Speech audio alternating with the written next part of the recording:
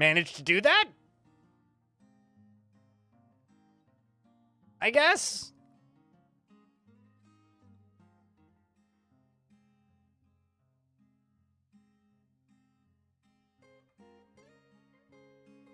I don't. Here's the thing, Moon Sugar Plum. Don't worry about it. Don't worry about it. Whether you get ads or not, it doesn't really matter. Just hanging out in the chat and watching is.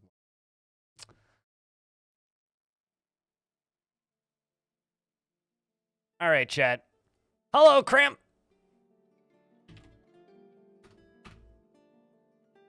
Shall we play some Bouldersgate, chat? Can I get a hi, YouTube?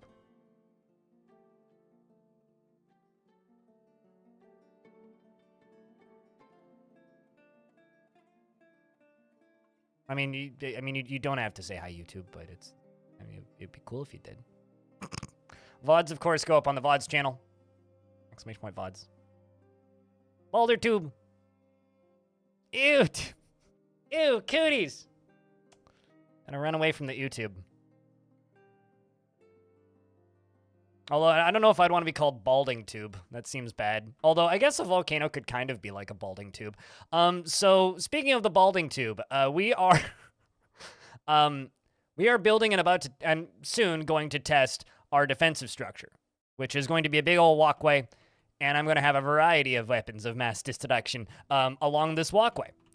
We are going to wall off this side and put a big archway over it, and it's going to come around here and go over top of this lava pit and connect up to here. So we're going to have a lot of construction to do with glass. You have a good time, Kagenara. It's always a shame that you can't stick around for the streams, but hopefully we'll see you on the YouTube side of things. Don't forget to leave comments, and I respond. I do read them all, even if I don't respond.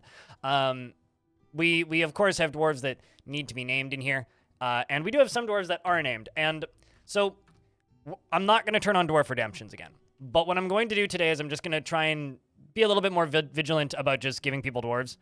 I think what we should do is we should save the dwarf redemptions for days where this stream is just really busy. I don't think I'm going to do things particularly differently. Because, like, going through, like, my different ideas of, like, how we could give away dwarves, it always just kind of comes down to, like, if it's just a list, then half the time I'm going to be naming people that aren't here, and that kind of just ruins everything.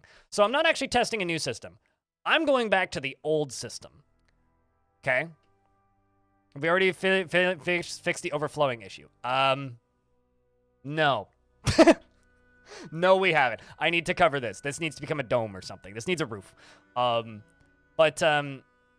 Anyway, so the goal, I guess what we're just going to do going forward is on days where things are real busy, and there's a lot of people in the chat, we'll turn on dwarf redemptions, and we'll just do it that way. For days where it's not super busy, and, like, you know, maybe it sits sometimes, or, like, on days when it's not super busy, we'll just do it manually. So I guess I have a question. Is there anybody who hasn't had a dwarf in a while who would like a dwarf? But while I say that, Shake Break, A Devilish Potato, AFDNZ, Amethyst, Bastet, Cadranos, Chuck, Buck, and Snuck, Cleverer, Geotrack, Kazanabo, Lyagushka, Raging Cave, Ranger Rick, Stillanitis, and Tellan Artho, as well as Lady Nerian, and Tickers, and Vakar, Iron Boot, and Waka Pepe all have names.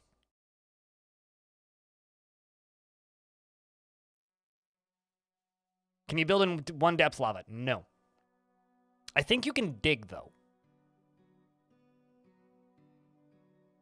Snail. What kind of dwarf would be a snail? How about a very happy animal caretaker?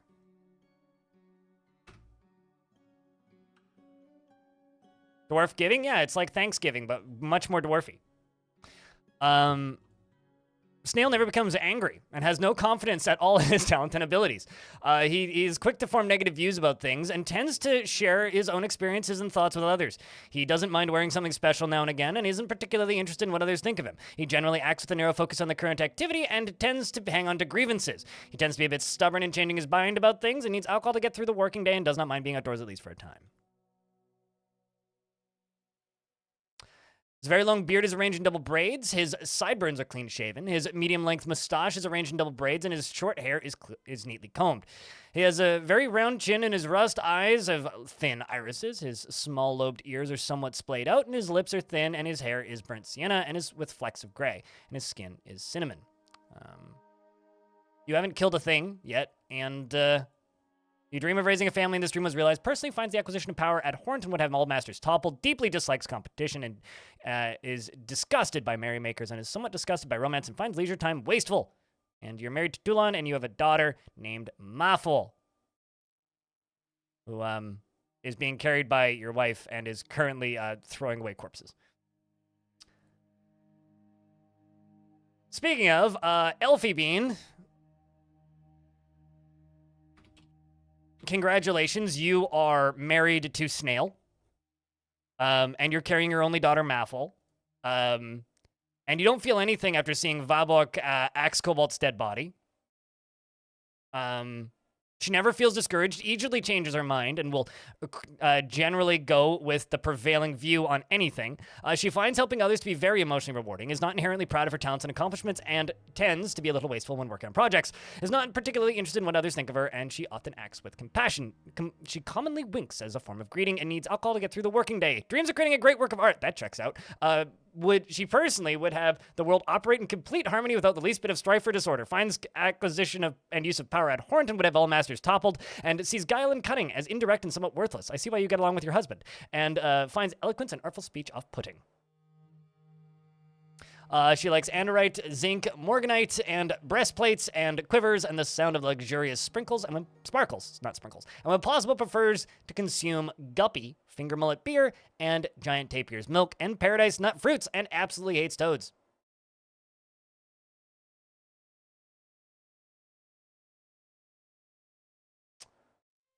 Your daughter, the baby,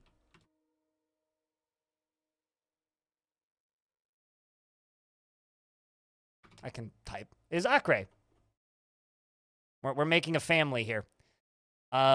She does not trust others and has a noticeable lack of perseverance and is assertive, is slow to anger, and doesn't handle stress well.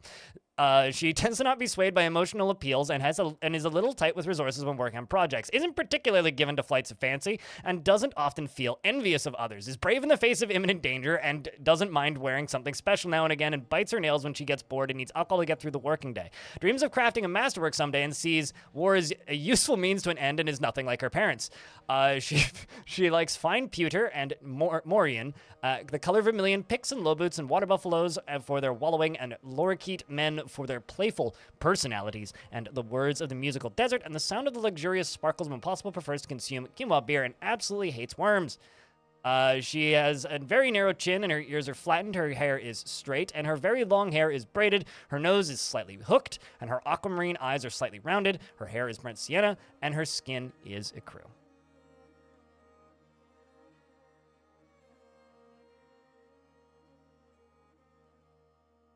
Did I miss anybody? Anybody else like a dwarf? Well, I need 3 coffins, I think.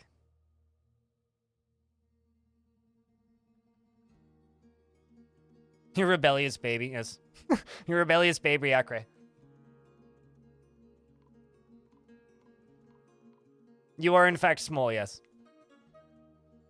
Panda. Panda. Who would be a good panda? The main difference between this and the other way is I basically just, like, give you somebody that I think fits you instead of you picking. So, this is a little bit more direct, I suppose. Pandasaurus Rex, you are the mayor.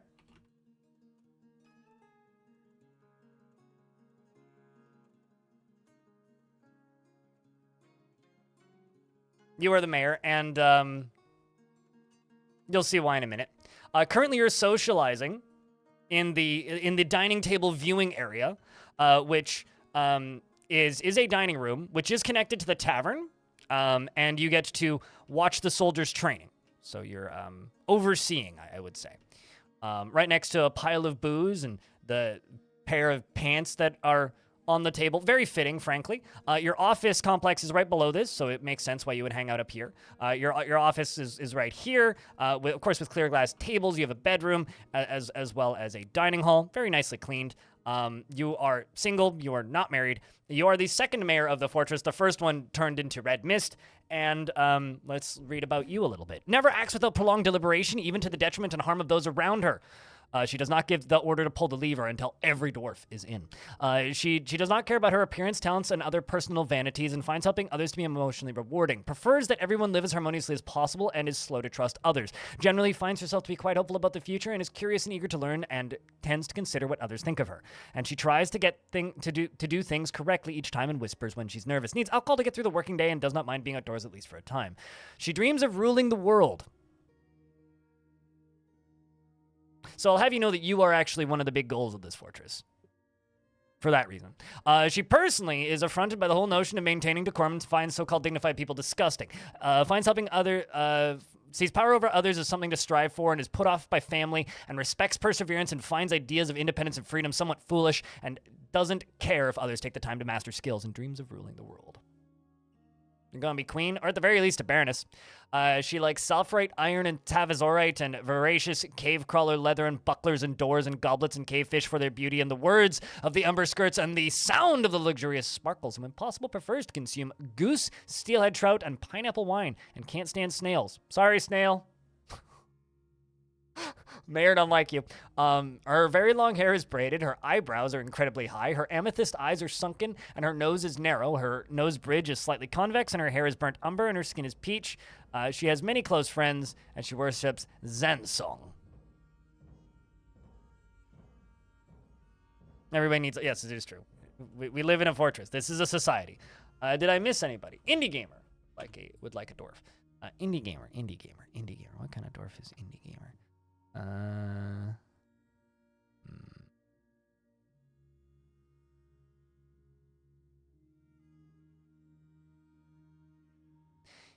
Indy, you get to be led the siege operator.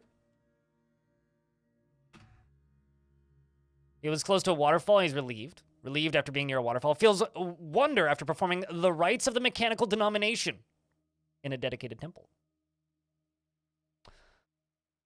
You, of course, worship the god at Saigon, which I can't remember what they believe in. Dislikes obligations and will try to avoid being bound by them, and he is confident, and he is conflicted by this for more than one reason, and he is prone to hatreds and often develops negative feelings. He is not a private person and freely shares details of his life, and he can get caught up in internal deliberations when action is necessary. He is slow to trust others and tends to hang on to grievances, often acts with compassion and doesn't seek out excitement. He doesn't mind a little tumult and discord in day-to-day living and is rarely happy or enthusiastic. He is conflicted by this since he values parties and merrymaking in the abstract. He does not feel lustful and enjoys the company of others, is given to flights of fancy, and generally acts with a narrow focus on the current activity.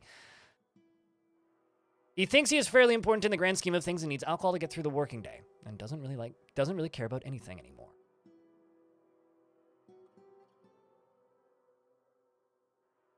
He dreams of mastering a skill and personally thinks that the world should be engaged in perpetual warfare and deeply dislikes competition. I should put you in the military. He likes steel, tiger eye, and spotted webgong leather, the color buff, chains, and the sound of the Tulp songs, and the sight of the periwinkle of blossoming, and when possible prefers to consume sunshine, rocknut oil, and macadamia nuts, and absolutely hates blood gnats.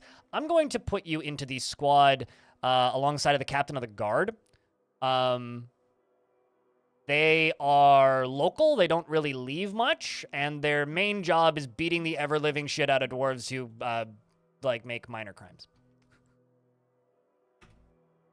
So, you're going to get a Fortress Enforcer gig of bopping people in the head with big hammer.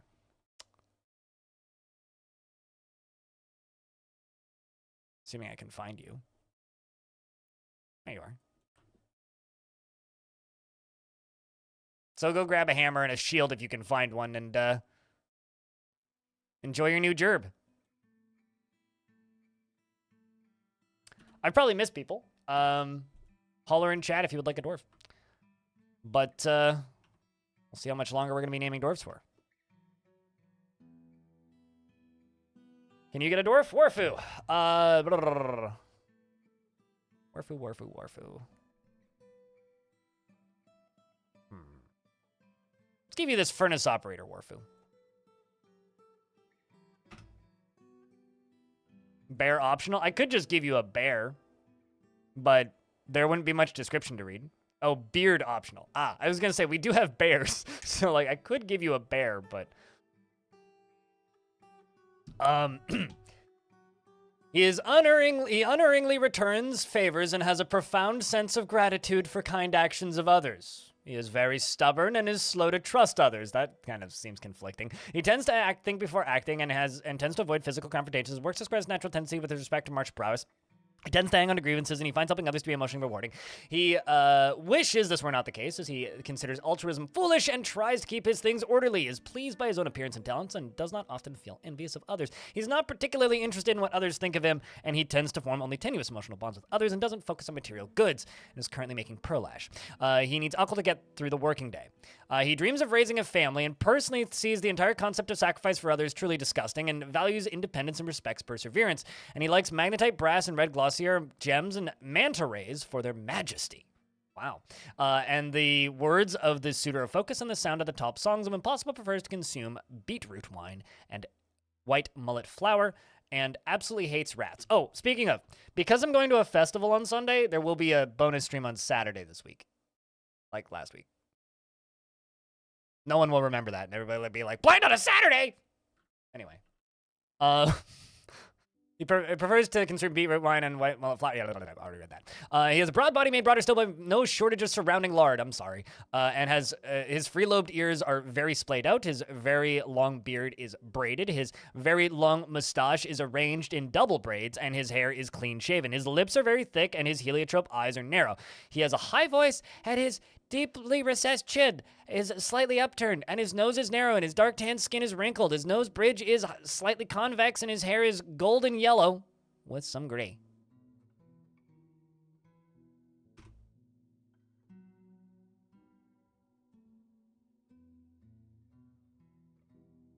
Kenichi,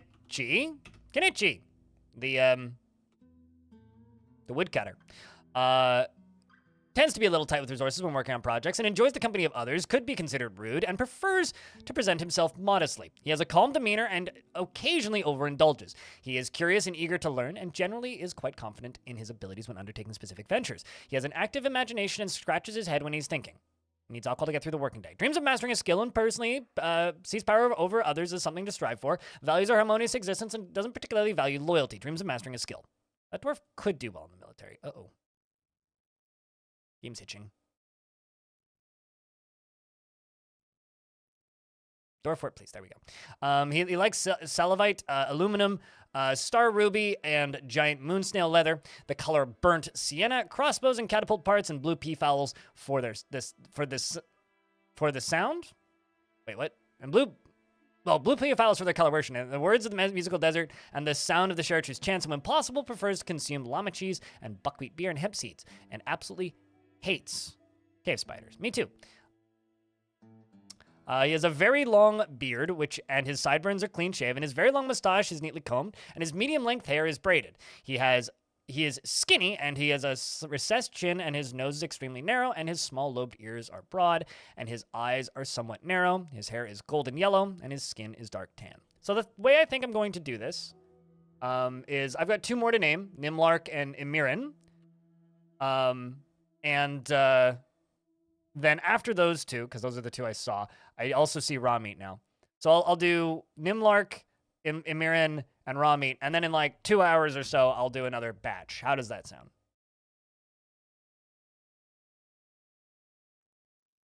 Blind needs a side gig where he reads small print really fast at the end of commercials. Trying to think how we could, like, set up a thing where I read small print really fast for commercials. Why don't you just send me, like, I don't know. I mean, then text-to-speech would just read it. I mean, we could do that with hype chats. You could post, like, I don't know, like a Taco Bell commercial, and I'd read it really fast. So, Nimlark. Nimlark, you are married to Korab L, who is kind of a tragic story. Korab L is currently kidnapped by goblins. But you wasted no time after Nimlark went away, or after your partner Korab went away, and immediately got together with Ryo Shinkat, who then died. And now you're together with Chuck's Buckus Snuck, so I don't think you're missing your hubby too much. Although you are vengeful with joining into an existing conflict with something. That's slightly concerning.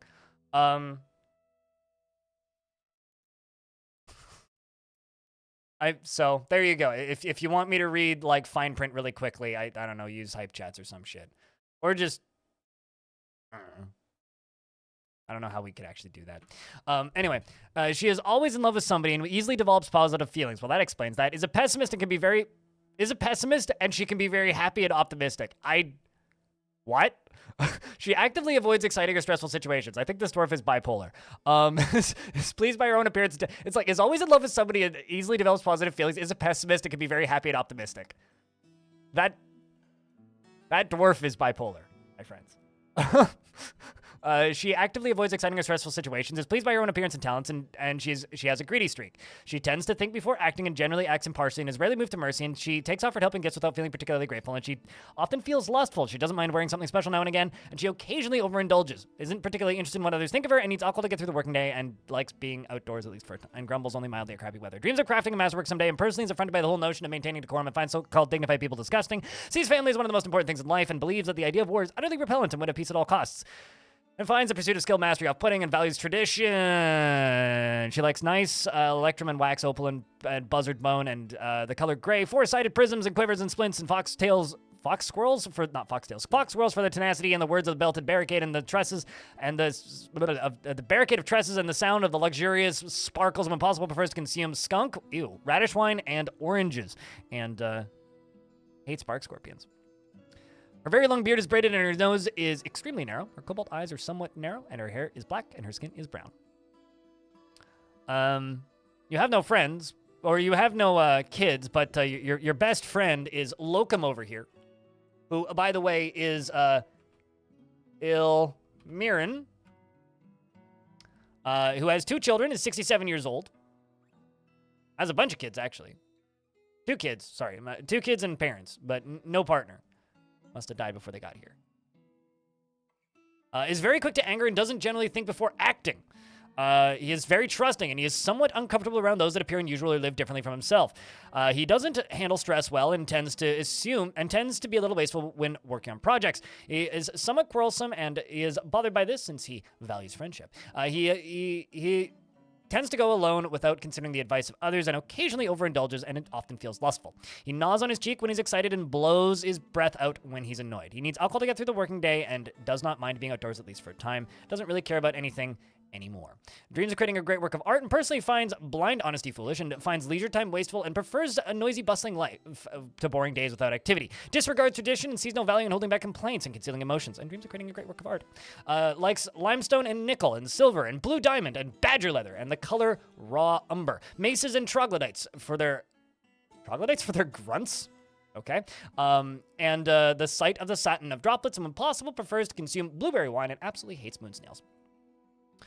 His 4th finger on his left hand is broken, and his medium-length beard is braided. His sideburns are clean-shaven, his very long mustache is arranged in double braids. His hair is clean-shaven, and his ocular eyes are bulging. He has a recessed chin, and his hair is burnt sienna, and his skin is pale chestnut. His neck bears marks of old wounds.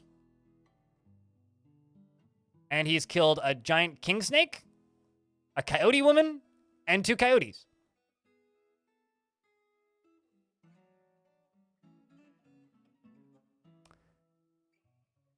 And I think that's everybody.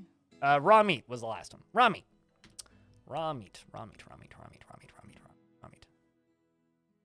To me, raw meat seems like a butcher. Which I do have. A very happy one, even.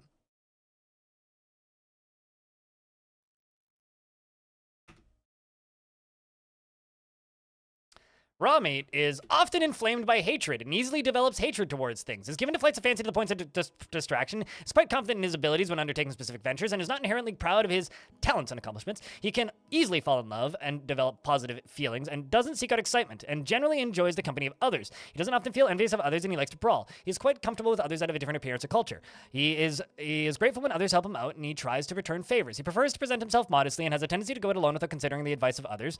And he is rarely moved to mercy, and he's rarely moved to mercy, and he finds obligations confining, though he is conflicted by this for more than one reason. He tends to make a small mess with his own possessions, and he likes to keep things practical without delving too deeply into the abstract. He is not particularly interested in what others think of him, and he lowers his eyes when he's annoyed and greets others with a hug.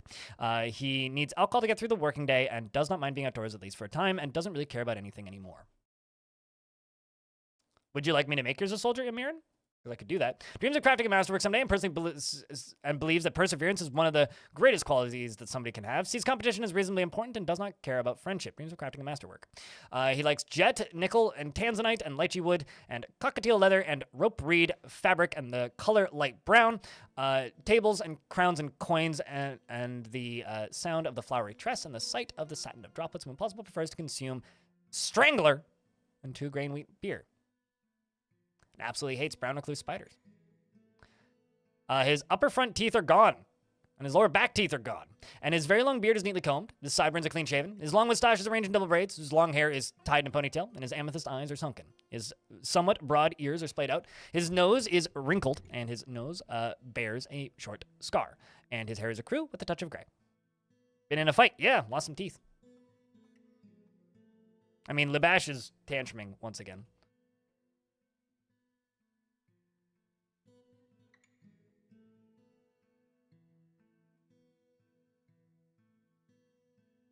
No shield, though?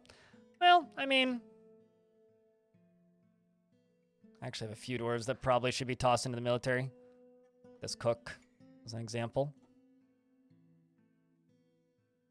This dwarf as well.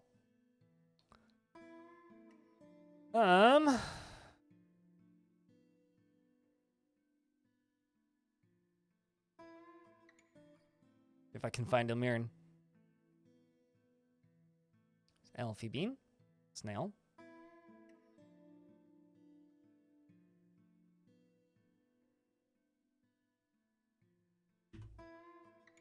Did you dream of mastering a skill? That's the one question.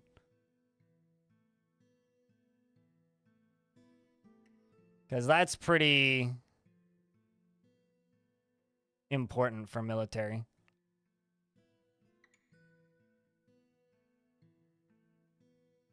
There you are. No, you dream of creating a great work of art. You wouldn't be that good. I mean, like, just because you've killed things before doesn't mean, like, you'd be good in the military. Angry about coyotes? I mean, who isn't? Any cat owner is angry about coyotes. So, I don't know. I don't think you'd be great in the military. Speaking of coyotes, I'm going to kill a bunch of puppies. Completely unrelated to coyotes, but they're both dog-like things. I have far too many dogs currently, so we're going to eat a bunch of dogs. We've got quite the leather industry in this fort at this point. So, chat, what do you think of this system? So, like, busy days where the stream, like, you know, if we have, like, 200-300 viewers, we'll just, you know, turn on the redemptions and do it that way. But on quieter days, we'll just run it this way because I see no reason of, like, super-duper limiting people on who's going to be able to get a dwarf. That just seems unfair. Oh, yay, we got more jaguar cubs. That's adorable.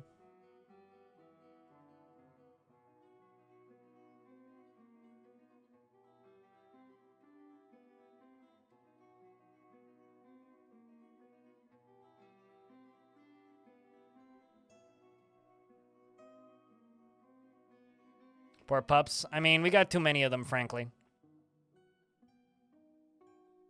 Feels more engaging. There you go. I mean, it does also mean whenever I do decide to name dwarves, I'll be naming a bunch of them. Uh-oh, somebody just toppled one of my kilns. Well, that's a shame. Furnaces, magma kiln. Actually, I could... I made out of gabbro. Yeah, that's good. Okay. What was I doing? All right. Who did that? Live Ash.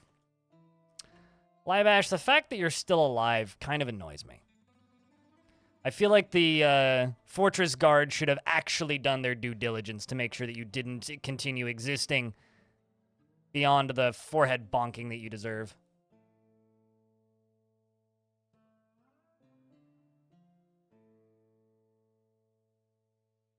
I don't generally give dwarves accidents. If I really need a dwarf gone, I will just expel them. I just, there's something about, like, because dwarves don't believe in the death sentence outside of extreme circumstance. And as somebody who kind of likes to try to roleplay within, like, within the, what's the word?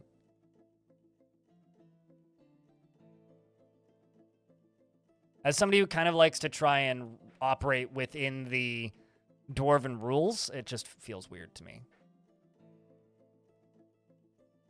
Also, where did Trimkoff go? Did I lose Trimkoff? Guess I must have. Because Trimkoff was my squad leader for this squad. Shit.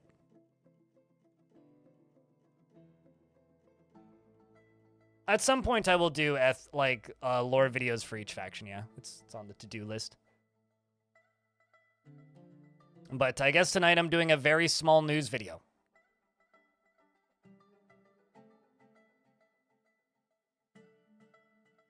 Because of that email that was sent out.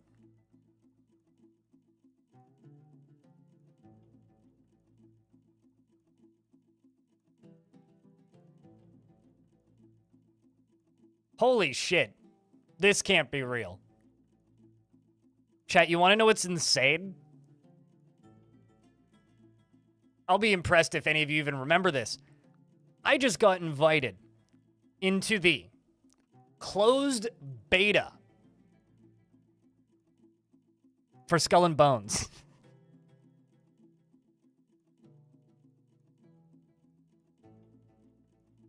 Wow.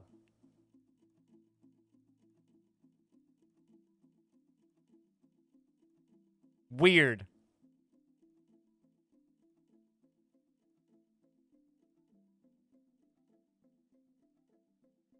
Going to Yale? I don't know what that is. Well, I don't know the reference there, but... What is Skull and Bones? A game that Ubisoft announced in 2018? Originally? So Ubisoft made Assassin's Creed Black Flag, right? And everybody was like, yo, dudes, make a pirate game! And they were like, well, Black Flag was supposed to be a pirate game, but we didn't think it would sell, so we made it into an Assassin's Creed game instead.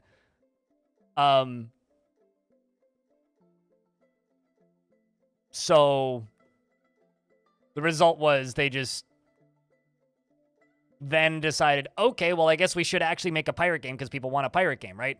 So then they announced a pirate game, and then since then it's been in development hell ever since. So yeah, I kind of refuse to believe that that game is real. Can I stream it? I guess in theory, but it's also like a multiplayer-only pirate game, so I don't know if that necessarily fits with this channel's vibe, but I would assume so. I kind of have no intention of playing it for clarity's sake, but...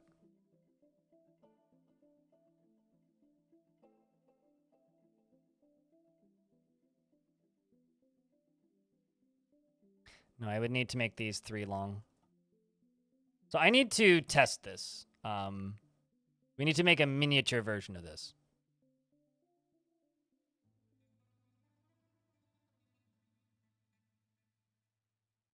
So essentially, I'm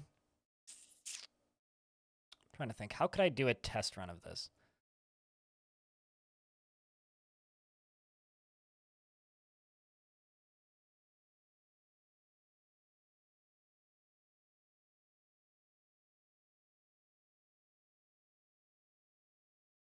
We'll do it here.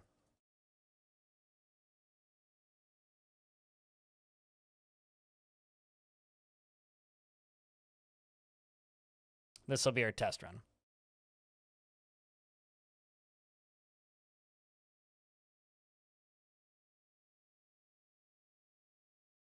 Clearing out all the dogs. Irvad found a sword somewhere in the fort? I have no idea where he found that. You sure Skull and Bones exists? I mean, I don't think it's been anywhere near that long. Like, quite literally. I think the closest thing to Duke Nukem Forever isn't actually Skull and Bones, but it is a different Ubisoft property. The closest thing to Duke Nukem Forever right now, in my opinion, is, Beyond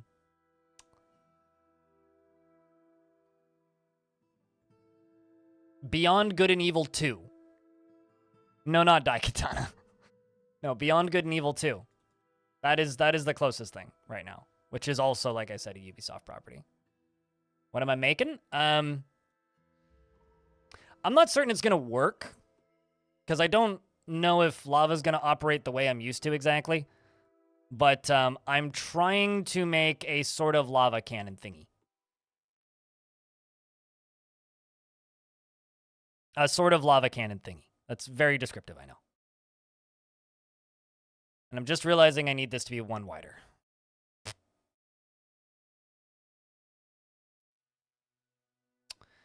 Well, that's easy enough.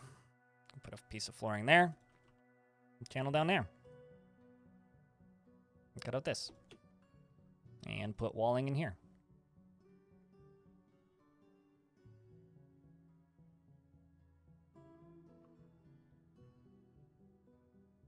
Because it's government funded? Actually, I didn't know that.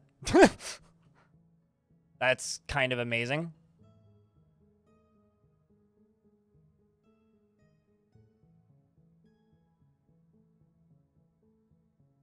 Although Ubisoft gets a lot of funding from the Canadian government regardless, so.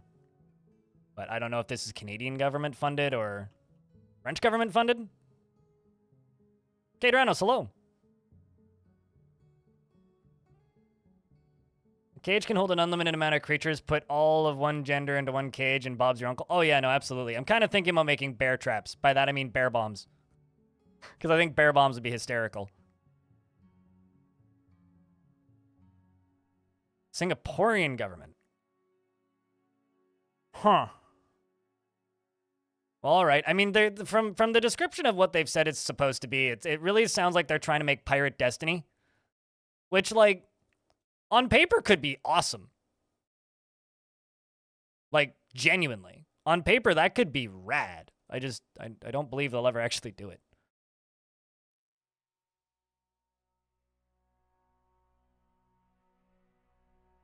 I don't know, it worked so well for Rhode Island. Pretty sure it was Rhode Island. All right, so a screw pump, go here. I'm gonna make it out of obsidian works, green glass, green glass. And up here, I'm going to put a Gabriel floodgate.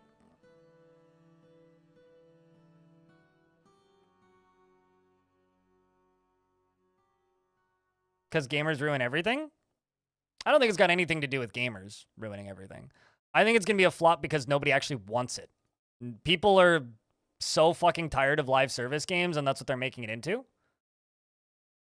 Like, I don't think it's got anything to do with gamers. I think it's going to be a flop because nobody wants... No, people are tired of live services.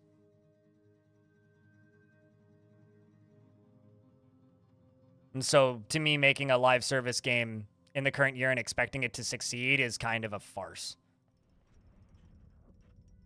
I didn't even notice that this was started, but Moses, the planter, has created Aiton Nimur Shovet Themot, a frilly sheepwool skirt, and claims it as an heirloom in the name of the family ancestor Lycast Lifecoal. What a good name.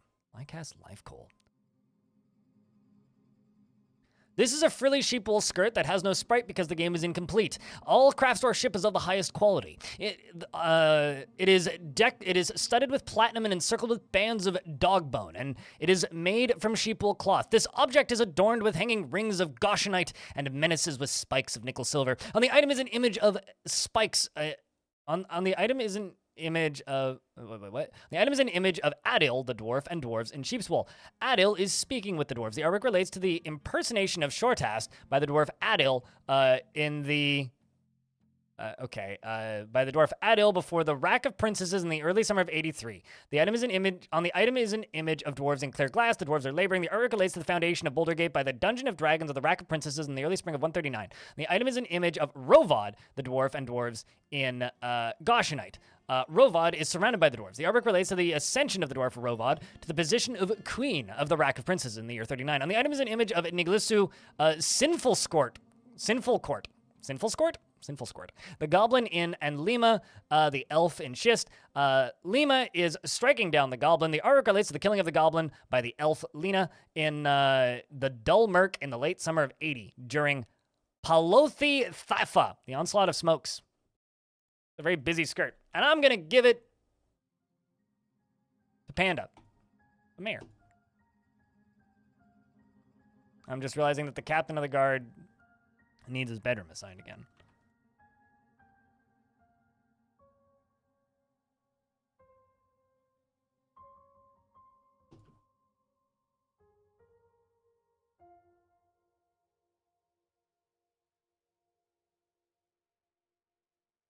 You got a glam? I mean, yeah, no, you're going to be glammed up to all hell. I mean, you dream of ruling the world. I would expect nothing less.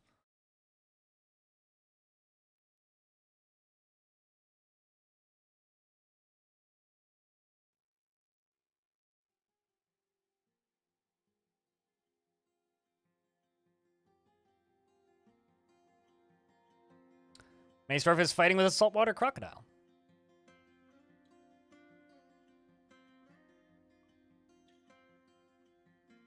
Also, thanks, Devilish, for getting to that before I did.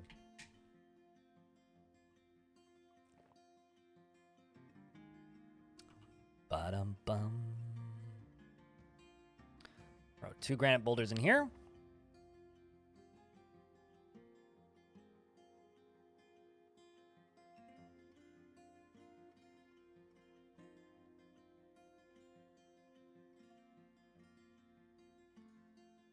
Oh, I just said thanks for answering that question before I did.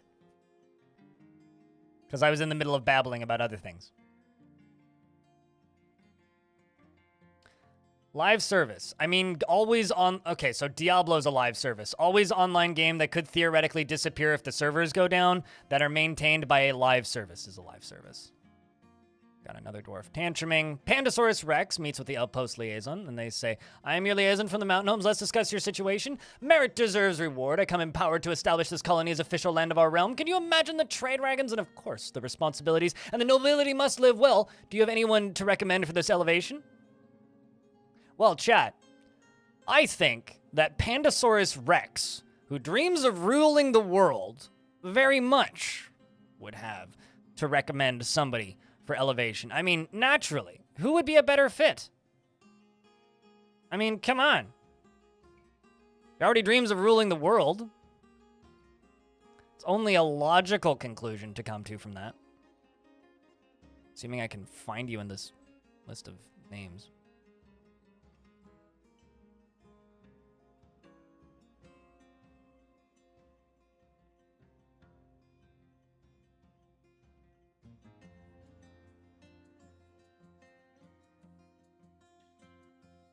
Literally can't find you in this list of names. Living up to my username. Yeah, I don't know. I literally sent Kit Fox a DM to ask that, and they haven't responded yet. In regards to what branch Linux is in. I would assume it's the one for beta testing. There we go. There is much to share. Information has been added to the Civilization and World Info. And what do you request? Iron anvils and steel anvils. Thank you. They want warhammers and fish. Well, I can absolutely provide you that next year.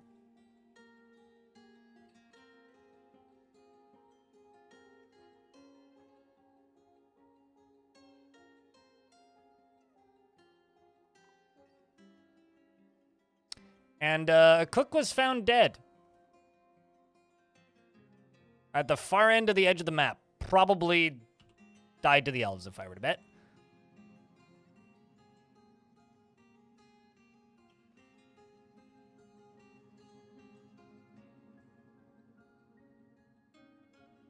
Rip the cook? Eh. Is what it is. It's time to sell some bone rings and earrings and such.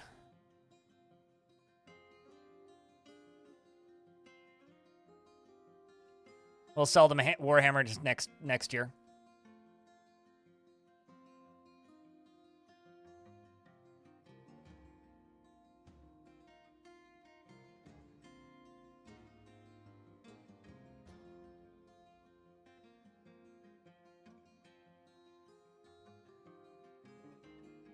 A game with a 10-year shelf life that has gone forever. You know, it was kind of funny. So you guys remember the MMO Aeon Online? Mocom, you just made me think of this. Do you remember Aeon Online? It was like AION Online, and it had like the angel on the cover.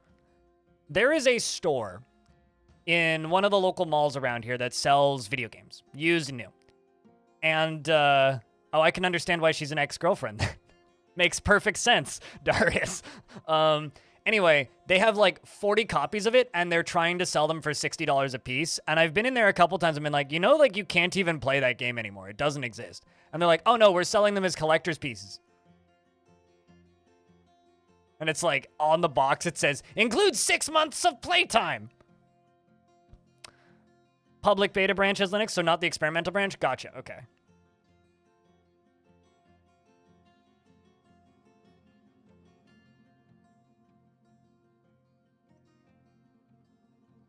Thanks for the heads up, Natalie.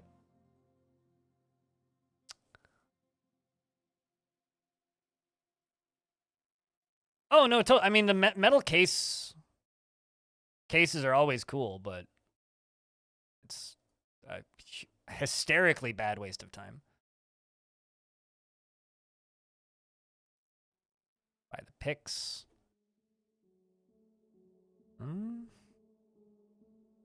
Iron buckler, the 2 helms. Steel gauntlets.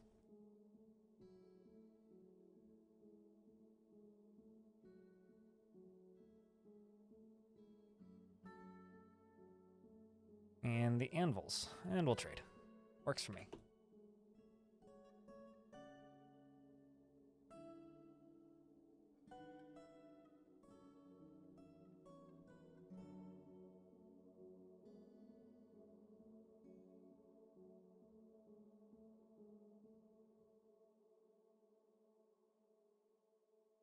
When someone doesn't think it's dead, yeah, I have no idea. I'm really curious to know how the native Linux version works, or how well it works.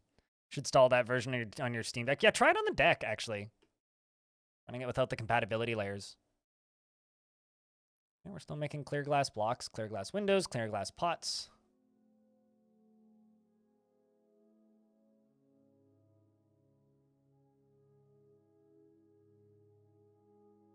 We're collecting sand. We just need to collect sand faster. Okay. What was I doing? Right, this up here. So this is all set up. So this area here needs to have lava flowing into it. The question is, how do I do that safely? We'll just dig down into it and hope the dwarf runs. Who's the brave dwarf who's brave enough to come do this chirp?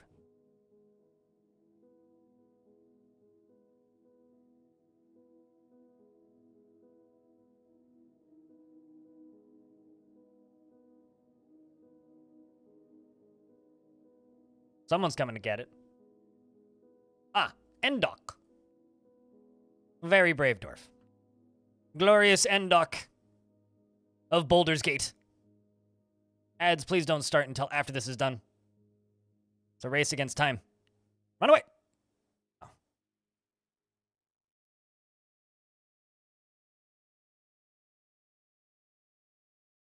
He's annoyed when caught in smoke underground.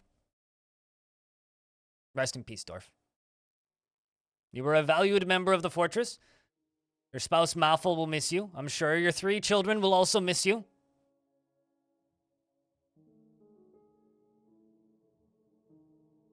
Although you knew the risks as a minor.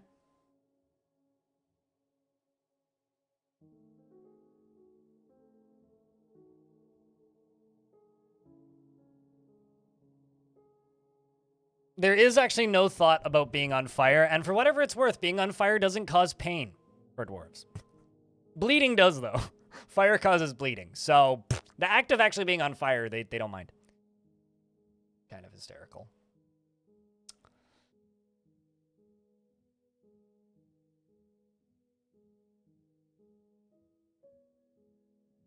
It's pretty fast. It loaded quickly. Yeah, I'd wonder if there's like a speed difference.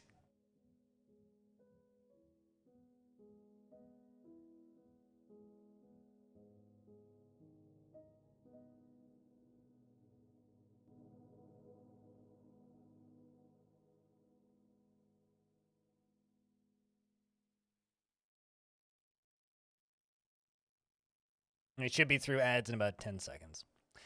Your desk is in the car. You might bring it to the bar tonight and swap it over. Your desk is in... Oh, your deck. Okay, I was going to say that. Seems like a sentence, but... All right, we should be through the ads now, so... Rest in peace, Endok. You will be missed.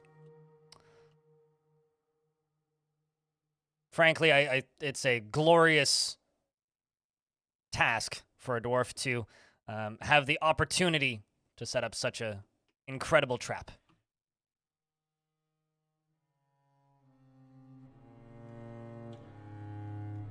You missed his glorious... I mean, it got caught in the middle of that, right before the ads started, but yeah, he just got blasted by fire. Timing isn't always that good, I'm sorry. All right, so we are going to put his body to good use, though. Are they all war trained? Not all of them, just large portions of them. They're just memeing. Ah, there you go.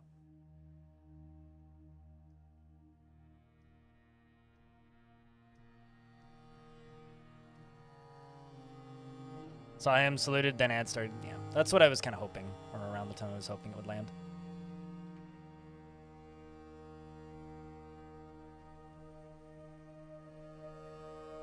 So I need this to get connected. And then I'm just going to make a dwarf pump this manually. And if this works, then we can do it this way. Otherwise, I have a plan B.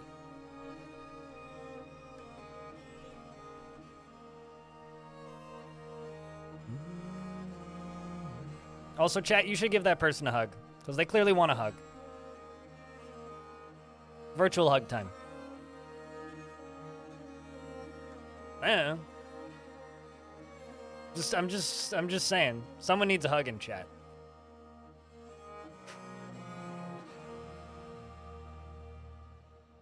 Oy. Although, who doesn't need a hug in the current year?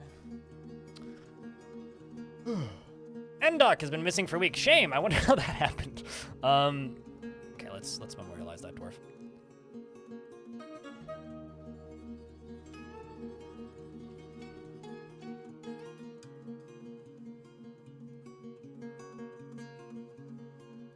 Elfie is a fully automatic hug dispenser. Be wary. There's a lot of pressure in those hugs.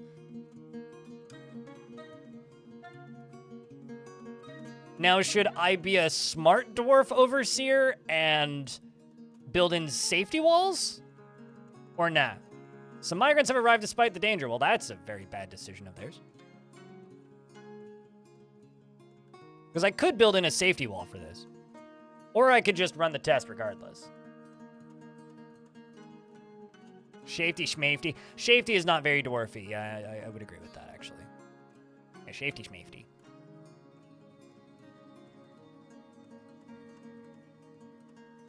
You are, in fact, first. Congrats on acquiring first, Baka. How does it make you feel that you are the first person to ever say that?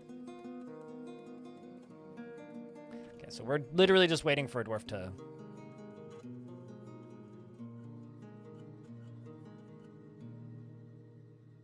finish this. Link building to trigger. There you are. Stodier, the administrator.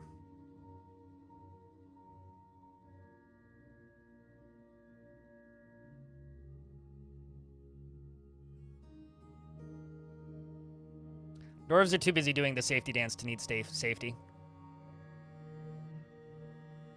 Elfie Bean, thank you very much for gifting us up to Snail. And Panda, I completely missed this, but Panda, thank you very much for gifting a sub to give me a hug. I totally missed that. I don't know how I didn't see that, but thank you. I can gift a sub to Snail, your husband. This is true, yes. The happy couple.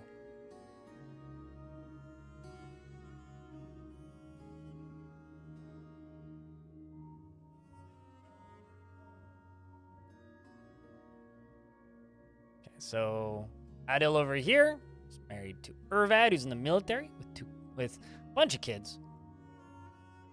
Does that, and now we can begin pumping.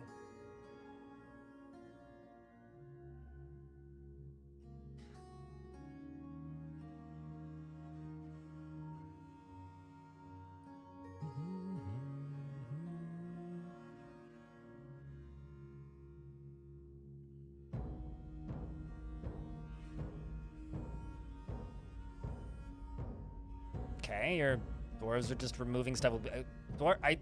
Where's my Pumpy McGee? I need someone to come over here and pump this. Oh, there we go. Astier is here to pump. Excellent. Sam Taxagon, thank you very much for gifting out a sub and starting a second scam train of the stream. So the way this works, and the way this is going to work, is this will just be pumping for all eternity, basically. Just fully powered. Right? So it's just going to be sitting here and pumping and pumping and pumping. And what I will eventually do for the final version of this, assuming this test run works, is connect these all to a minecart track that's going to be powered on a powered minecart track. And we're just going to have a row of these that are all just eternally pumping, right?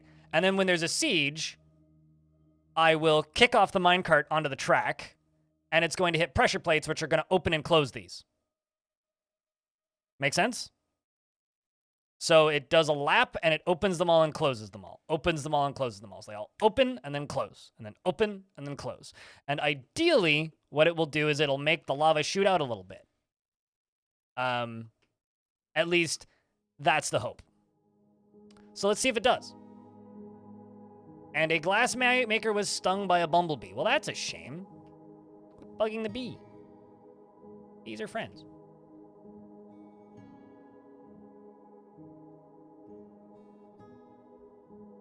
Lava cans. I've made these before, and they worked in older versions, but, like, some weird things have changed about the game's physics, so I don't actually know if this is going to work. These are not food. This is true.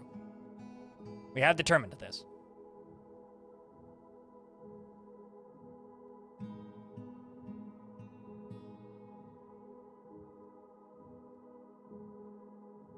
Okay, so no, it didn't quite work as well as I wanted it to. Quit pumping.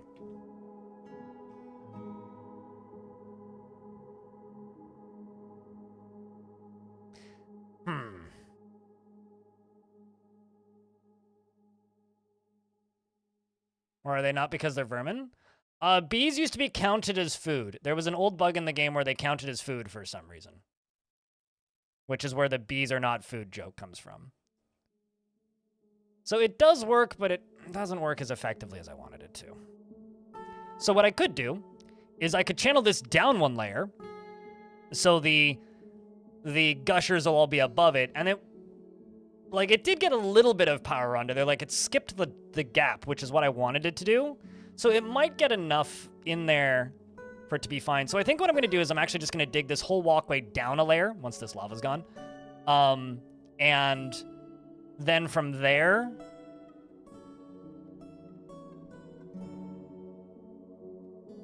just have it dump from up above, I guess, is what we'd do. Because I think that'll work fine, right?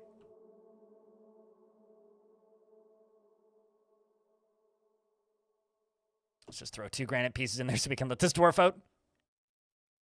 But what do you think, chat? Do you think that would be a pretty cool defense? Maybe not the most dramatic. If we let it have more time to build up more pressure, there is a chance it'll go further. Like boiling pots of the olden times. Yeah, kind of, but using floodgates and dwarven engineering. So I guess that's what we're going to do. We're going to release this dwarf, dig all these out, extend this out a bunch, and we have power sitting right here, so it won't be too hard to transport it up to this. Lava's always a good defense. Yeah, and I think this will be more interesting than just, like, dumping lava on things, which is admittedly a little boring. You petted a bumblebee the other day? I gave a bumblebee a pat the other day, too. Bumblebees are adorable. I love bumblebees.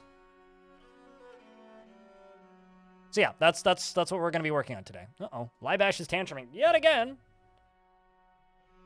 I don't understand how this dwarf is still alive. They've tantrumed so much.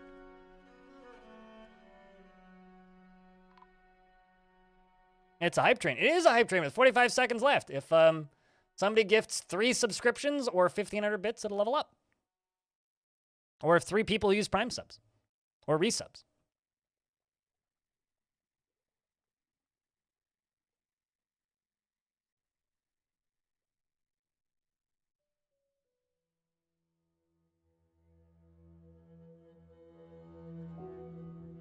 Bees are great, wasps are assholes. Wasps are friends if you garden, though. Because wasps remove pests. They're very, very, very, very, very... They're nature's attack helicopters. Happy Streamer Friday. Thank you, Giraffe, for the $4. Appreciate you, man.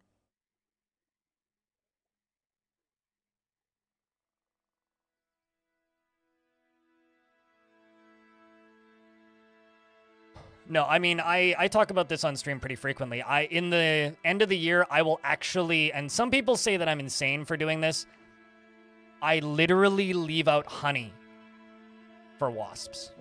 I leave out a little plate of honey because wasps are misunderstood little bastards, and as much as they can kind of suck if they build their homes too close to your home, they are very important pest control, and for that, I respect them.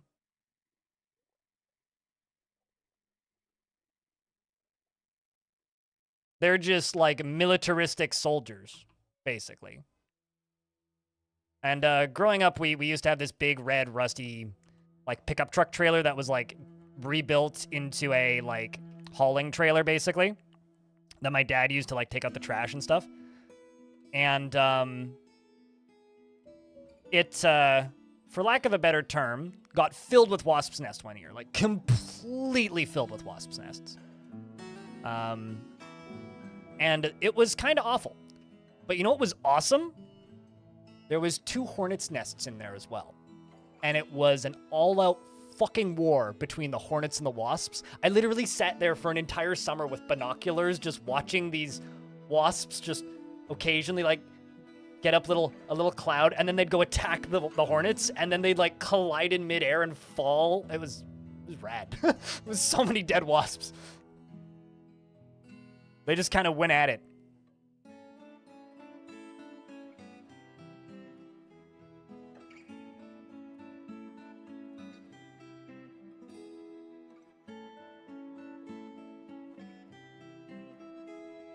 It was truly something.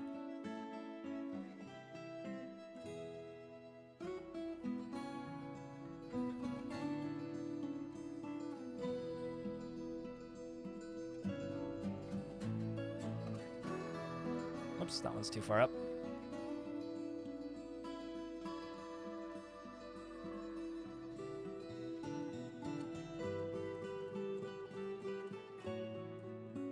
Good luck, Sam. And anybody else who's invested? Like Varinova, as well as Tobes, Nimlark? Oh.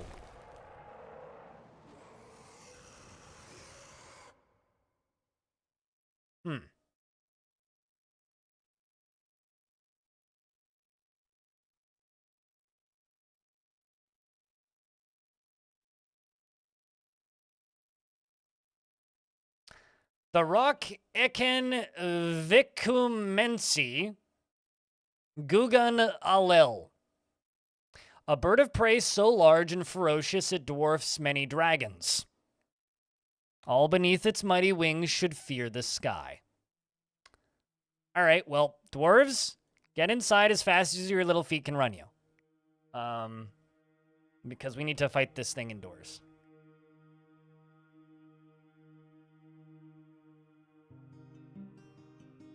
It's 363 years old. It has 31 notable kills and 20 others.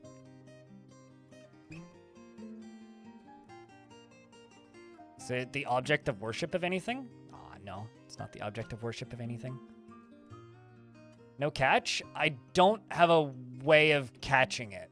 Hold on. Unless I can get... So, like, because we're doing so much construction outdoors right now, all of my dwarves are currently outside. So I don't think I actually would be able to save all of my dwarves and catch it. Like, I don't think I can do both of those things.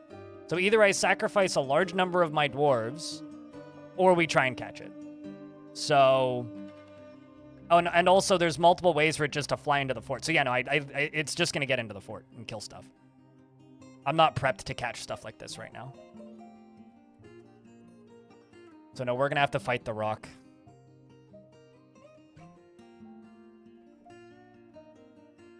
Shoutouts to this duckling, who's going to join in on the fight, clearly.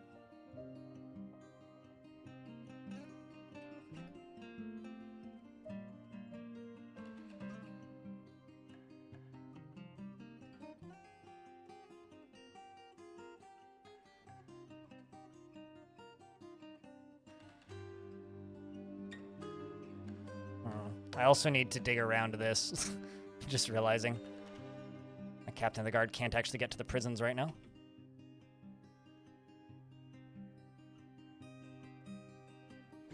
All right, let's see. I'm going to try, chat. I will try. Because I'm just going to assume that all the dwarves are inside. Sorry to the cats who get caught on the drawbridge. You're not particularly bright anyway. So rest in peace, stray cat. Rest in peace. So that's done.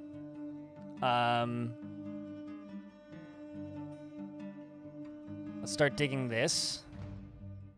Maybe not that way. That looks a little ugly. I would like to catch it, so we'll try. I will try for you, chat room.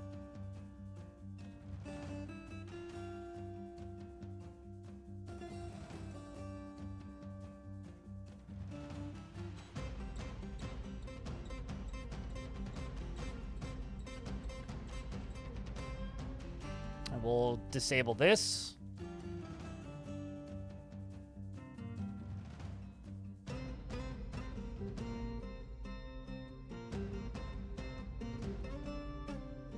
Help take over the world. I don't know if it would help take over the world, but it would be cool. I mean, right now we're breeding rhinoceroses. I've caught breeding pairs of them before, and they've never actually made babies. So either I just happen to get, like, the one set of gay, like, rocks in the world, or I haven't trained any war rhinos yet. War rhinos are a pain to use because they have to be pastured. So you have to unpasture them when you're going to send them out, which makes them fiddly as all fuck.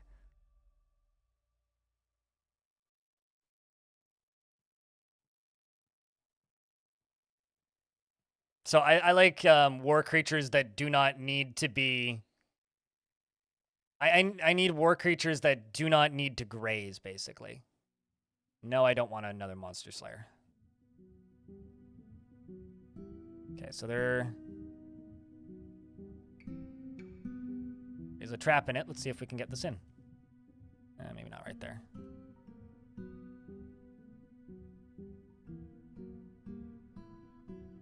They were platonic. Yeah, no, they were a very platonic relationship of rocks. This is true.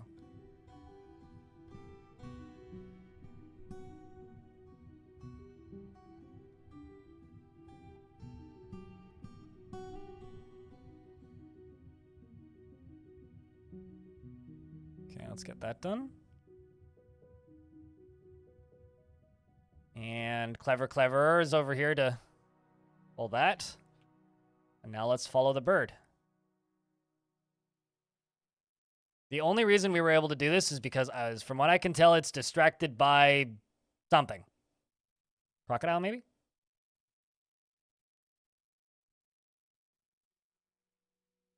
Cage trap is built, yes. Oh, it's chasing a cat. Well,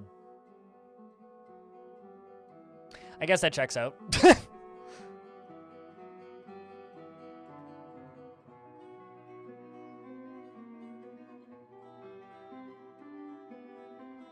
It's a really big burb, Martin of the Woods.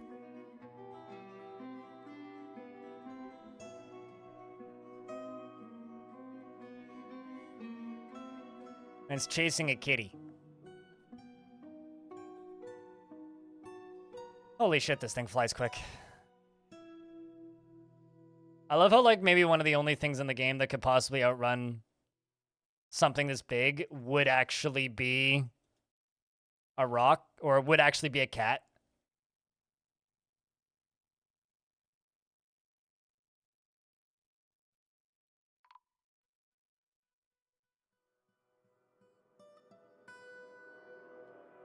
Dwarven child's been missing for a week.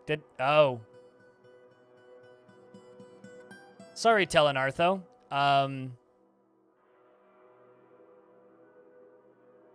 So it's killed 2 children. Telenartho said I must withdraw. Bit it. Child missed it. Missed again after it's like biting him and grabbing him.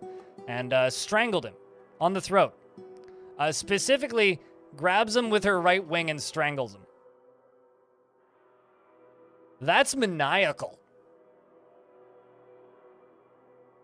The other child got bit immediately and then starts crying and says, I must withdraw.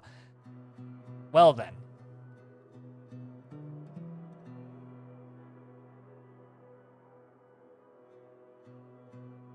F's for Telenartho and Cog. They were good children. They were the future of our fortress, one could say. Also, we have a gremlin with a screwdriver. Just saying. Thanks, Alfie. I feel like if gremlins ever learn how to use tools, we're all fucked.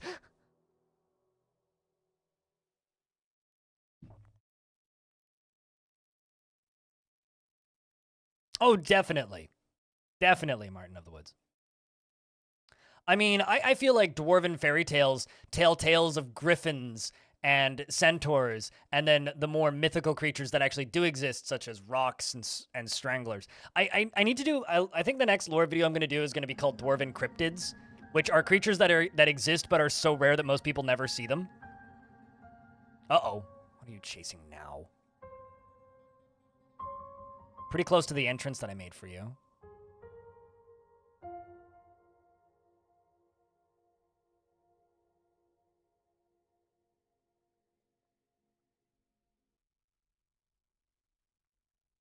It's a peasant. But yeah, that's the next video that I want to make. Is going to be super rare creatures. But, like, I think it'll just be, like, maybe 4. Because I could, like, include creatures that are just really creepy, though, that you don't really see. Because, like, it's going to be stranglers. Number 1, because I've never actually seen a strangler in game. I know how to find them, and I've tried, and I've never managed it. I want to do boogeymen, nightmares,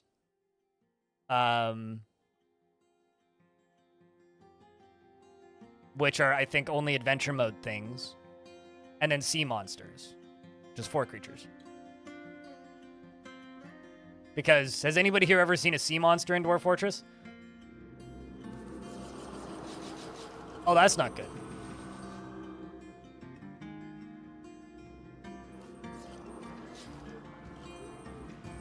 Well, rest in peace, bird of prey. We wanted you as our pet. I guess that you get to live. Well, pond grabbers are very common. Stranglers are not. They've stabbed it. They're bending its neck. The creature is bleeding. It's exhausted, nauseous.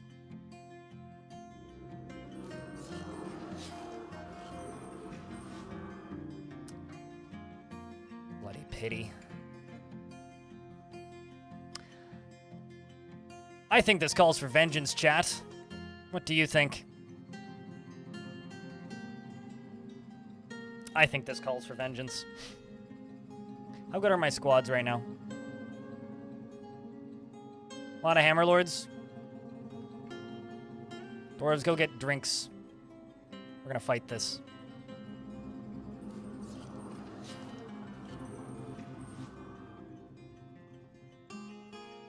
We're gonna turn the burrows back on. Speaking of burrows, I'm also gonna update it, I think, because I'm pretty sure there's a bunch of areas that are not currently accessible with the burrows on.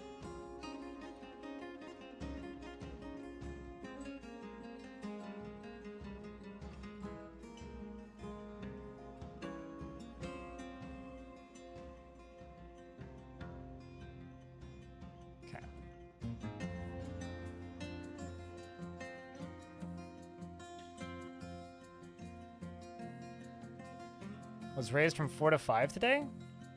Terror threat. You mean like terrorism attacks? That's kind of terrifying.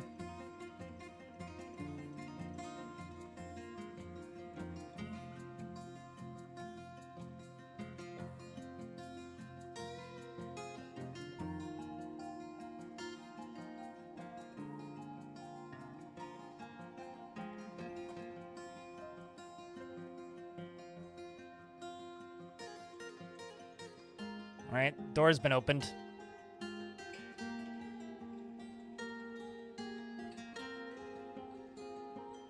Archangels? Archangels are so easy. I mean, angels are so easy to find now, though.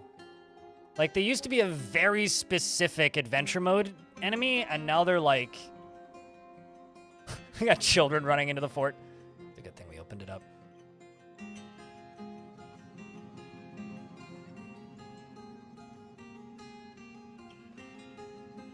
But yeah, I don't know. Archangels are super easy to find now.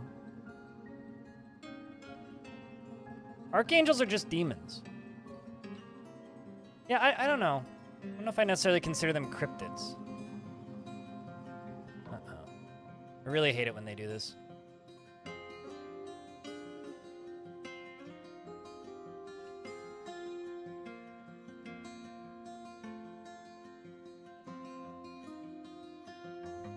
Is the tower flooding? Oh yeah. No, I mean, it's very much flooding, yes. Because I need to remove this lava from up here, which I'm not actually sure where it's coming from right now, to be honest with you. But there's lava up here that I need gone. But yeah, it is currently overflowing. It's fine. I swear, dwarves, if you two go out and die, I'm going to be very disappointed.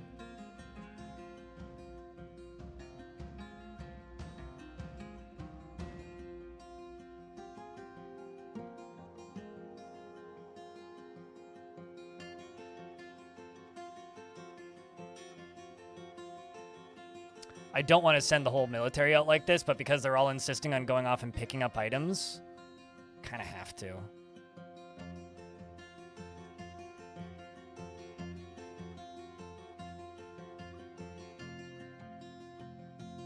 Because there's no way for me to make them come back.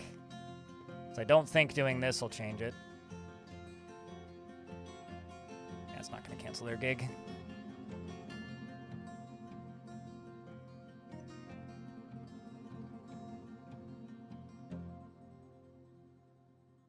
Okay, are they just running to this dwarf? Sweet.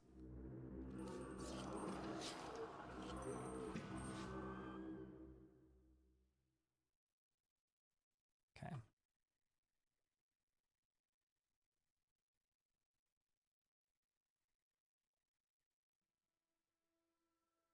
What are you guys going to go do? Station. Okay, you know what? We'll station them out here.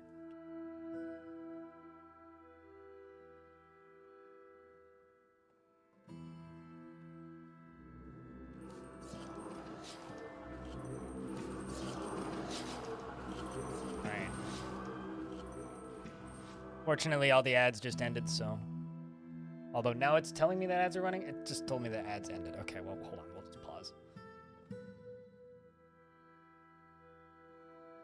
But not the dwarf. They want his clothing. Because clothes are kind of a scarcity in this fort, because I took way too long to get my cloth industry rolling. But we have cotton now. So it's gotten a lot more efficient, which is good.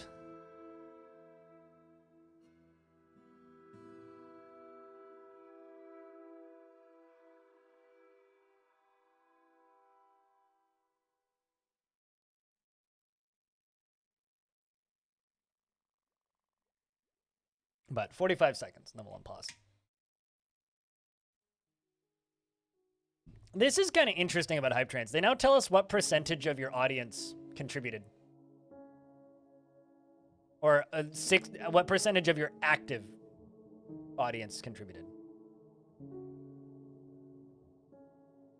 Which is interesting.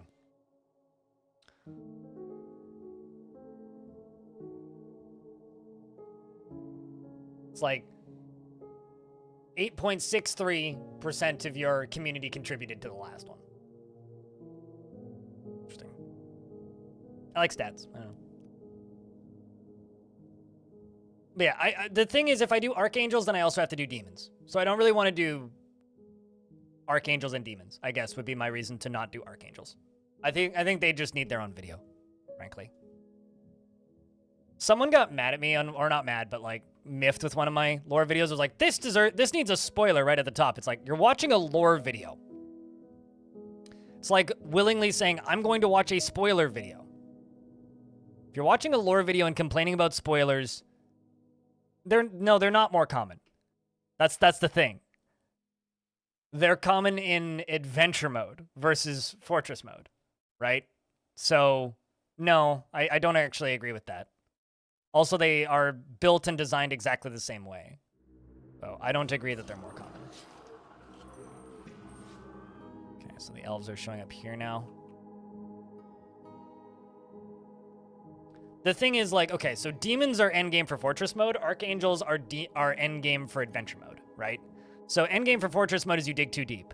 Endgame for adventure mode is you find a spire and go, enslave a demon. They're just endgame for different parts of the game.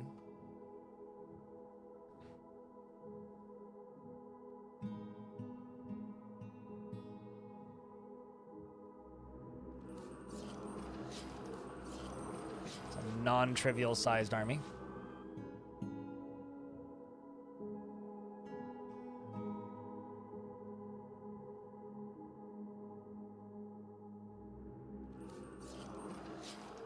But maybe, I don't know. Because for me, I want cryptids to not be like boss creatures. I want cryptids to be just like creatures that don't exist, or that are very hard to find, basically.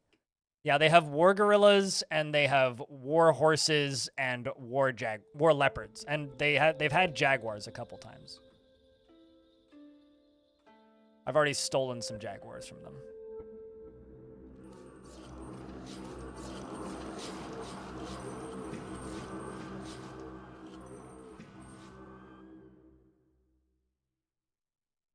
But here we go. Were whales? That doesn't exist.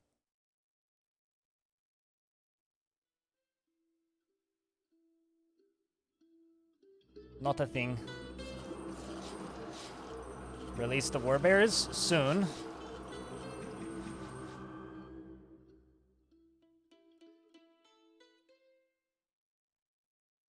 But like, sea monsters are a non-boss creature that probably nobody knows exists.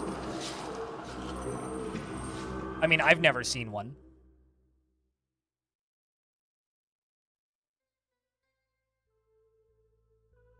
Same with stranglers. It's like, stranglers exist, but I've also never seen one. Anyway, Tippy the leopard is the first to clash in the conflict on the 14th of Moonstone, early winter in the year 149 at Bouldersgate. Is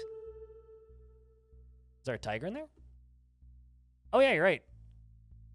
It's an Imma. It's colliding with my war bears. Some of my bears run away because they are not war bears. They are just bears. One of them just fall into the lava. Oh. Okay. It appears that one of my dwarves goes, ah, and runs away. That seems wise, dwarf. Of course, I could also pull the drawbridge and drop them in.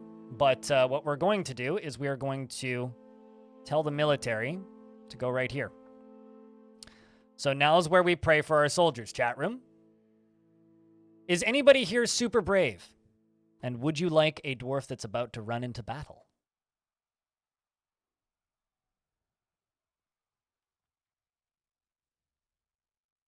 Sure.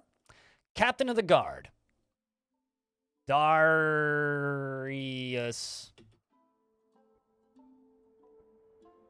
Ardrin. Legendary Hammer Dwarf. 4 notable kills, including Salty Keeps and several elves in previous fights. Last fight killed 6 elves, 5 leopards, 8 elves, 2 leopards, 2 tigers, and 1 tiger. Is terrified while in conflict and frustrated at the scarcity of chains. Unerringly returns favors and has a profound sense of gratitude for the kind actions of others. Easily falls in love and develops positive feelings. Has a strong tendency towards privacy and can sometimes act without deliberation. Is quick to form negative views about things and could be considered rude. Thinks he is fairly important in the grand scheme of things and occasionally overindulges and doesn't hold on to grievances. Dreams of mastering a skill in this dream was realized personally. Holds the maintenance of tradition as one of the highest ideals. Finds maintaining a decorum a silly and fumbling waste of time. And likes gypsum plaster, billin, and wax opal. Giant grackle leather and rhinoceros horn in the color olive, and leggings, and boxes and horses for their strength. And the words of the quintessent play and the sound of the Cherichus chants, and when possible prefers to consume giant black bear and herring, and kangaroo cheese and raspberry wine, and kangaroo's milk, and can't stand jumping spiders. His 4th finger on his left hand is broken, and he has a very long beard which is braided. His sideburns are clean shaven, and his long mustache is neatly combed. His teeth are tangled, and he has a recessed chin. His slightly rounded heliotrope eyes are sunken. His eyelashes are quite long, and he has a slightly flattened ears, which are somewhat narrow. His hair is gray with burnt umber, and his skin is cinnamon.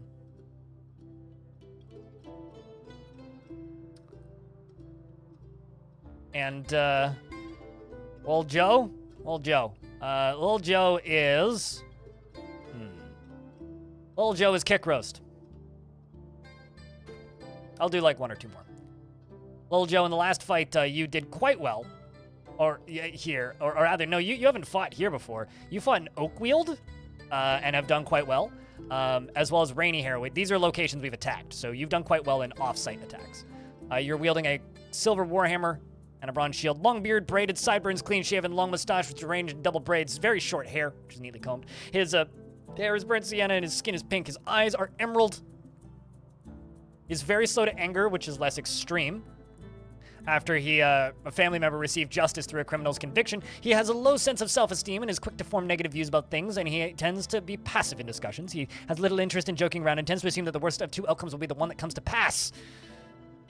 He is often nervous and is somewhat fearful in the face of imminent danger, but that doesn't hold him back, and he tends to hold on to grievances and often acts with compassion and is occasionally overindulges and doesn't seek out excitement. Enjoys the company of others. Dreams of crafting a masterwork someday, and personally sees the whole pursuit of art as silly, and finds those who attempt to conceal their emotions vain, foolish, and is somewhat put off by trade and commerce. Sees sacrifices as wasteful and foolish, and does not respect the law. Sees competition as reasonably important and values friendship. Finds friendship burdensome. Foolishly brave dwarf. So right next to our glorious captain of the guard, Darius Cardrin, is Darius Cardrin's wife, who fights in his squad with her, or with him. Let's see, who would I give this to? Scrolling through names.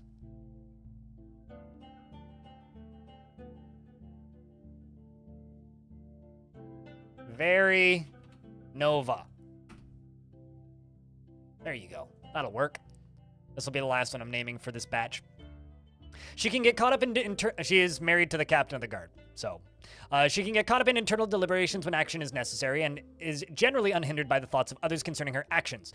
She is often nervous and tends to assume that the worst of 2 outcomes will be the one that comes to pass. She doesn't often experience strong cravings or urges, and she thinks she is fairly important in the grand scheme of things. She's quite ambitious, and she generally acts impartially, is rarely moved to mercy, and often feels discouraged, and can easily fall in love or develop positive feelings. She doesn't mind a little tumult and discord in day-to-day living and finds obligations confining, and she's quick to form negative views about things. Generally acts with a narrow focus on the current activity and tends to be a little wasteful when working on projects.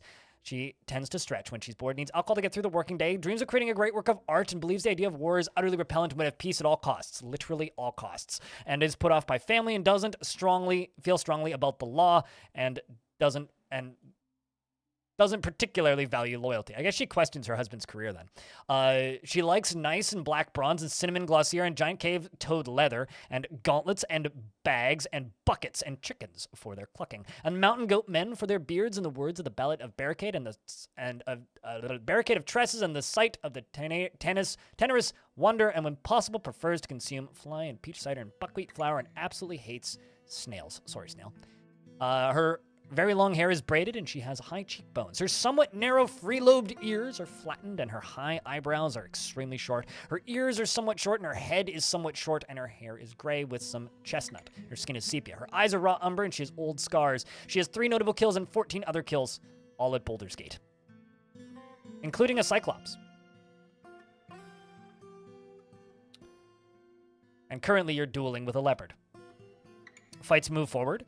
Hopefully nobody flies off the edge. That's my big concern here, is that someone's going to go into the lava. So hopefully nobody goes into the lava. As the arrows begin to fly, hopefully nobody goes into the lava. She killed a Cyclops, yes. And some of our bears are coming into war with us. Unfortunately, this stray grizzly bear is very heavily injured. The dwarves collide with many leopards. Bits and pieces of the leopards fly everywhere. Our legendary militia commander, O'Neill, is up at the front. Moving forward. My military is all... Oh, I see the problem here.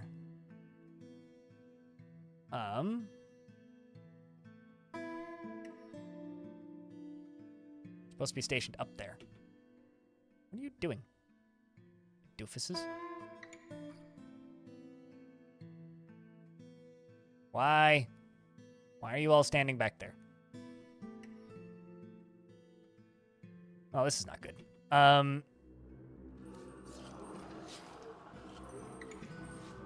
Dwarves are continuing to duel up front here. Kodal the Hammerlord. The buff shade of hermits. Boasting 7 kills and 30 other kills. One of my ace warriors here. Is fighting with multiple foes. Up. Well, they're stationed, but they're not stationed here. Okay? They're not stationed here. They are stationed all the way up here. I don't know why they're standing there. I know that they're stationed, but they're not supposed to be stationed here. Does that make sense?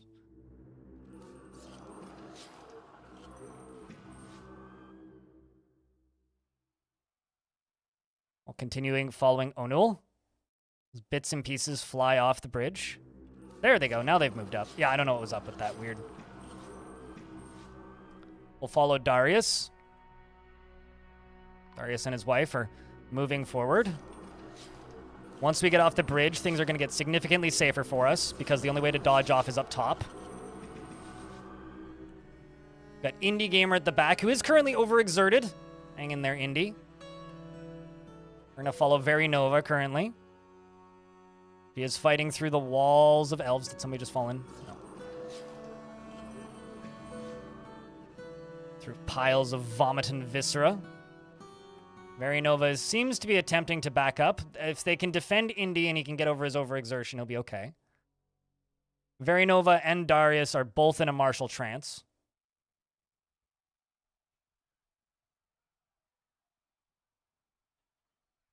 AFD and Zed here, another one of my legendary soldiers, is dueling in the wall of viscera against armies. I click on this, and we scroll down a chunk. See if I can spot somebody who's named.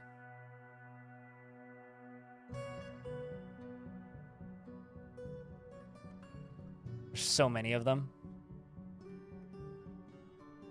Very Nova here actually started off by bashing a war tiger in the left paw after dodging two shots. But most recently, bashed a war tiger in the lower body with her silver warhammer, bruising the muscle, and bashes it again in the front paw. Bashed an elf in the head with a silver warhammer, bruising the muscle and jamming the skull through the brain and tearing the brain and killing the elf on impact. 13 kills for AFD and Zed. English up here at the top, dangerously close to the lava trench. fighting downwards. We appear to have them locked in a corner, which is probably very good for us in the long term. And silence falls on the battlefield. Very Nova here, with a total of 4 notable kills. Darius has increased to 41 other and 5 notable. English as well, 34 other kills.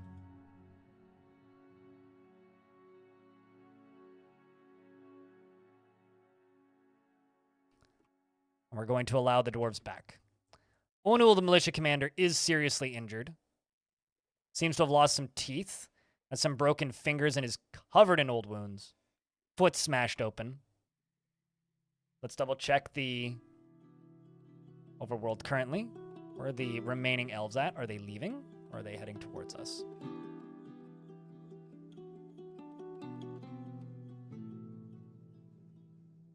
It appears that they are heading towards us, so I'm going to move the squads back up. And I'm going to make a small tile right here so that we can rescue that dwarf. And Indie Gamer, this spear dwarf, was found dead. So rest in peace, Indie. Bled out on the battlefield. Seriously injured is a good sign, because they're not actively bleeding. They're just injured. Was anybody coming to rescue the injured? Well, the majority of the dwarves are partying.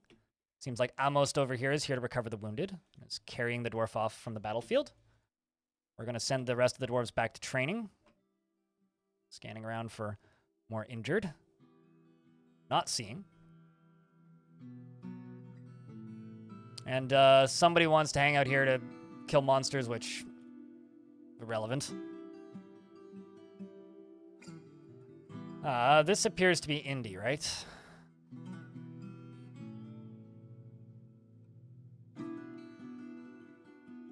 It's Urvad. How many dwarves did I lose? I did actually lose quite a few dwarves.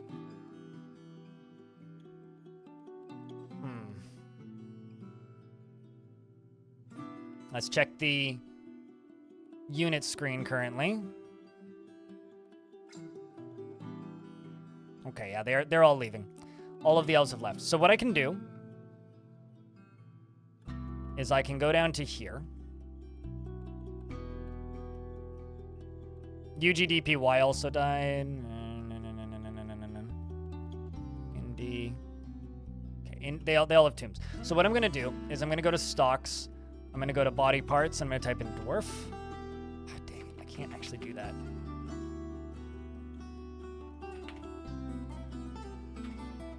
Okay, fine. Let's go to corpses.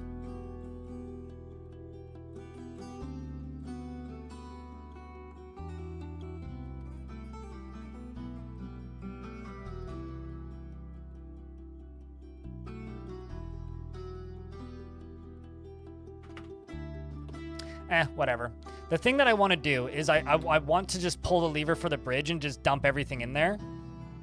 I think it would be an honorable warrior's funeral to just be dumped into the lava. What do you think, chat? Because that would save us a lot of cleanup.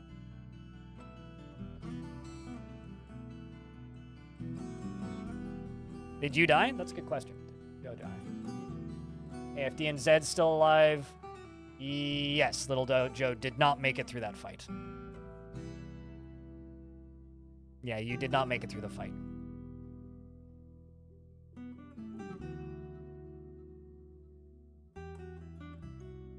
Oh no, we'll need slabs, of course. Might want to run there, human. Well, sorry, kitty. And I think I also just killed a duck. 'Cause I saw a duck. Anyway. Oh, geez, did I just... No, I don't want to do that. Anyway, there they all go. Cleans up a bunch of it. And the visitor, did I... No, he made it. Or... maybe he did. No, he didn't. Well, sorry about that.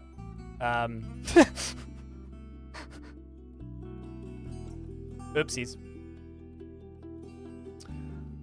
I mean, that's his fault. I mean, come on. I told him to just, like, get out of the way, but, like, he didn't do it, so what can I really do? Not my fault, okay? Collateral damage, we'll call it. And this guy's like, oh my god! And then we can turn this off.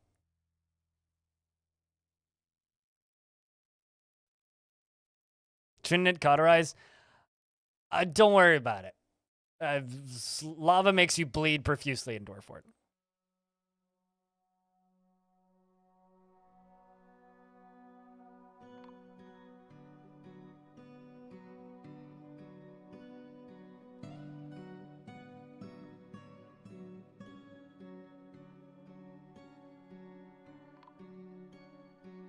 There we go. We're finding all the dwarves that have been missing for a week. So Moral, the Hammerlord, and Caudal have been missing for a week. Actually, I need to make some slabs, don't I?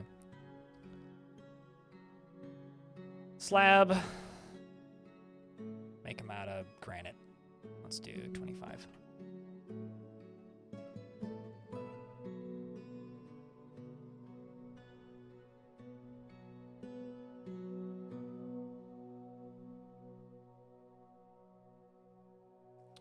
So this is what ends up happening with all the bits and pieces. What?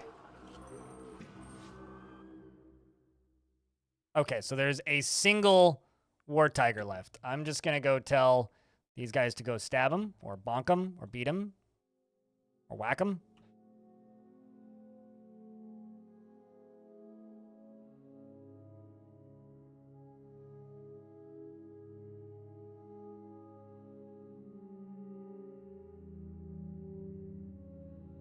We found little Joe's been missing for a week. Yep.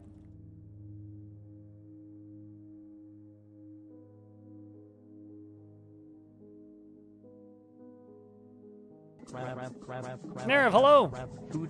Food, frighteningly. Food is hand.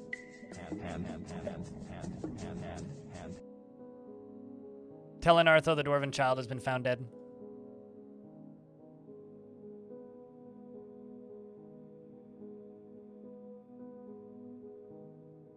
I mean, it's always rough losing dwarves, but we're gonna have to restock the military. So what happens to the bodies is they get transported all the way up to here. And then from up here, they get thrown into here and then down into the lava. Pretty efficiently, in fact.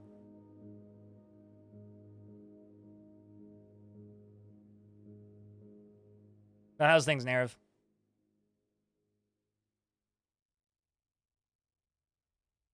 Attach more dwarves?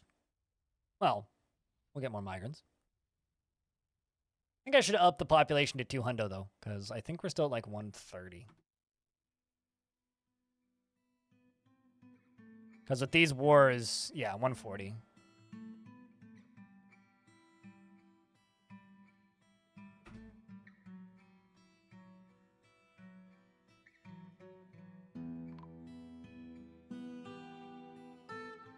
Cog, the dwarven child, was found dead.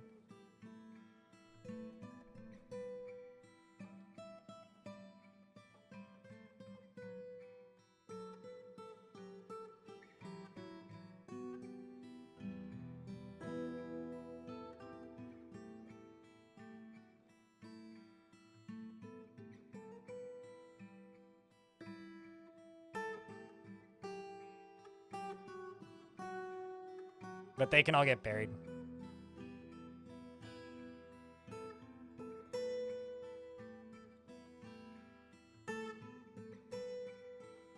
Oh, geez, I should have left those spots up. Hold on. I cannot wait for that update where I can scroll back in reports. Because Lil Joe... Talon's good.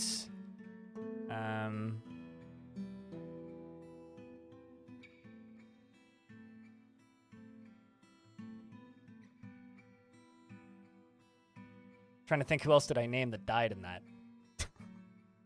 I'm really bad at this. Oh boy. Cog was found dead, so I don't need his body. Man. All right. Well, anyway, we'll get rid of all this stuff. It's just gonna take a little bit now. Ability to stand lost. Are you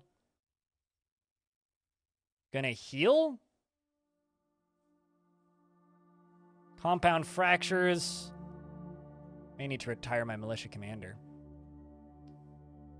No, Captain of the Guard made it. L something? No, it was one of my commanders, I think. I don't know. I'll get notices about them eventually when they pop up as ghosts. I'm real not good at remembering dwarven names, turns out. Some things I'm real good at in this game. That's not one of them. So why is this still full of lava? Because the lava was coming from up here. At least I thought that's where the lava was coming from.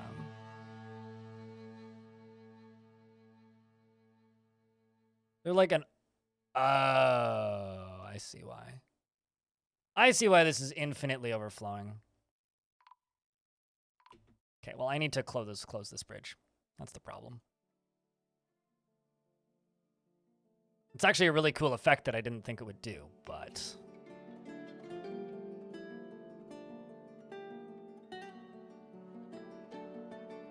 Ooh! I have another thing we could test with this. With this thingy here. I pull this lever. And I channel down here. Down here. So channel down 2, or actually let's just dig stairs down because that's easier.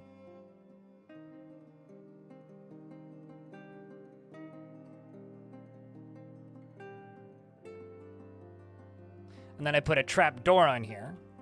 Do I have any? Oh, let's just do, let's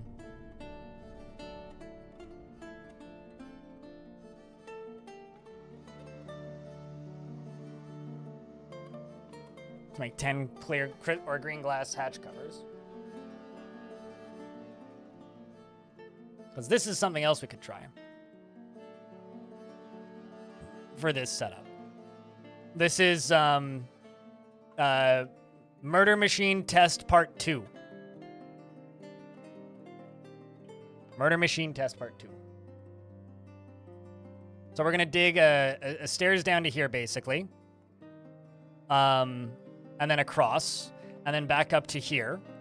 And then this is just going to pump and fill this whole thing up. And there's going to be a trapdoor on top of this.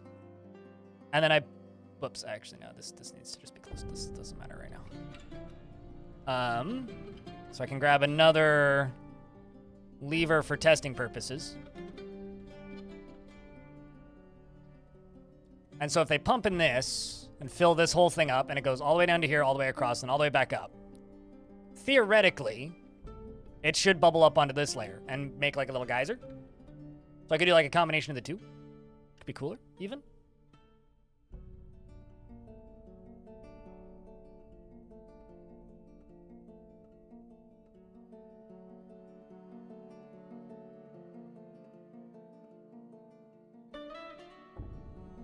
Is anybody actually collecting sand right now? Okay, well, a lot of items are getting placed in tombs, so I guess that's for the benefit of everybody. Things are getting thrown out now, so the automated trash disposal is working quite well. Dwarves don't like the job, but hey, somebody has to do it. Thankless job, even.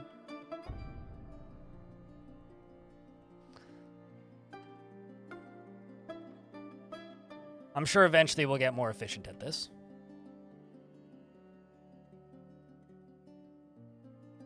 There we go. A dwarf making a green glass hatch cover. Ads are about to hit, so we'll pause. So chat, it's Thursday. How's your week been? What have you guys been up to? Out of lava-proof grates and then raising the spicer water to that level? That's the idea, yes. But I don't know if it's actually going to flow up. Because, like, lava confuses the ever-living shit out of me. I don't know if you're stuck in an ad right now.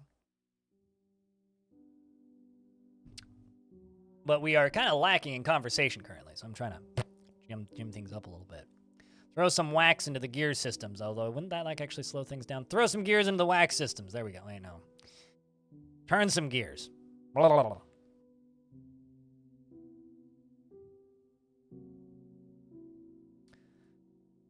In other news, chat, I don't know about where you guys are, but it's way too fucking hot here. Like, holy shit. It's so goddamn hot. Like, oh my god. I don't know what that is. What's a chanterelles? Mushrooms? Sounds like a mushroom.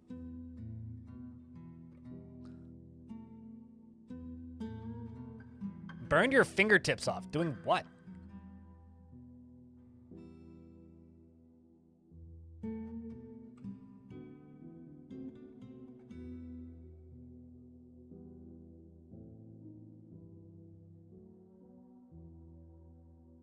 Or it has been over 100 degrees the last few months. Yeah, but you guys have ready access to AC. At least you should.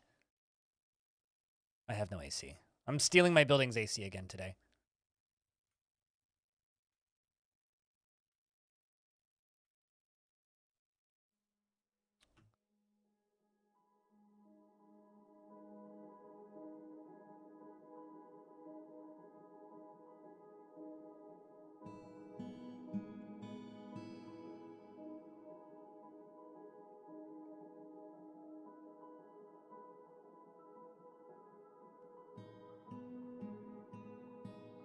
Put your harvest in Discord?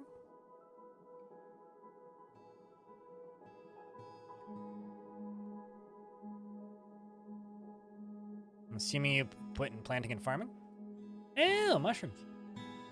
Cool. Yeah, I know very little about mushroom farming. Which is dumb, because I love mushrooms, so I should know more about mushroom farming. Tried to make pita bread-ish thingies over a fire, and the bowl you were using fell off, and you tried to catch out of habit. Oh, yep. I mean, years ago, I was camping, and we had a fire, and I burned myself pretty vilely by making a pretty horrific mistake. We were making baked potatoes, and I, for lack of a better term, picked up a baked potato covered in tinfoil that was made in a campfire. It hurt! In a lot of butter. That's, you know, honestly, most things are best fried in a lot of butter.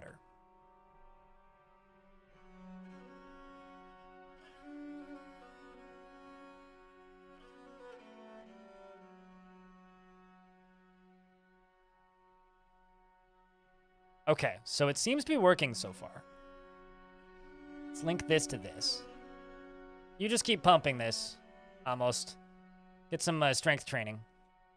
It's probably a nice break after all of the bodies that you've seen in the last 90 minutes or so. Last few weeks, even. So this is all the way up to here, right? So ideally, what this should do is when I pull this lever, once it's connected to this and this, is it should make a little geyser. Right? We're doing a little bit of science. Theoretically, this should work. This is, for those of you who weren't paying attention, this is what I was trying to do. In the last, in the other big fort, in, what's it called?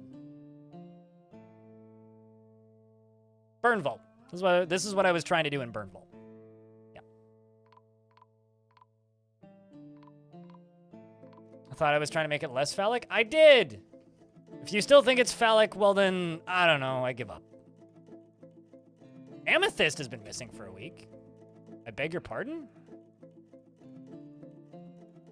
You get blasted with fire or something?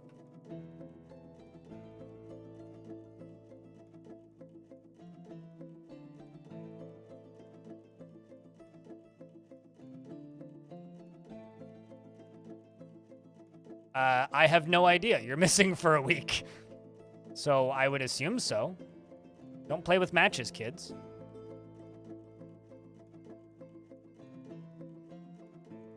I don't think you got, like, dropped into the lava or anything silly.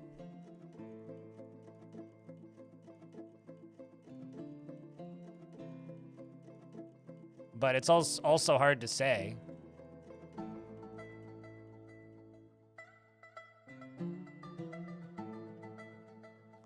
So's lava, yeah.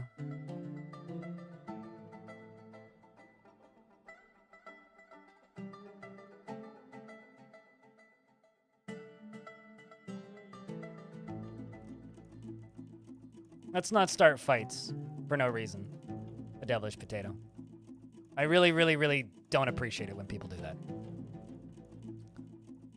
'Cause that's literally all that does, is it just starts fights for no reason. So if we could not do that, that would be cool. I was gonna say most mushrooms you can use them in whatever. Just a lot of mushrooms you can only use them once.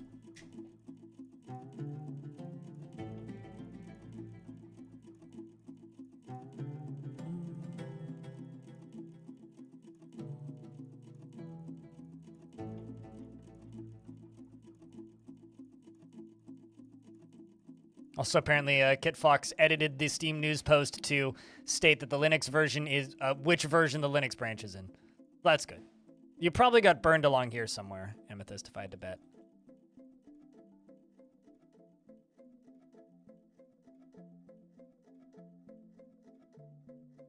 I know you mean it in a playful way, but it just starts people, like, legitimately arguing, usually. So, like, I don't ever appreciate it when people start that discussion. It's like all of those stupid internet arguments that exist to make fun of arguments that start actual arguments. It's like, come on, just stop it. There isn't enough hours in the day to argue about things that literally don't matter.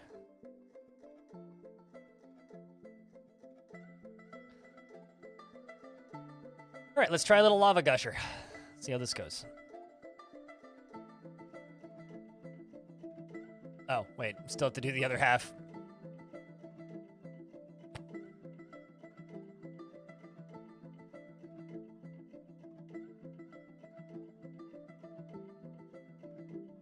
Got dwarves hauling logs in.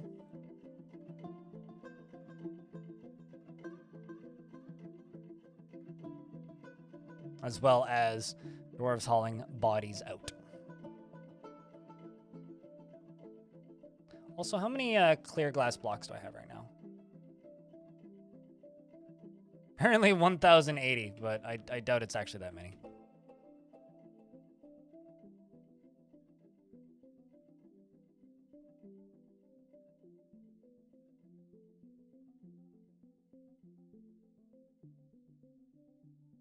All right, well. Guess we just wait.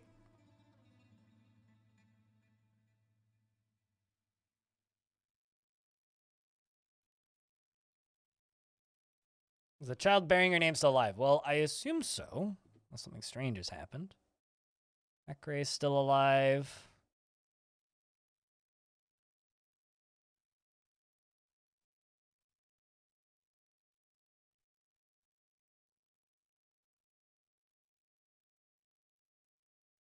Maybe not. Orpheus, Agnes, Snail, Ranger Rick, Raging Cave, Nim. Yeah, no, it looks like Neezer didn't make it. Seems to have been a short-lived dwarf, unfortunately. More monster hunters, good lord. A lot of sriracha. I mean, that makes some spicy meals.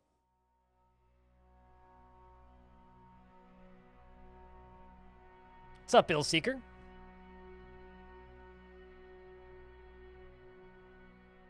What ill are we seeking on this fine afternoon?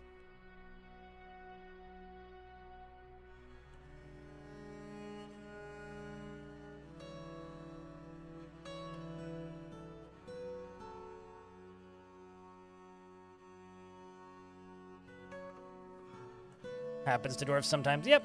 And I'm hopefully making it much easier to get dwarves now, so.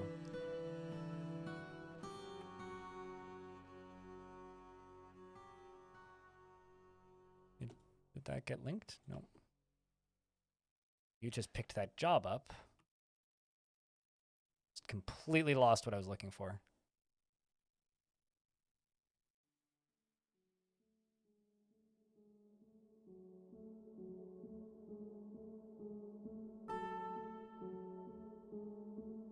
I really need to make this safer.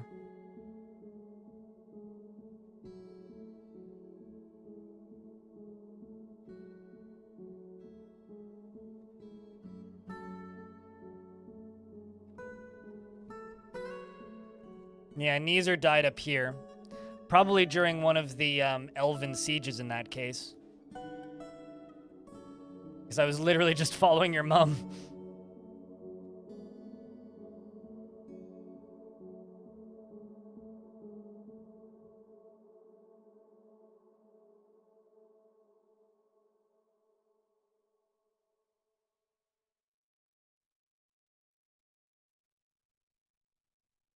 For the 1000th time, linking pages like that doesn't work, okay? It wants me to log in on a web browser, and I'm not going to do that. So, I've told you this multiple times. It only works if you link it within the Discord app.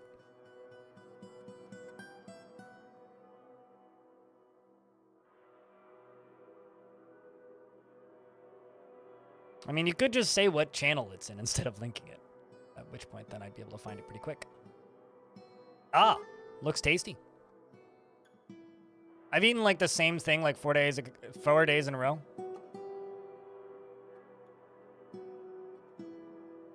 So but it's been tasty. It's just been a lot of fried zucchini and potatoes. There we go. Okay, so this is now operated by mechanisms. So now I can just pull this lever, and we'll see if this works. What do you think, chat? Do you think it's gonna work? Yes or no? I'm hoping it works. I'd be kind of disappointed if it doesn't.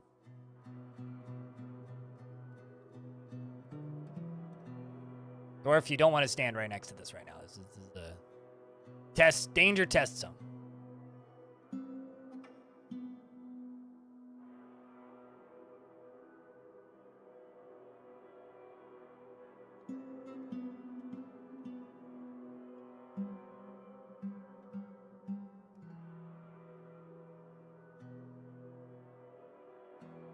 Must have run out of wheelbarrows. Didn't work. All right. So now what we try is we try this on the lower layer. That's sad.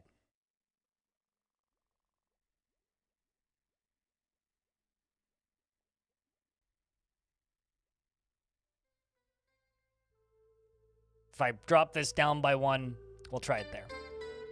I mean, I'm going to be dropping this down anyway, so.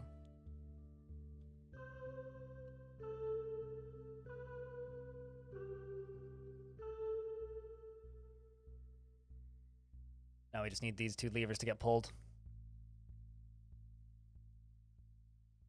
Regardless, though, we have a backup plan for this whole setup, so it's fine. Doink. And doink.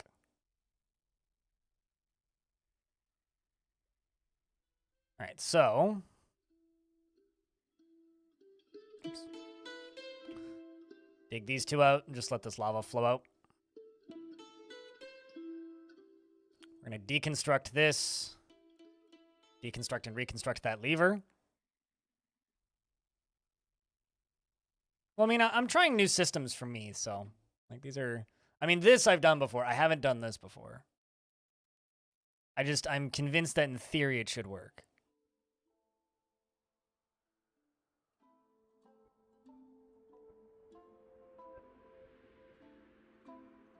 Did you just... Clever, not living up to her name right now. I mean...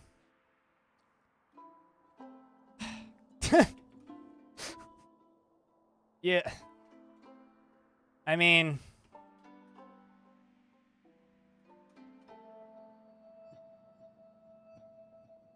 I shouldn't be surprised. I mean, like, at all. But here I am. Surprised.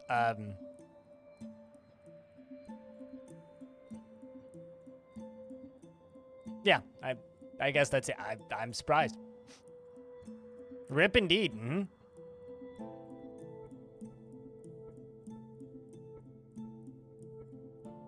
Anyway, we'll prep this to do another round of this. I need more miners. So I got a bunch of peasants that need real jobs. So we'll give them real jobs. We'll give them pickaxes. And a beekeeper. Sigh.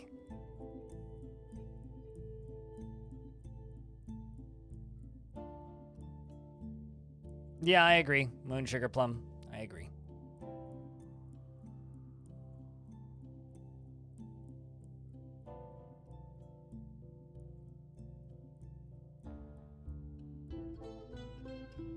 Sometimes dwarves just, like, impress me with their lack of intelligence. It's like, ah, yes, you guys must be the true successors to lemmings.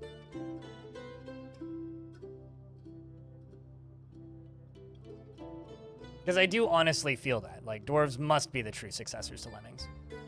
This is actually just the overly complicated spiritual successor to the hit franchise of video games by Rockstar Games before they were called Rockstar Games, Lemmings.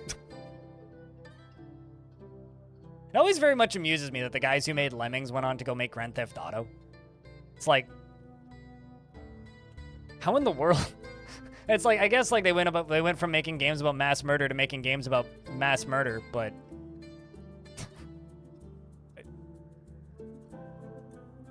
that tracks. I mean, creative. Clever's been missing for a week. Okay, I can memorialize you now.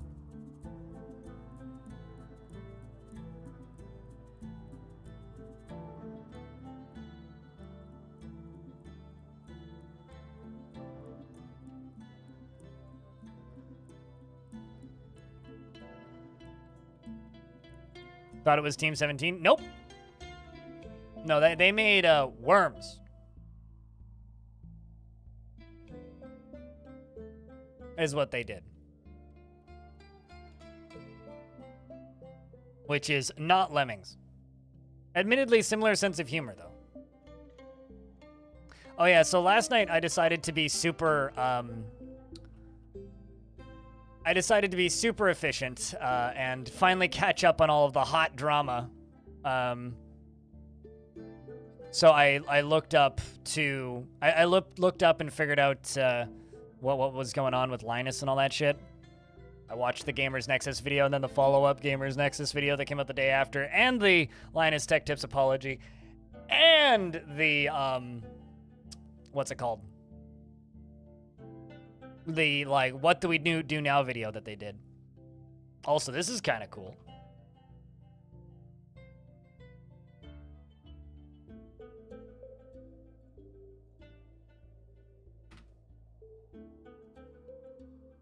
Bouldersgate's world is now in the Age of Legends. Linus did what? He's bad at his job. And seems like a shitty boss. Is what Linus did. Yeah.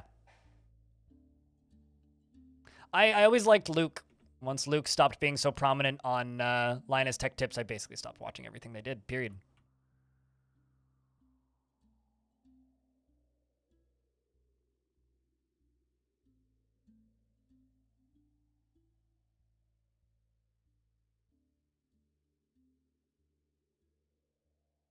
He's bad at being good at HR. Bad at being good at HR? TLDR, they have such a high video output, they can't actually keep up with their video output, so the quality of their videos and accuracy of their reviews is pretty damn low.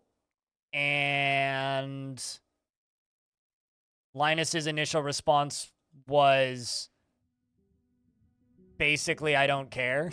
Like, it kind of just amounted to that. And when you're reviewing stuff, you have to have pretty high integrity and accuracy, especially when it's very numbers focused. Which clearly Linus doesn't have. So, who the fuck is Linus? A guy from very close to where I live, who I've met before, who started a YouTube channel, which now is a corporation with 16 million subscribers, and is basically like the I'm pretty sure number one, like, tech and, like, computer hardware review series of channels in the world. Linus Tech Tips, yes.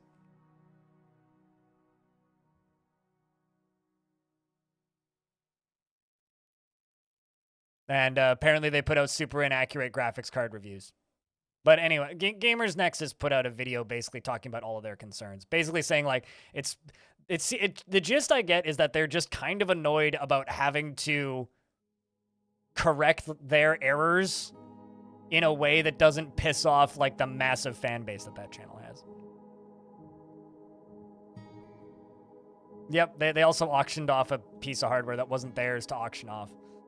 And then yeah, that is like the least of the concerns that I have with those videos. But anyway, yeah. I was never a huge fan of Linus either, but I did watch quite a lot of their stuff. I was always a bigger fan of Tech Syndicate, and then Tech Syndicate ceased to exist. Really. Now it's just Logan's vlog channel. I watched some level 1 techs, which is the shoot off channel from Tech Syndicate, and oh geez, no, I don't want you doing that. I don't want you doing that. I don't want you doing that. I don't want you to stop. Well, oops. That's fine. That's fine.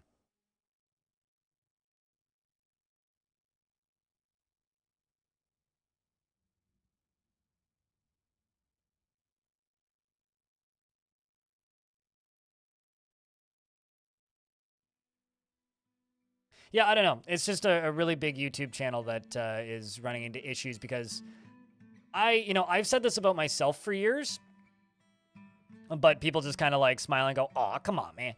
I think I would be a horrible boss because I'm a horrible boss to myself. I would never trust myself to have actual employees. For like, at risk of mincing words, I would never trust myself to have employees. It's like, ever. I do want to get these mechanisms back, so I will dig through this wall. Grab them once the lava goes away. So I would never trust myself to have employees. I think I would be a terrible boss. I went into, part of the reason why I'm so happy I'm in this industry is because I don't have a boss. All right, it's the same reason that I don't want kids, because I know I would be a horrible parent. Like, it's kind of the same thing for me.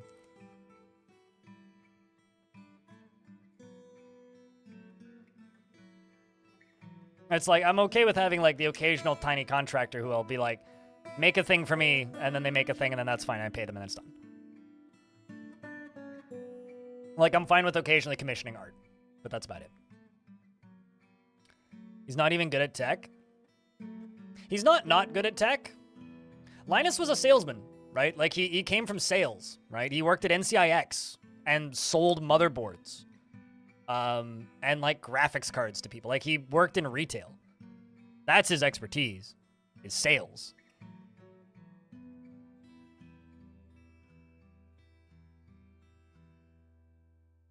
So, you know, I mean, for whatever it's worth, the first time I ever met Linus was at NCIX, which is where he worked.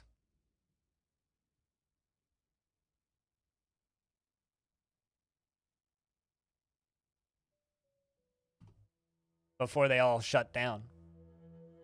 And prepare a lavish meal.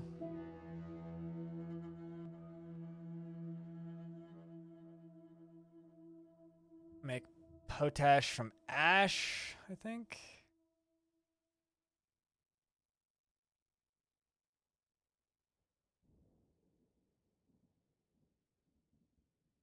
And then pearl ash.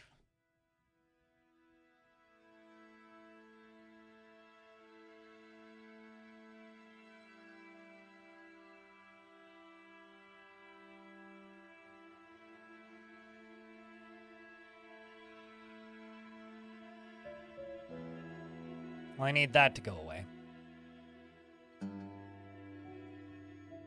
There we go. I can do it now. Hopefully they're not trying to get this one, otherwise this will never get completed. Or not for a while, anyway. There we go, that's the first one.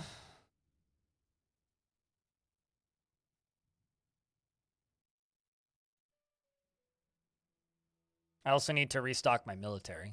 We're into early spring, so we should be getting a migrant wave pretty soon.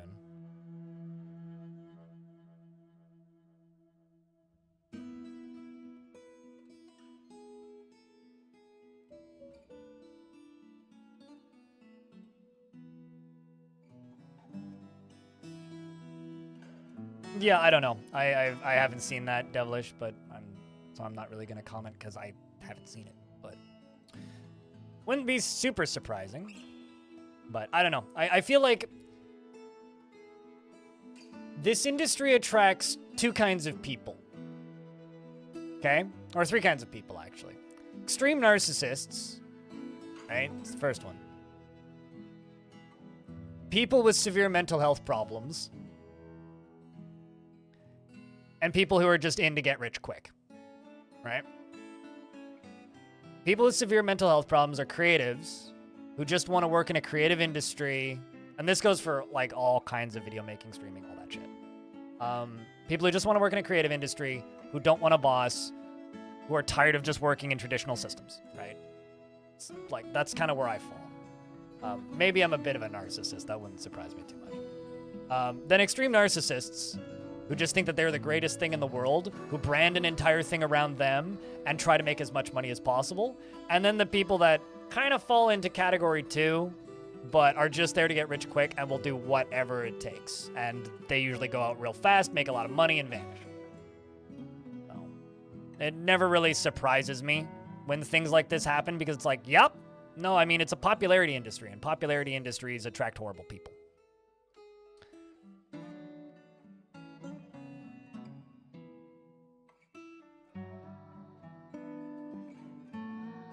Ever watched Jerry Rig? Nope. Should I have? Let's see if this works on test run 2. Pull the lever, says Snail.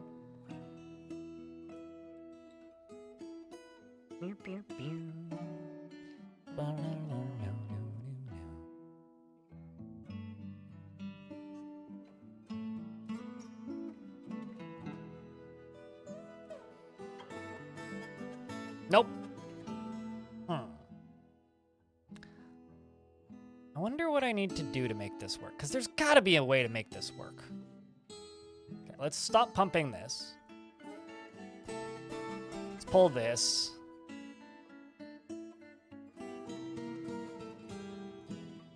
Deconstruct this. I'm going to channel down. I'm going to remove these stairs. See if it's the stairs that are the issue. Also, we're about to get hit by ads. Once they start, I will pause the game.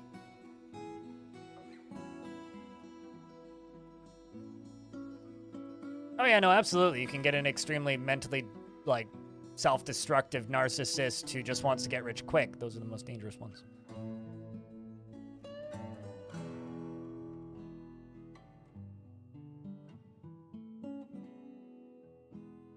But yeah, I know one thing about me, and that's I would be a horrible boss. Absolutely horrible boss.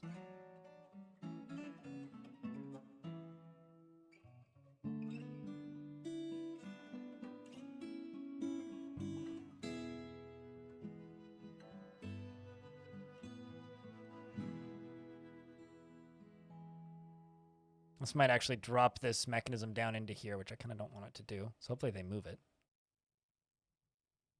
I mean the any button?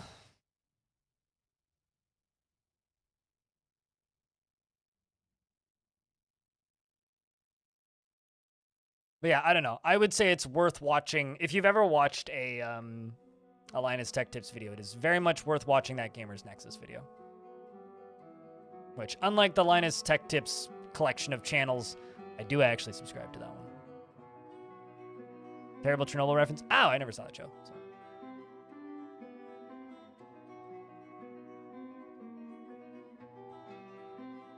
Sand bearing item. Am I not connecting sand?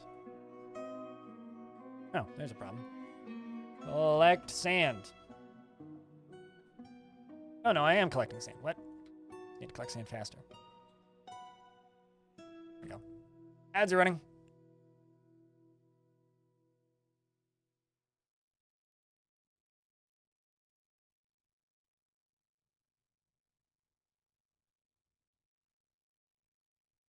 Did you put it down afterwards? Tailing? How'd the new test work? It didn't work.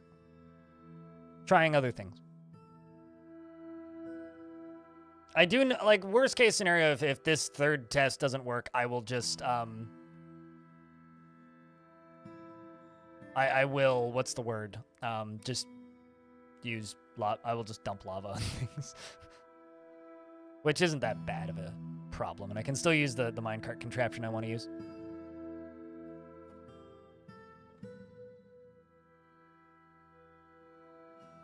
So you typing really slow now? I getcha. Okay. Yeah, no, it hasn't worked yet. Why we're still fiddling with it. We had to fight with elves. I don't know if you saw that. Lost some dwarves in the fighting. Bit of a shame.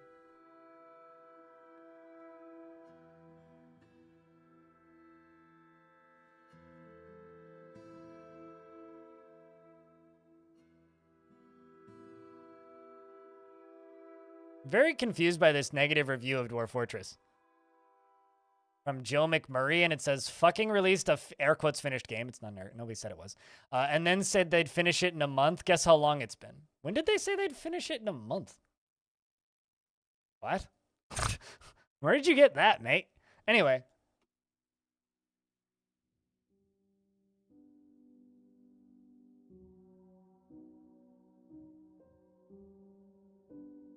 Someone's divorced from reality? Yeah, I don't know what universe they live in.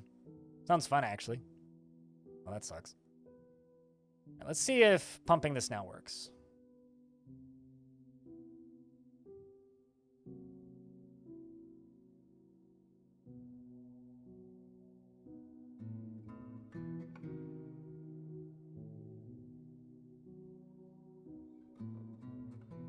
It's true, your dad works for Bay 12. Really now? Are you one of their 7,000 employees?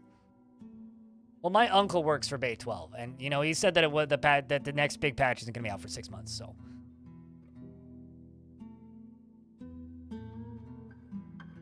that's like an underrated response. that's very funny. Okay, this works. That works. Okay. Interesting. Interview him? Also an underrated response. I think it just killed my magma hatch cover. My glass hatch cover. Tickers has claimed a clothes shop and is in a fey mood.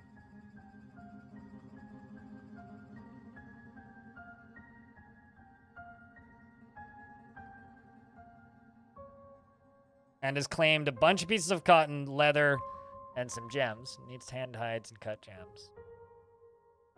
Lots of cut gems and bones. And rock. Okay, so I'm going to slaughter a bear. Now slaughter a bear and cut some gems.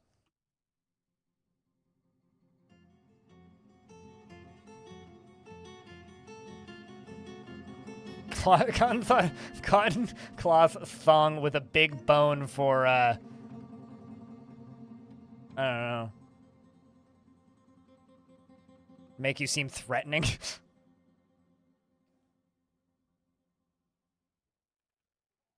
But I'm hopeful about this setup, Chad. Very hopeful.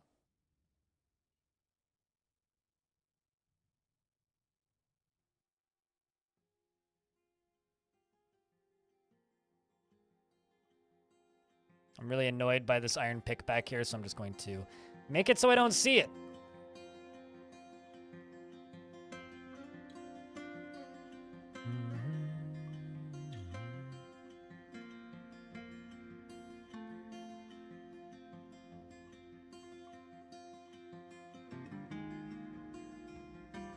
Okay, I should be able to place this now. There we go, green glass hatch cover.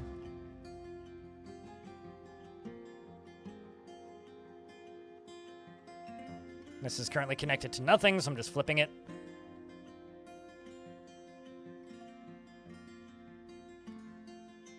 I really need to make a gem stockpile somewhere.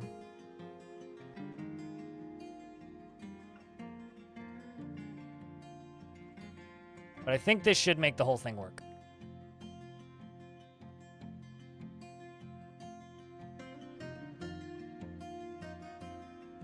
Yeah, I'm assuming that the bones are the issue.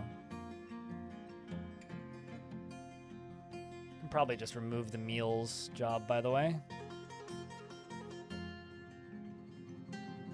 Common canceling right now. Same with the fruit. There's no reason to have it.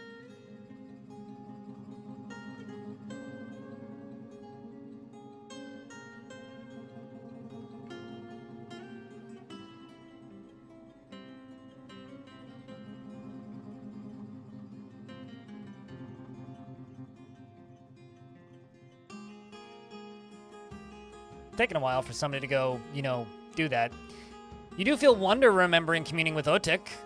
Wisp Howl, not foul. And you say, I don't understand how somebody else can become so obsessed with what somebody else has. Profound thought by a dwarf.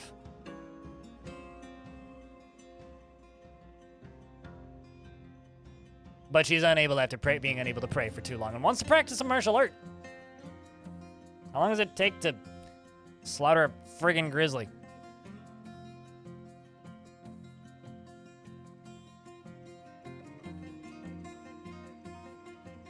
Too long, apparently. Oh, raw meat's on it. Is actually butchering a something. So we'll get to it. Just taking a little bit. So that's been connected. Let's get this connected. Get you pumping. Did she get the metal in the bars that are needed? I don't actually know the answer to that.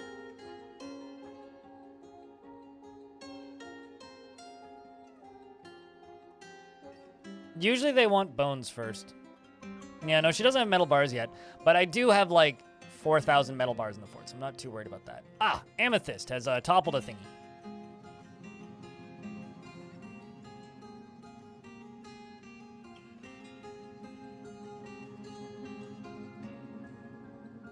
How have I not hit this button yet? That's crazy.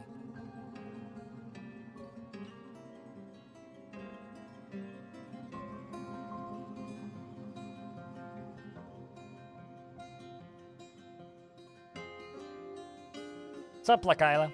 How's things? Guten Morgen.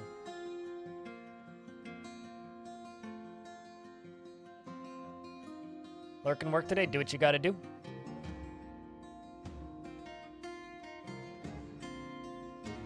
Well, see, here's the thing, You'll Seeker.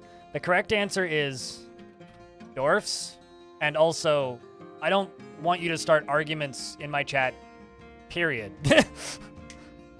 Don't fucking care what it's about.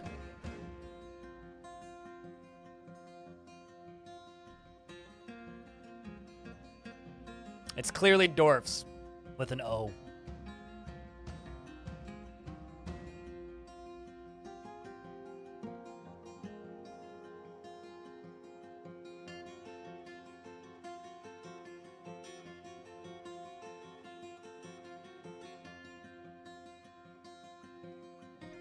Let's do that.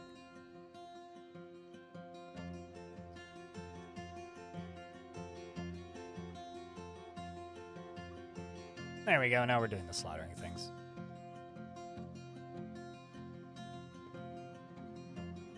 Population is skyrocketing. Competent Spear Dwarf will add you. Competent Hammer Dwarf will add you. Competent Hammer Dwarf will give you a job. Adequate Hammer Dwarf, yes please. It's all from the new migrants. Novice Fighter, sure. Amethyst has been laid to rest.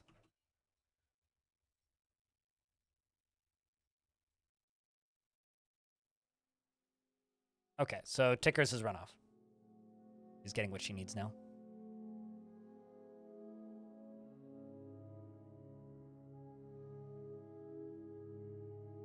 She's got Puppy Bone. Excellent. And Galena.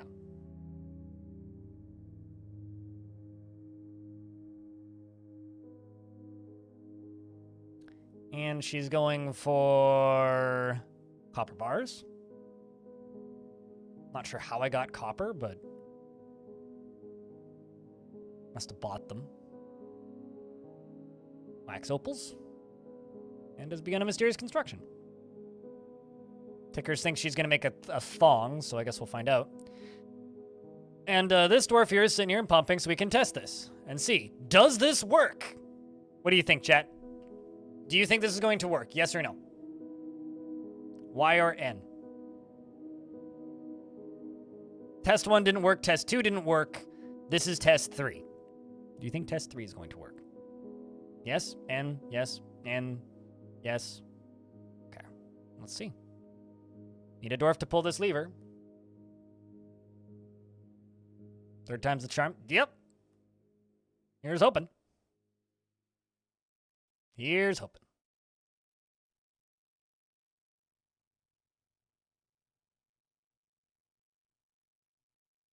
Comes the dwarf to... I thought you were going to pull a lever. Suppose not. Okay. Oh, come on. So it works without... Okay. I get it. Let's try a bridge. Because it works without the floor hatch on it. I'm thinking it's the floor hatch that's giving us the trouble. So let's try a bridge. Let's try a single tile glass bridge. We'll try that.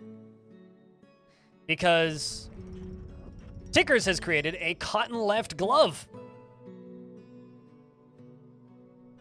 And offers it to the Dungeon of Dragons. Not a thong, much to Tickers' dismay. This is a cotton left glove. All craft store ship is of the highest quality. It is decorated with dog bone and encircled with bands of leopard leather and brilliant cut pyrites and copper. This object is made from cotton cloth. This object menaces with spikes of goshenite. On the item is an image of the rhythm of carnality, and the alpaca leather leggings in cotton. On the item is an image of the rhythm of carnality. The cotton leather leggings in cotton. On the item is an image of a wave in cotton. On the item is an image of a forgotten beast in Galena that just showed up. On the item is an image of square cut gems in wax opal. And what was that? Forgotten beast Zor has come. A giant, towering, hairy snail. It has wings of stretched skin and it appears to be emaciated and it shoots fire. That's spooky. Hopefully you can't fly. Let's hope that doesn't come and attack us. But maybe we should do something with it if it don't.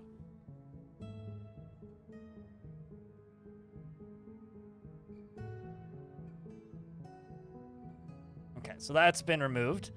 Let's go down to here and go to bridge. Make a single tile of this. We're just gonna make it out of clear glass. Take one brick. Glove's gonna go up into here.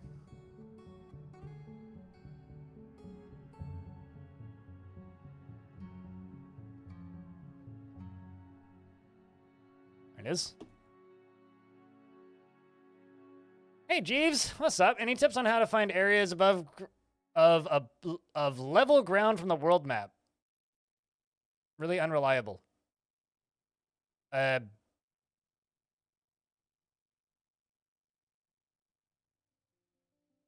was gonna say, like, literally just click the show elevation, or not show elevation, but it's the other button. There's show elevation, and then there's the cliffs, because there's show elevation, and there's the one right next to it, which I can't remember the name of it. Click on that one. And also, what I would recommend doing is find an embark site that looks good to you, click it, embark immediately, so don't skip preparing carefully. Look at what the map is like, and if it suits your fancy, then hit quit without saving, and then go back in. Yeah, it's cliff grade is what you want. Whatever the other one is. Like show grade and gradients. It's not it's the other one. Yeah. No, I don't I don't want to pull the lever. I want to link lever. But let's see if this works. It's test 4? Test 4. Depending on if internet is cooperating. I hope internet cooperates.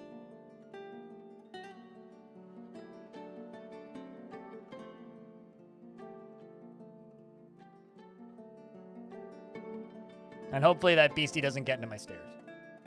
If it does, well, we'll deal with that when that happens.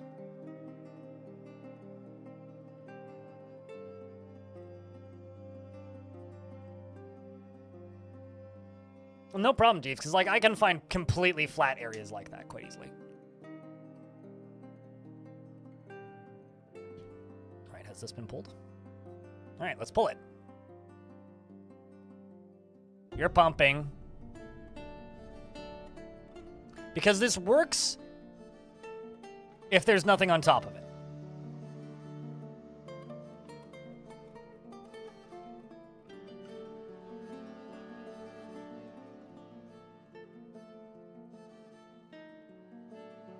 I don't know if watching science like this is even remotely entertaining, but it's entertaining for me, I suppose.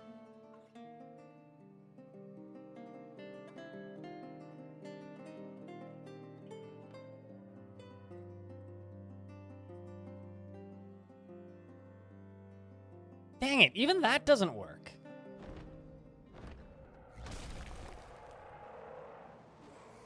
All right. Well, how about we do this?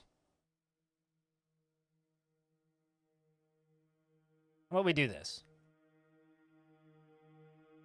The Cyclops Edom, a giant humanoid monster with a single eye set in its forehead. That's a very dwarven name for a Cyclops. Where the fuck did it go?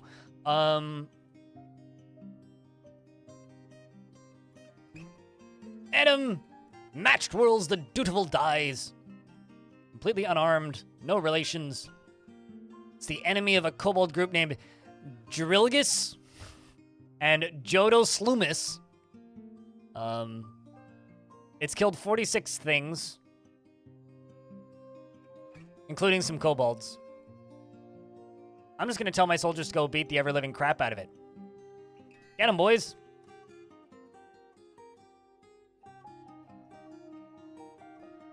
Oh, here I thought the game was still paused. No, he's just not moving.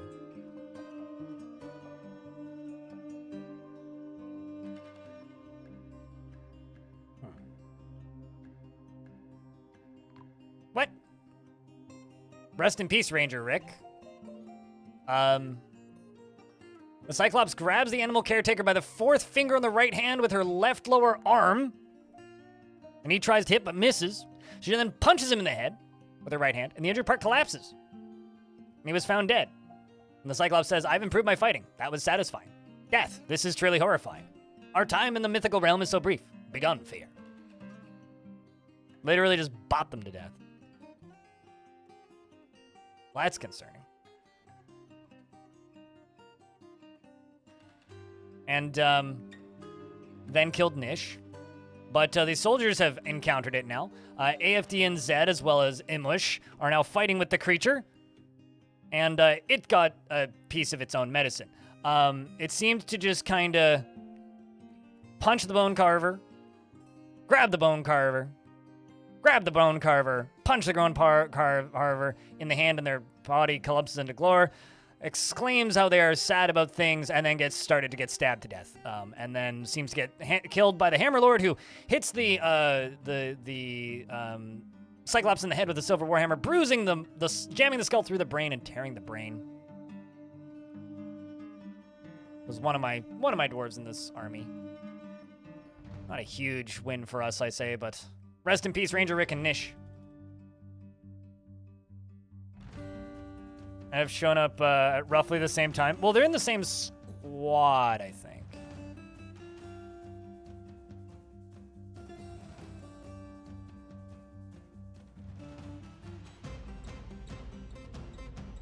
So what I'm going to do is I'm going to channel all the way down this.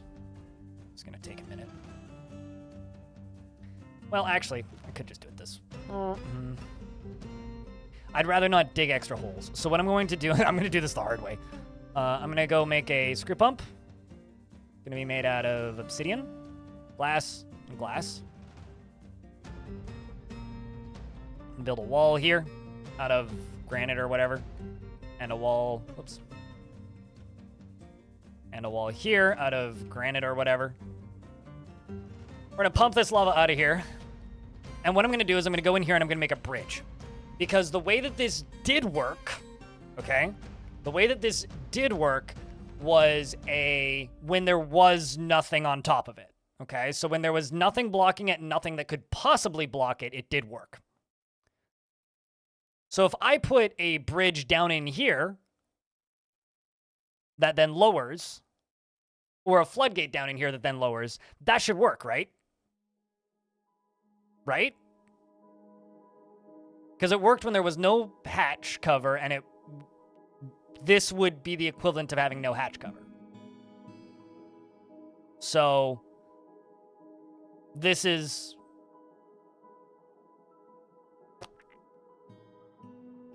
hopefully the end of this trap design.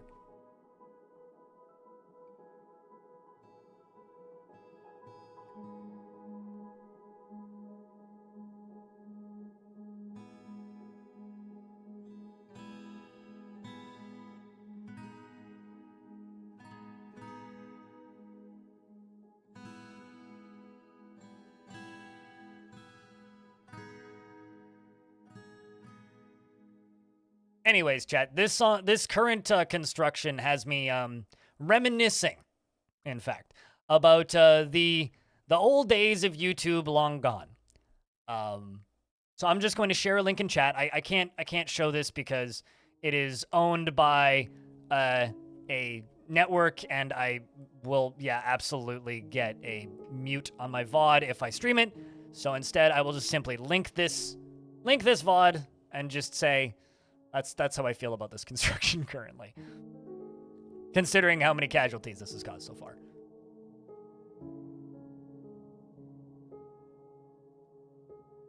Presumably the lava thingy didn't work. No, a Cyclops showed up and bopped 2 dwarves in the head so hard they exploded.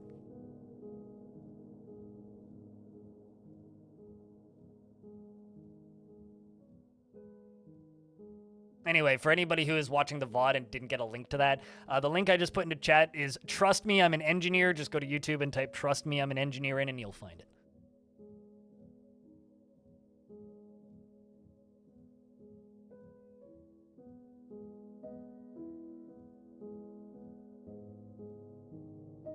Hey, Shark Jumping Walrus, you still have your Kappa. Those are going to be going away soon.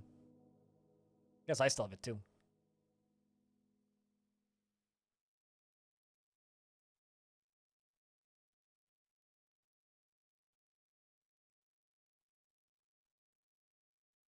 Kind of surprised I've had no demands from the dwarves today.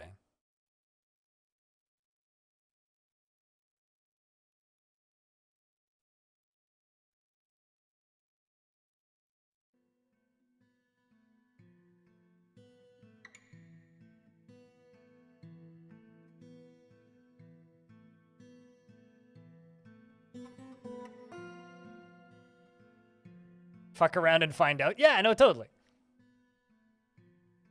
Also, if you're typing on a phone and you try to write the word fuck in and it autocorrects it into duck, I have a pro tip for you. Go into your contacts list and add a contact with no phone number or anything that's just fuck, right? Then your phone will assume it's a name and no longer autocorrect it to duck. How to get around Google's nanny state.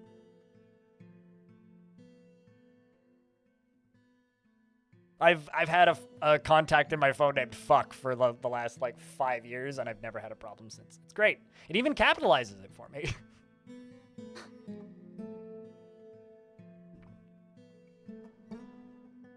And if I ever get a phone call from fuck, I know I've screwed up.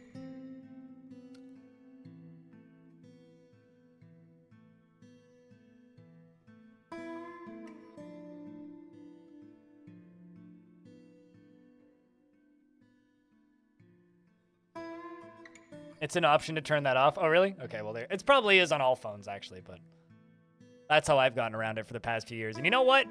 I kind of like it that way. It's just funny to me. It's a funny enough workaround that it amuses me.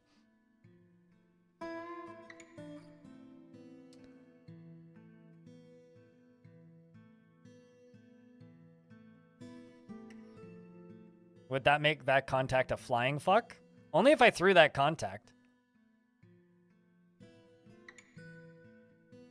Yeah, well. Deconstruct this now.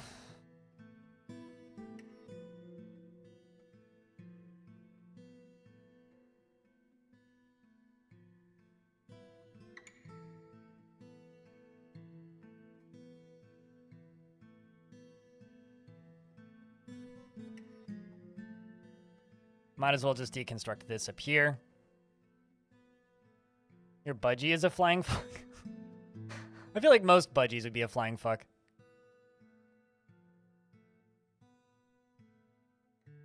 Let's not do this way.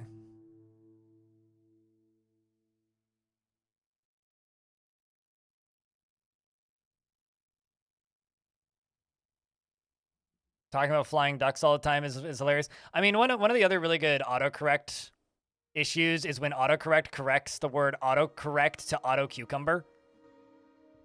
Which I don't know if you've ever gotten that, but I've gotten it a number of times. To the point where I just kind of call autocorrect autocucumber now because it's just way funnier to me. And you know what? Actually, I can just... Okay, fine. And I'm going to make another pump, which is just going to go up here. Just because I got the parts so close by, might as well move them up here instead of destroying them.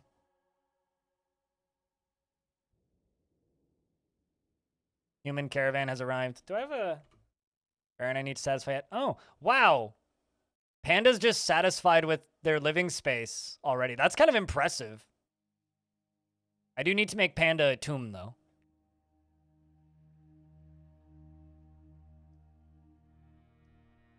I mean, I planted an auto cucumber last night. At the garden, actually, I showed up, and one of the other gardeners was just like, does anybody want a cucumber plant seedling? I have 4 extras, so I got a cucumber seedling. So, it's about yay big. I don't know if I'll actually get anything from it, because it's a bit late, but it's free. I can complain. The humans say, on behalf of the Merchants Guild, let me extend my greetings to your people. There's much to discuss. There's much to share. We've added information to civilization and world info, and we're just going to request anvils, and they want quivers and backpacks. I mean, I can give them quivers and backpacks right now. Yell's probably brought a bunch, but...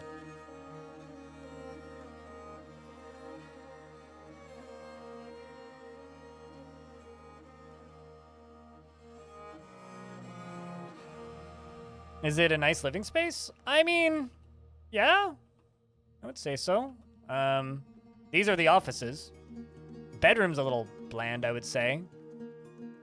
She's also shirtless right now, which may be a problem. But, I don't know, it's not a bad living space.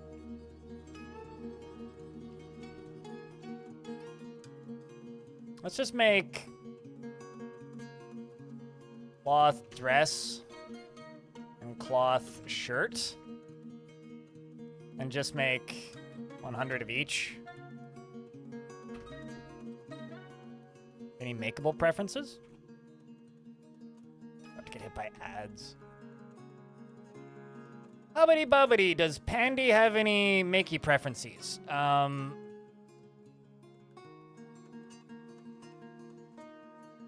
Bucklers and doors and goblets. Those are doable.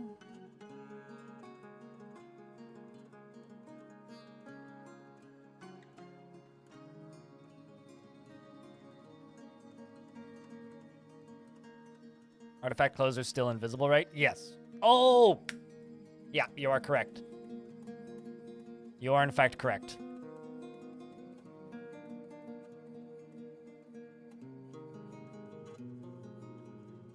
So I guess I could put grates on these. All right, chat, we're about to get hit by ads, so I'm just going to pause the game. And when ads kick in, I'm just going to use the toilet because I got to pee. It's a for remote weapon? Yes. All of the above. Easy body disposal, too.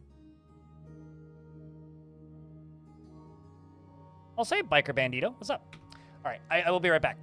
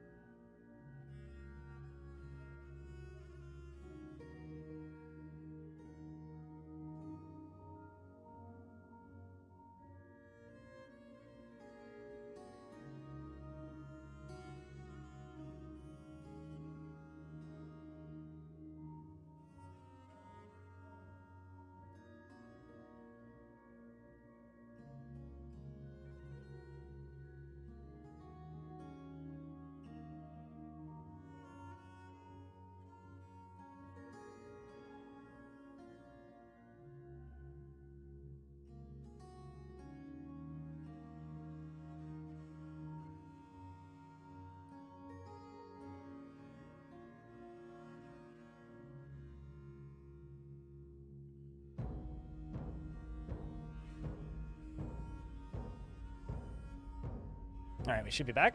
Ads end in 20 seconds.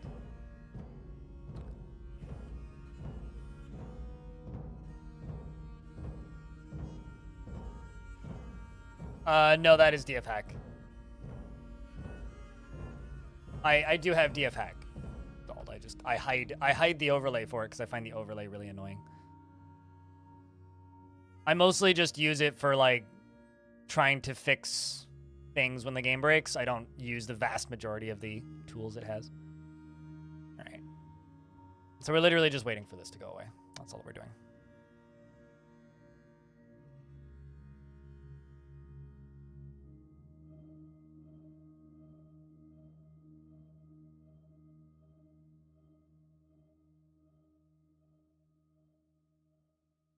To the rank of king stat, that's going to take a while. But yeah, I mean, that is what you'd have to do, is you'd have to literally assassinate monarch after monarch after monarch. Probably multiples. Unless somehow she has a generation to the... or a relation to it. It is your life goal to rule the world, yes. But the problem is getting multiple monarchs. Because it's pretty unlikely you'll get multiple monarchs in the fort at the same time. It's much more likely somebody outside of the fort will inherit it.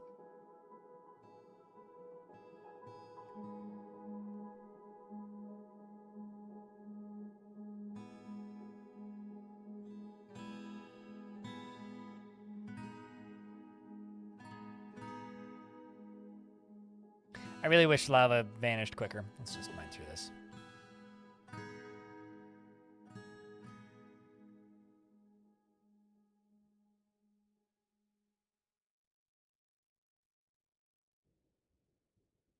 Oh, also we can't get to it, so that's an issue.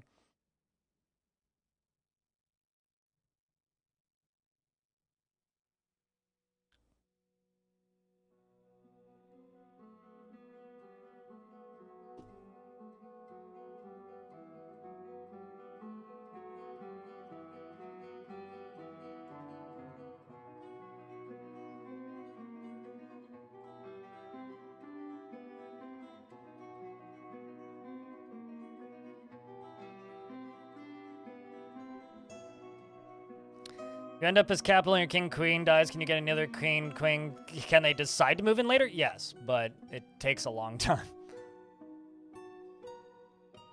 But more likely what'll happen is you'll have to wait for that new king or queen to die and then inheriting a new king or queen, if that makes any sense. That's more likely what you'll have to wait for. Because that's how it's been previously, is like you have to wait for the next one to die and then a polite discussion to happen.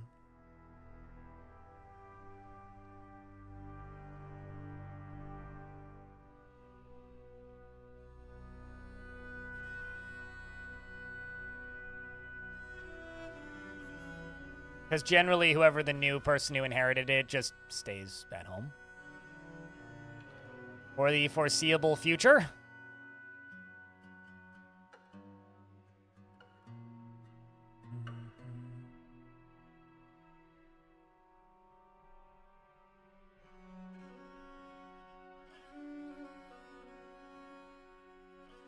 Also, for anybody who is wondering, so far this month, we have exactly 250 paid subs. So for this month, in order to clear the goal of to get that 70-30 split from Twitch, I only need 100 more paying subscribers. I mean, we're getting close. Sure, Azul, thanks for the 21st month with Prime. Appreciate you. I need to grab my water because I'm out of coffee. Thank you very much for the 34th month with Prime. Appreciate, or 21st month with 34th. How did I get to that number? Thanks for the big number of subscription. Appreciate you, dude. Primes don't count towards it, so it's still, 100 more subs that we need to get. It needs to be the ones that are paying. Primes don't count. Gifts don't count. Still means money, which I appreciate greatly. Yeah, I think what's the total on the month with the primes and paying? Primes and paying on the month 511. Yeah. 59 primes, 196 gifts so far this month. Why do gifts not count? Because it is a contract shift that'll happen if I achieve that number, which will directly make me quite a bit more money. And that means if I get that contract shift, that if gifts counted, I could just quite literally gift a few $100s worth of subs per month, and then just, well, be closer to about $1,500 worth of subs per month. For about $4,000, I could just give myself the higher contract.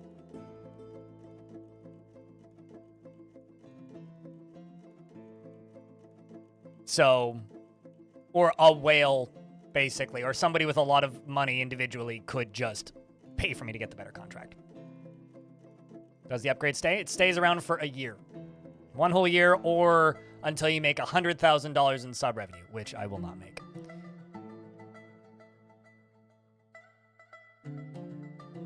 So basically next summer it'll be another, all right, everybody, you want to help me out? Subscribe for 3 months.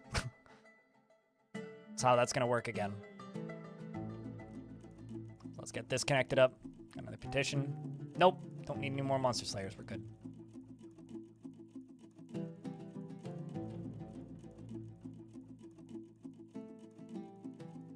It doesn't work as responses. Raging.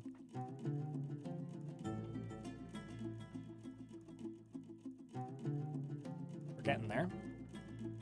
Don't care about the stupid llama. Just let it starve.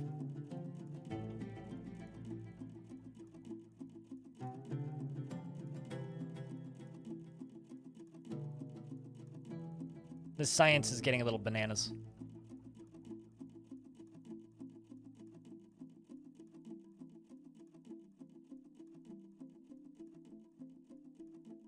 I really don't like the way the responses work on Twitch. I think they're kind of goofball. Not that useful.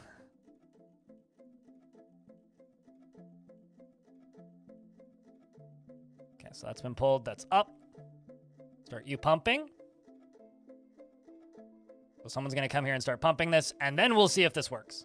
So chat, after all of these different attempts at science, do you think the science is sound enough for it to work this time? Yes or no? Is the science sound enough? Now it's time. No, that's time. 50-50. Oh, we need Pumpy to get over here. Here comes Pumpy, aka Ast, who's a talented pump operator. All right. All good to go. And now I just pull this lever. Once this gets pulled, this should just kind of erupt with lava.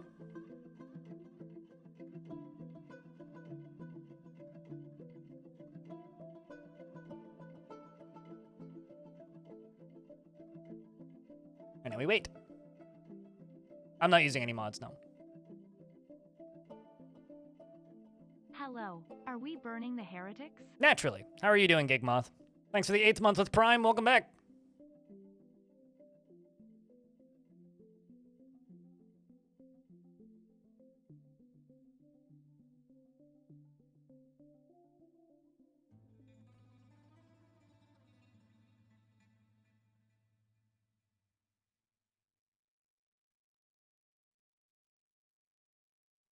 Well, that works.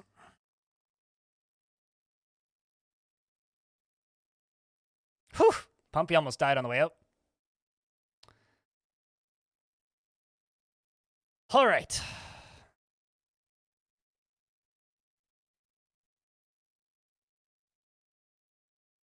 Tis in fact a success.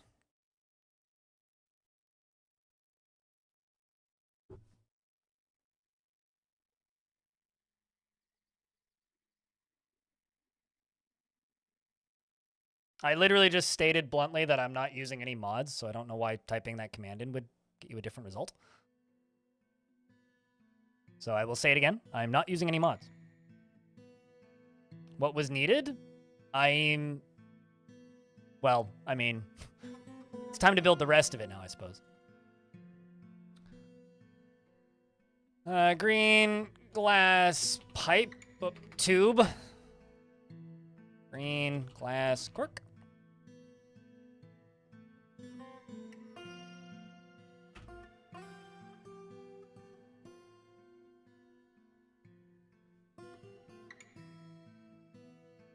Pull this lever. Get rid of the lava up top there. So I can replace this with a wall. And also deconstruct this lever. I'm gonna need a pump to get that out.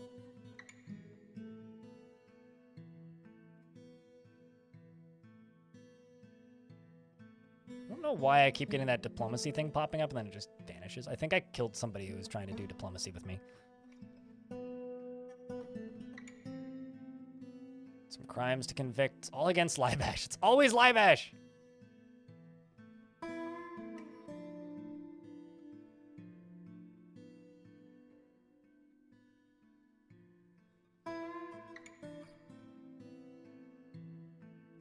So that can drain out. I can deconstruct this.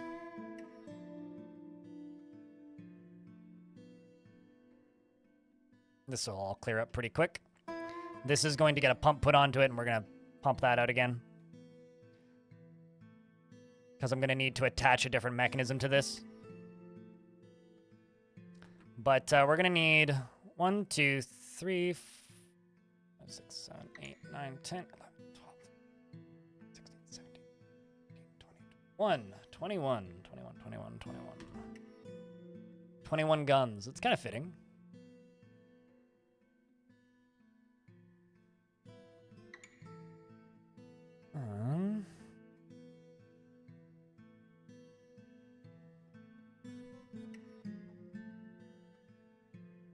Let's use day sight.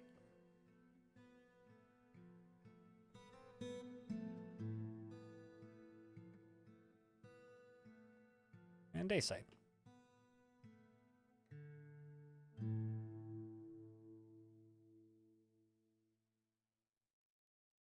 Some kind of contraption. Sounds exciting.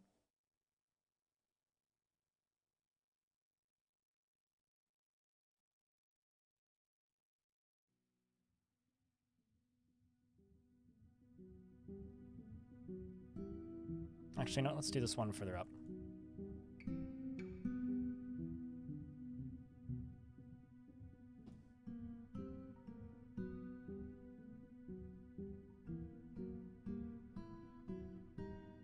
Do they have a go-kart or something?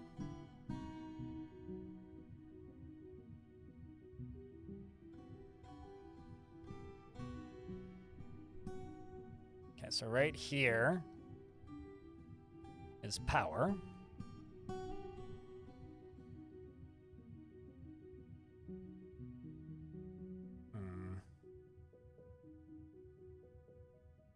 Do this one further over. Slightly less well, actually, no, this is fine.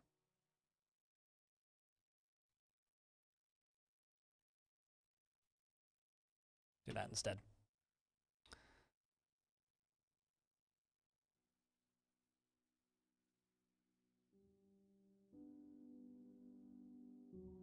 Probably just rickety. If I had to bet.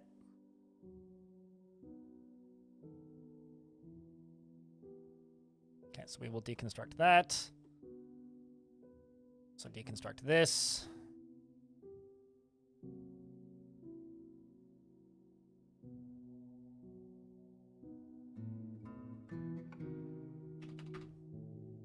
Obsidian, green glass, green glass.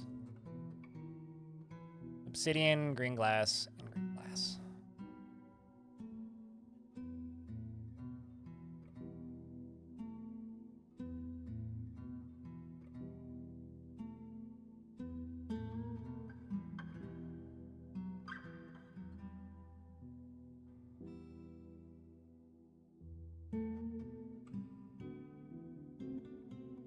And ooh.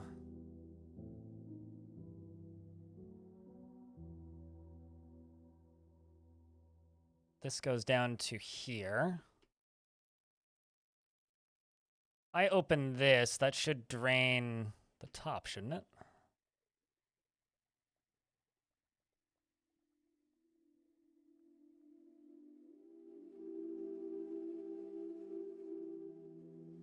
Nah, I don't really want to fill it from that side anyway. It's whatever.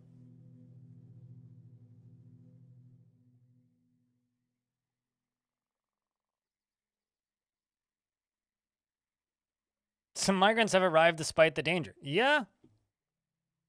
I agree with that. Despite the danger, indeed. The question is, do any of them have weapon skills?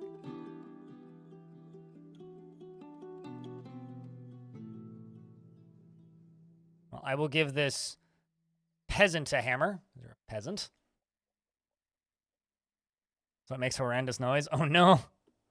Cobbled streets are kind of neat, like, historically, but as actual, like, practical things for, you know, driving on, they're not great.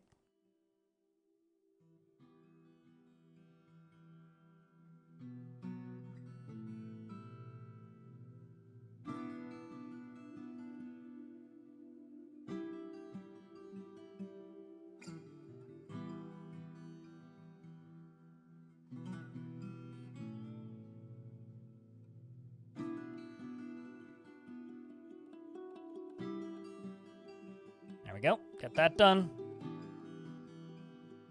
So I should be able to do this safely from the top up here. Should probably wait for them to get all this granite out of here, though. Scorched earth more on the floor, so Texas. First time.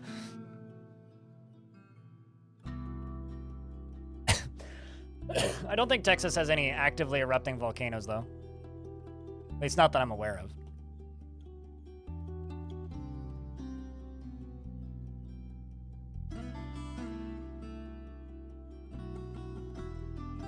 But no, long story short on the paying subscribers thing, it means we're absolutely on pace to get 350 by the end of this month, which is great. And then we just need to survive until the end of next month with 350 subs, and then all subs pay me better, which will be great. Which is all I'm hoping for, really. Captain Vive, hello. How's things? Good day. I'm building a monstrous murder weapon of destruction and, I don't know, violence. Or some sort of equivalent. It's gonna be fun, hopefully.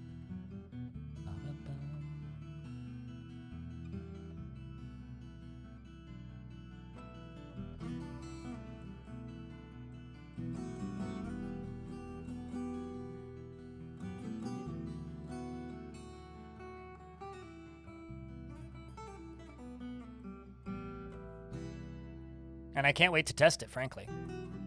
It's gonna need a bit of work, though.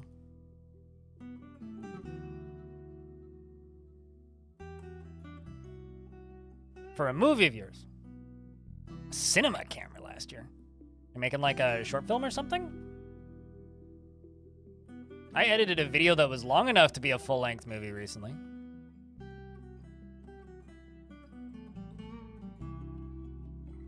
Which was a pretty fun time, frankly. And now I'm just waiting on Sathatos to finish the story so that I can make a follow-up.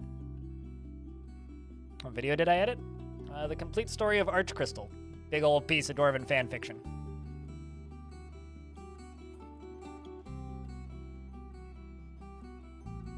Give me a second.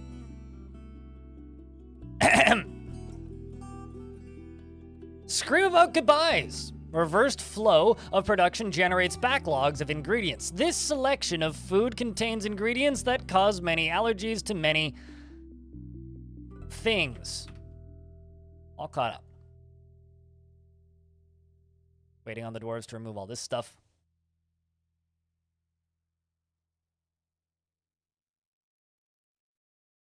And also mine out all of this stuff. I'm thinking all of this flooring is going to get turned into glass.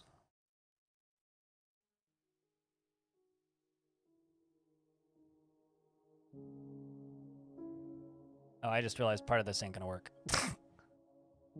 So some of these are gonna have to be like above geysers, because I'm just realizing that because I'm going directly over top of my own lava reservoir, this isn't actually gonna work all the way along.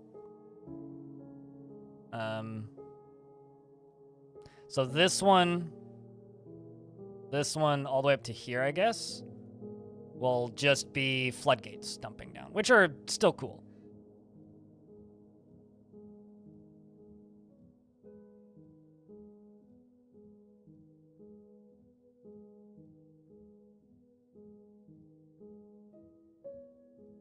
Although maybe I'll just make them into drawbridges so that they don't have a chance of getting toppled.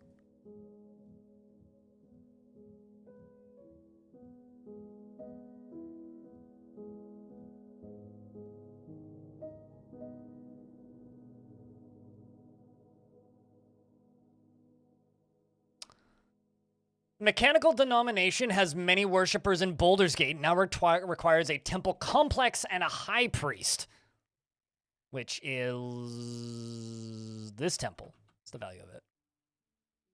All right, well, we need to increase the value of this temple. I'm sure we can do that.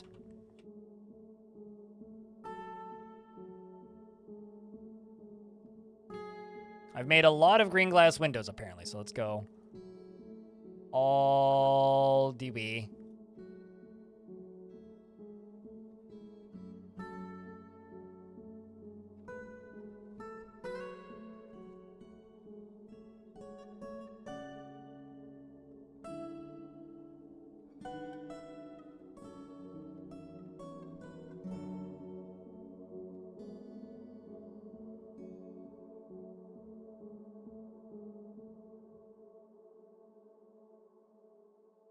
Let's put these in here.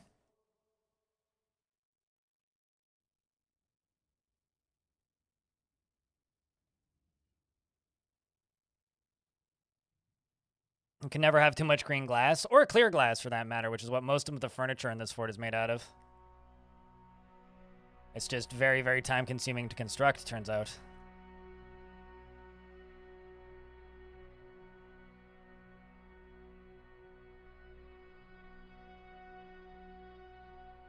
Do I have an offering place? Shut up, Billy Goat.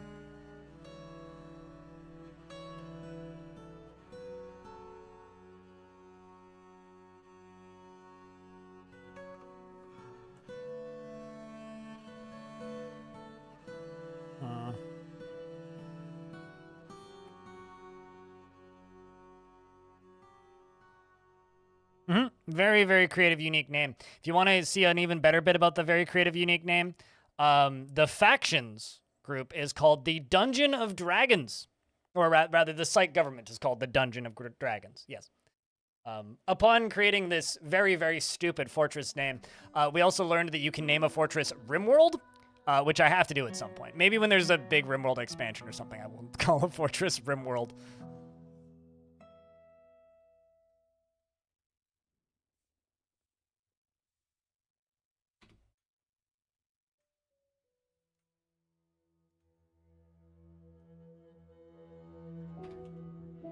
I acquired some tin.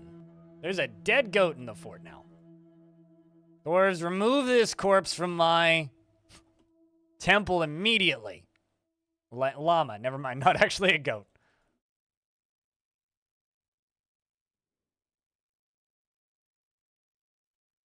Okay, well, we will accept this because I'm doing it right now.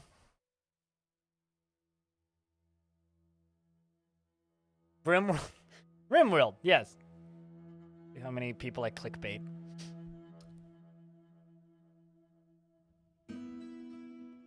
Did we ever figure out if Starfield was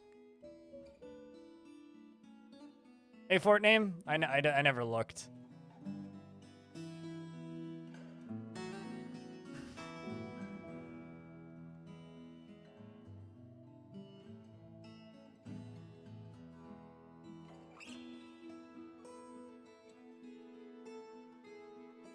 That's a good question. Can you name a fortress Skyrim? Hold on, I need to look these two up because I don't actually know the answer.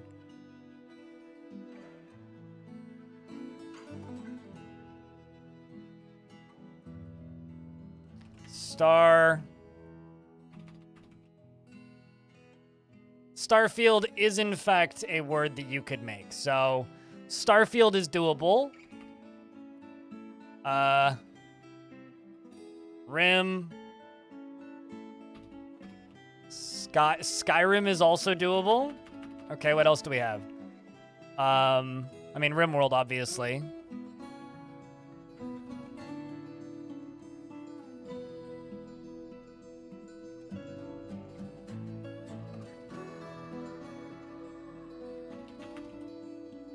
Stardew is not a word.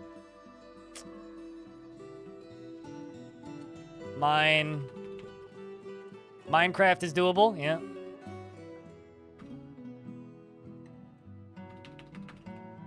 Call of Duty is a name. We could do that as well. Is Trek a word? Trek is not a word.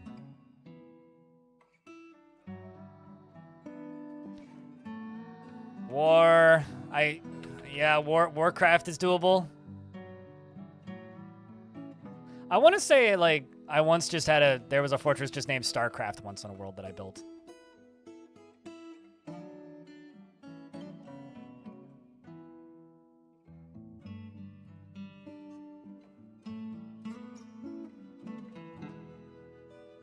Yep. We've just named, like, my next year's worth of content, basically. Hope you guys realize that the next fort that we will be making is going to be called Starfield. And it's, Starfield, the Fortress Starfield has to be in a great plain in, like, a very Africa kind of area with a giant tower full of books with the hope of getting astronomers. That's what that would have to be, right? Yeah, like a savanna, basically.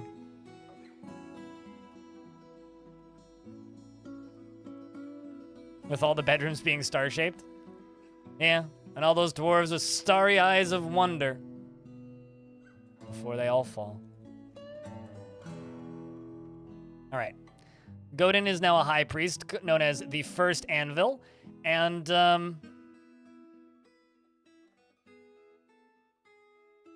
the named dwarves that could possibly have this job are Kaz, Bastet, and Rami. Who do we think becomes the new spiritual leader of this religion?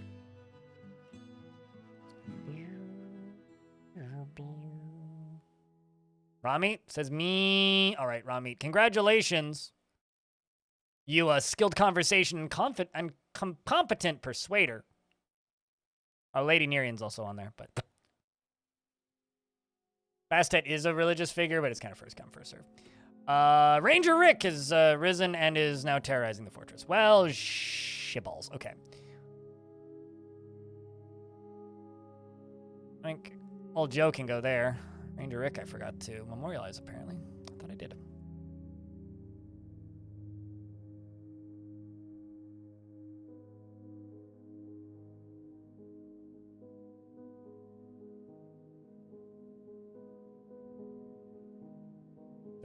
We have a gosling. I don't think I've seen a baby goose yet. I'm gonna wait until ads are done. Now I want to know, what's the not safe for work name that you saw? I mean, I know that you can have, like, balls, the ballsy balls. Or bulbous balls. Because balls is a word. Squirting bird. Is that an elvish location? That sounds very elfy. I once had squirting pregnancy right next door to me. It was a little concerning. But yeah, that's pretty funny.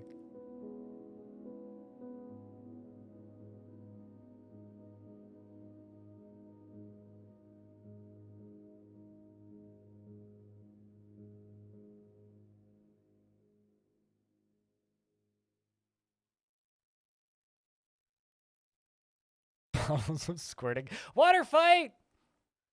That's all I say. That's all I see that as.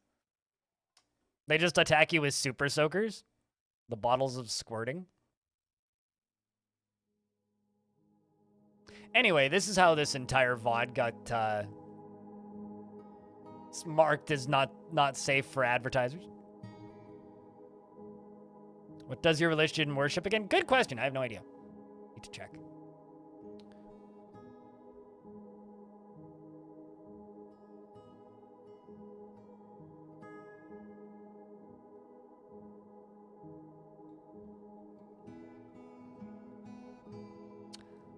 Beauty and crafts.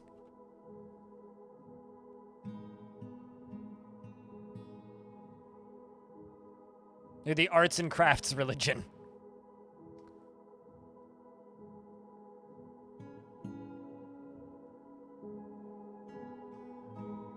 Hamsters? I don't know how hamsters are related to Baldur's. I know nothing about Baldur's Gate. I haven't played any of the Baldur's Gate games, so I'm a little bit disconnected from that fandom. By that I mean I'm a lot disconnected from that fandom.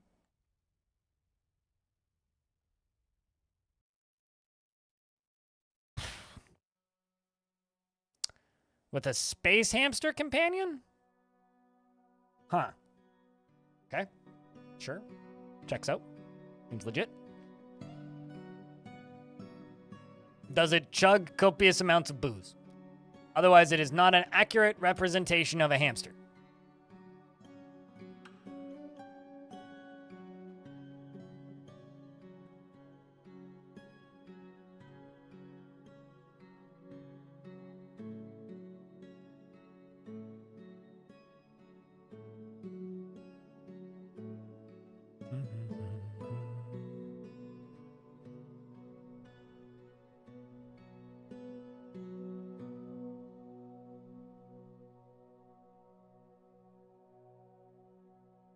And it sure doesn't seem to sustain on ham either. Well, that would be a startling discovery if it was.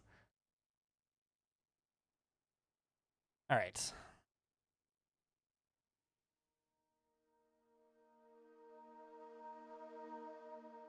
Grr. Needs potash. Oh, am I out of ash maybe? Make ash, make potash max, make pearl ash.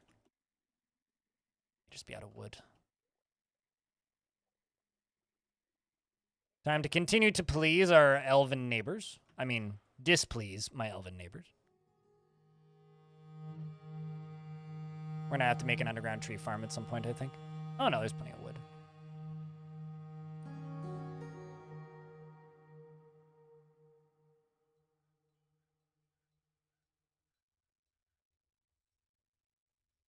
Holy shit, it's hot.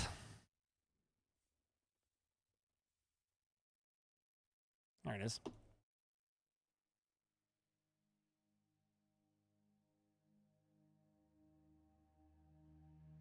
Clay can, yeah. Get covered in fungus and moss.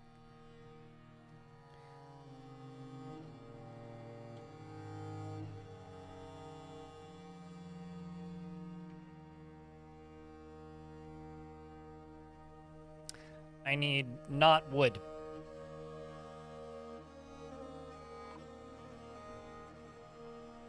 There we go. And put to rest. Artifact just started, which I clicked through. But they're working already. They've got 2 pieces of raw green glass, bronze, gabbro, point-cut violet cespertines, goshenites, gray chalistonies, and 2 wood logs.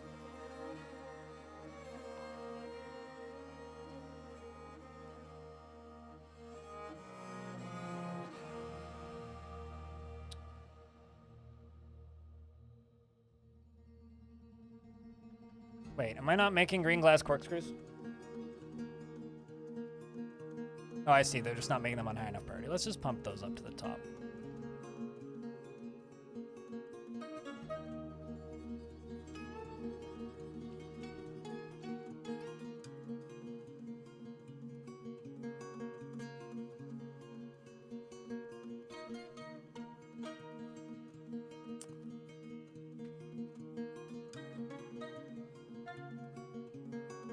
No marble on map. Well, I mean, you kind of have to try a few locations to get marble. Marble is a fun material, but certainly not the be-all, end-all. I have a bunch of random animals that I do not have enclosures for yet, so I'm just going to dig some of these out. Dig out some more enclosures, because I know for a fact I've got animals that need enclosures that currently don't.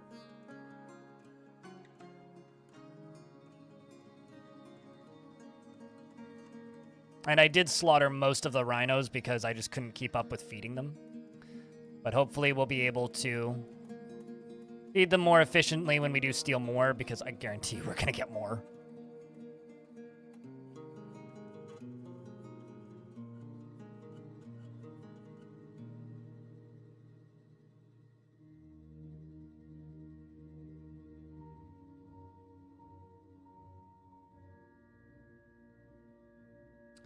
And they would like a metalsmith's guild, which is interesting, because I have almost no metalsmiths.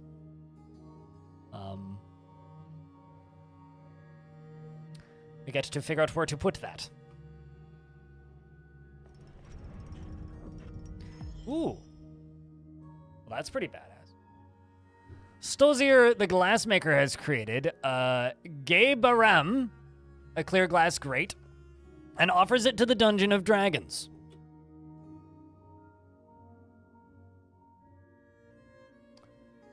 This is Gabarana, a clear glass grate. All craftsmanship is of the highest quality. It is decorated with brilliant cut green glass gems and avocado wood, and encircled with bands of bronze and cushion gabbro cabochons, and cushion violet saspartine cabochons. On the item is an image of Kugub, the human, and the human is unnaturally contorted. The artwork relates to the grizzly mound of form of the bodies of dwarf Zethan, the dwarf Uvash, the human Sish, Rancidul, the dwarf Kodal, the human Kwabu, and the elf Quako, and the elf Yari, and the dwarf Ast, and the human Slothu, and the dwarf Blad, and the other thing, another thing, another thing, another thing, another thing, another thing. By the glum scourge of inclement torches in the early winter of 91 during the pillaging of climate torches. On the item is an image of forgotten beasts and Goshen Knight. On the item is an image of Feb, the dwarf, making a plaintive gesture. And Blossom Clan, the alligator, is laughing. I want to see an alligator laughing. The artwork relates to the mortal wounding of the dwarf Feb by the alligator in Bouldergate in the year 147. On the item is an image of Olongu Hexaxes. Hexaxes? On the hex axis, obviously, the goblin, and Mom Moonshock, the human, in cashew wood. Olongu Hexaxes is cringing. Moonshock is striking, a menacing pose. The artwork relates to the stabbing of the goblin Olongu's right upper arm by the human Moonshock in the midsummer of 75 during Malari Retha, the crazy sieges. Grizzly Mound? So, when goblins murder whole cities in Legends mode, they take all the bodies and make them into a grizzly mound. Is what that is. I think I'm going to build a tomb for my glorious Baron. Right here.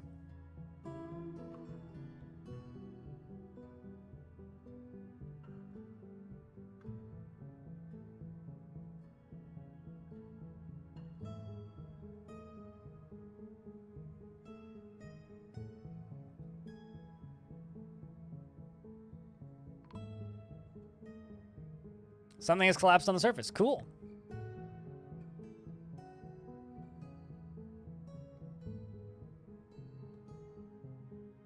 Also, somebody being stabbed in the arm. Yeah, totally. It's a very violent artifact, that one. A very violent artifact. I just realized how many baby bears we currently have, and how many baby stray jaguar cubs we have.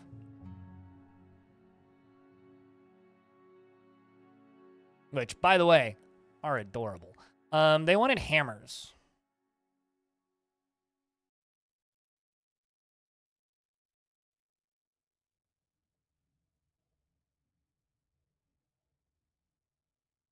Turns out I have lots of those.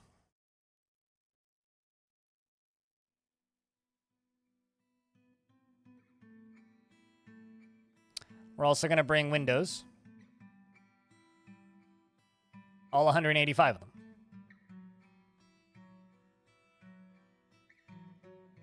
What's up, Squirrely? How's things?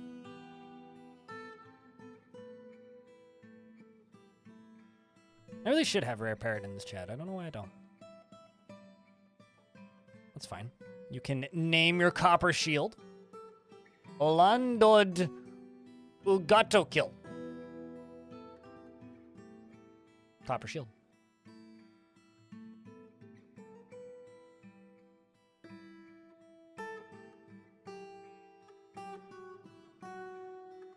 Could the Baroness get one?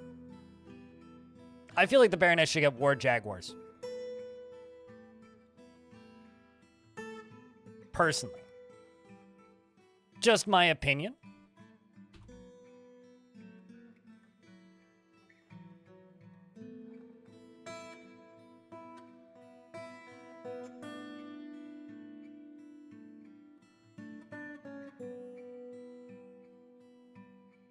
How about a jaguar and a tiger, actually?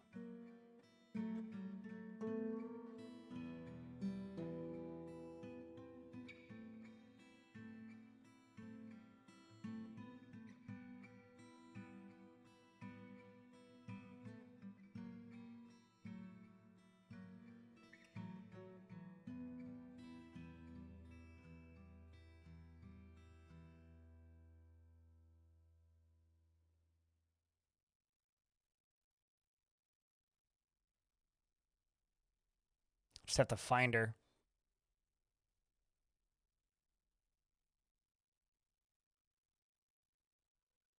There you are. That's one.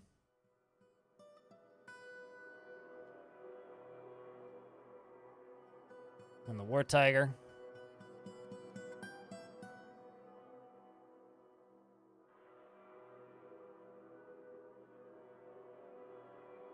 There we go.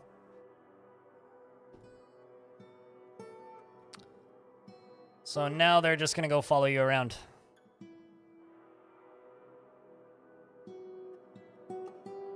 See, now they hang out. Okay, I know you do have something on your upper body that's invisible. So you look like you're shirtless, which is kind of... What? Hold the fucking phone. What is happening? Okay, never mind. I was following the tiger and I thought the tiger was conducting a meeting for a second there. I was like, why is the tiger conducting a meeting? No, it's that was the Baron that's conducting a meeting. The tiger's just being a tiger. Okay, that makes sense. We've come empowered to elevate this land in the eyes of our realm. And there is much to share. We're gonna request more anvils, yada yada. And we're gonna request traders. I was thinking that would have been really funny if, like, the tigers went and, like, just went around and nuzzled the dwarves or some shit. I don't know.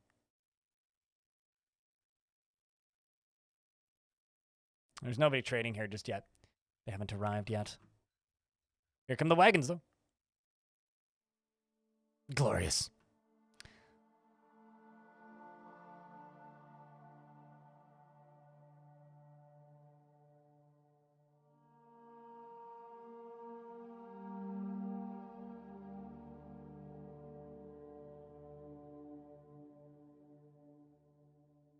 Might as well bring some of these wooden weapons. A were-coyote child? Oh, that's sad. I mean, I just sell them. I don't bother cleaning them out with DF Hack. It's free trade goods.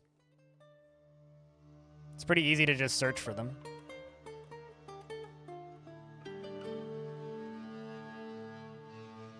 It's like the spoils of war kind of thing.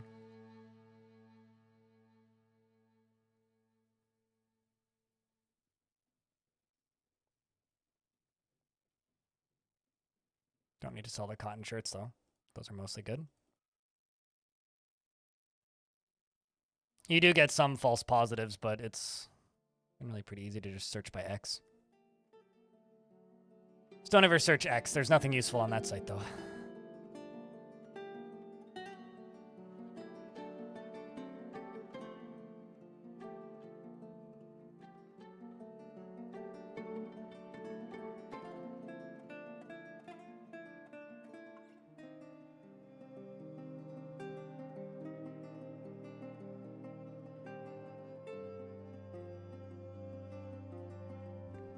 That would be really funny if they did send out the tiger for meetings.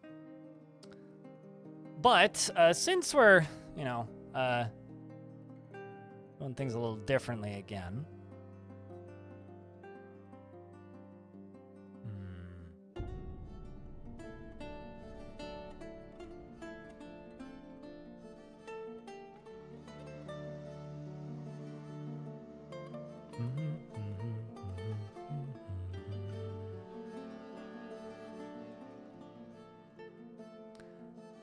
I'm going to give a dwarf to somebody in chat.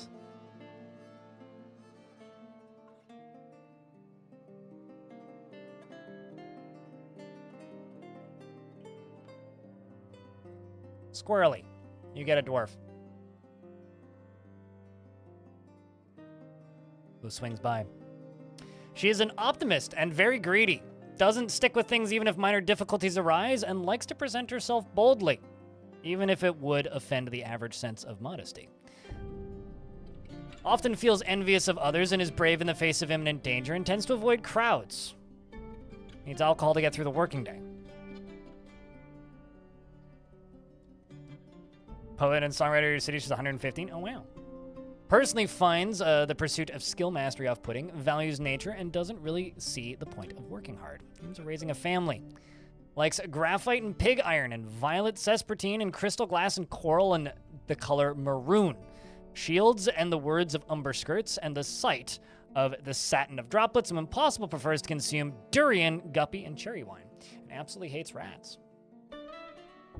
She has a broad body with very little fat. And she has a deeply recessed chin. Her eyebrows are incredibly high, and her very long hair is braided. Her somewhat narrow gold eyes have thin irises, and her nose is narrow. And her hair is black, and her skin is pink. You need alcohol to get through the working day, but you ain't bitching. I mean, some people do. It's called alcoholism. It's terrifying. Also, sup, big dog.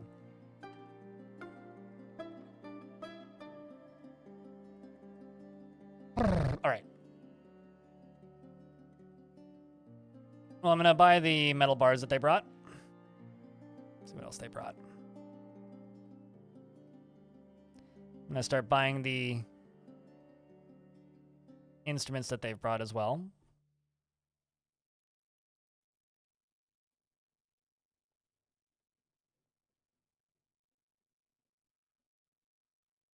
I'm going to buy the picks. Male shirts, breastplates, shields, boots,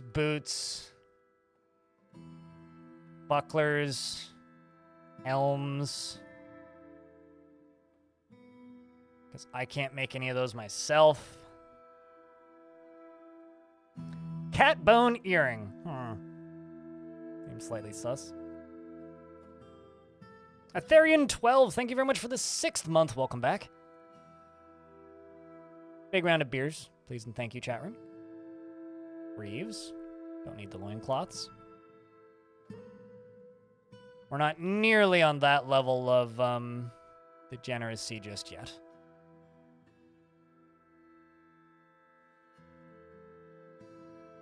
And we'll buy some sheets.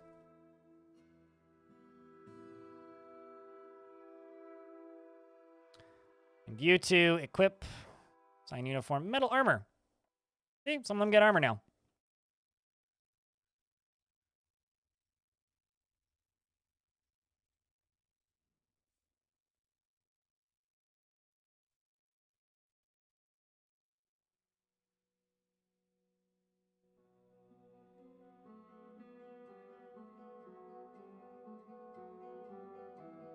All right, so up here, let's see, can I connect you just yet?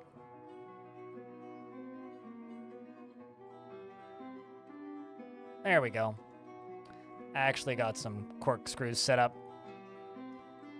And we'll just go down to here, and I'll do walls there of whatever's close, and walls there of whatever's close. And then we go up to here again. Get back to this. Obsidian, that. obsidian, that.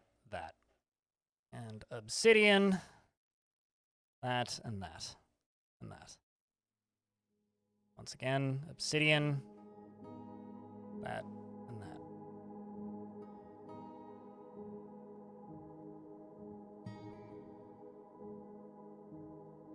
So what we're going to have to do then is connect all of this up to power once it's all sealed up.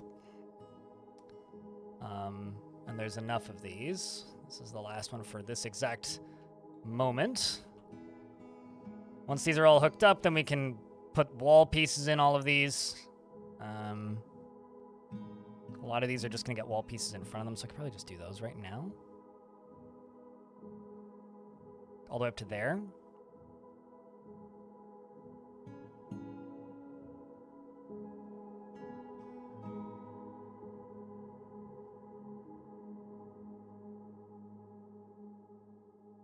And that's thrown their way. I mean, yeah, pretty much. Certainly a feat of dwarven creativity. Nothing else. So this is not quite full yet, so you know what I'm just going to do? I'm just going to fill this up.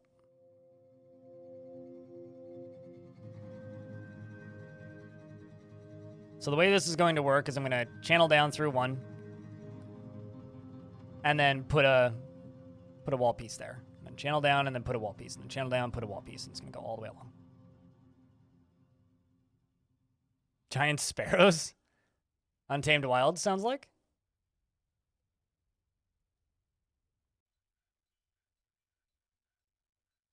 Wait.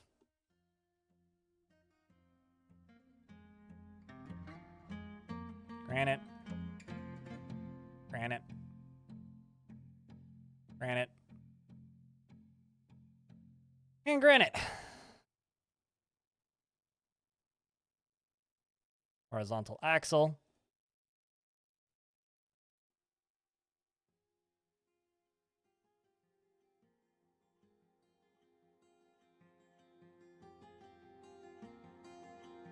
Doesn't really matter what material these are made out of.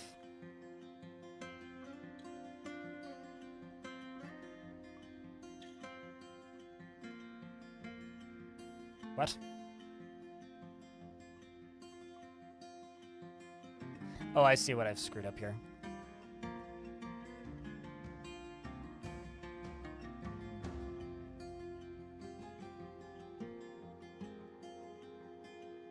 Although, actually, let's just do a ramp up here instead of stairs up.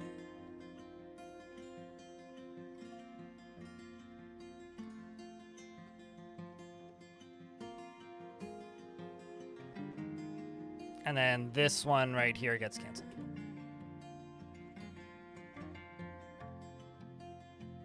Because that one's going to need a gear assembly.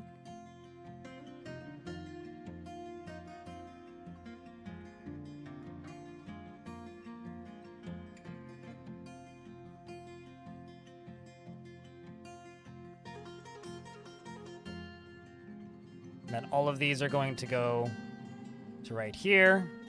Right here, right here, right here, right here, right here, right here, right here, right here, here, right here, right here, right here. And we're gonna get stairs up this way. No, stairs.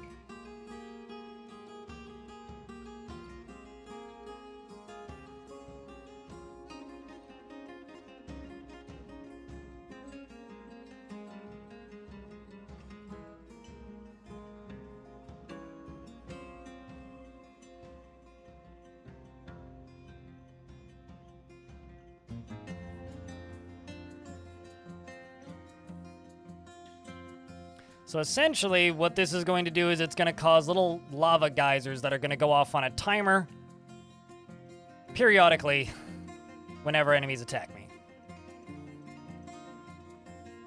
And then occasionally also dumping lava down. So basically, we're going to wait until they're like in the middle here, and then we set the thing off. And hopefully it'll just be some really cool fireworks to watch while we laugh at our enemies burning to death. Also, Unfortunately, I have to make goblets is one thing. Unfortunately, our Baron here is now a count, and her demands went up. So she wants a nicer bedroom now. We'll wait until she levels up again, and then we'll just give her it all at once. I mean, where's the fun if it couldn't go catastrophically wrong?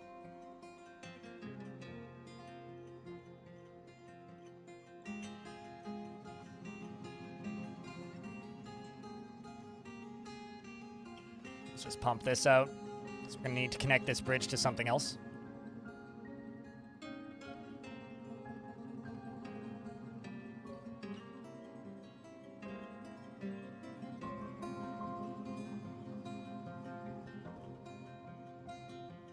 I just erased a thing that I didn't mean to.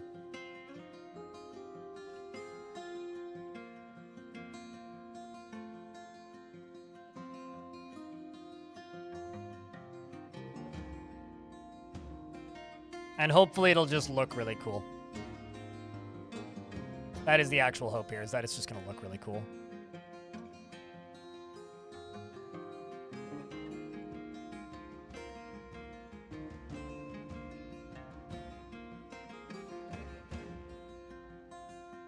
Alright, so then down here, doesn't actually matter the direction.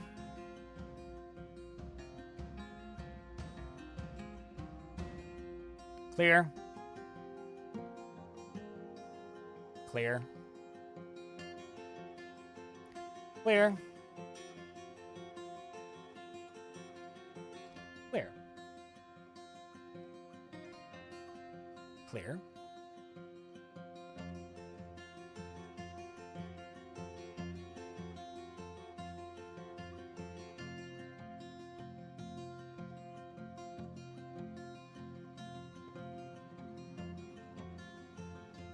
I mean, the only way I could really see this going catastrophically wrong is if my own soldiers get stuck in it. Which probably won't happen. I say that with a lot of confidence, as you can tell. But yeah, that probably won't happen.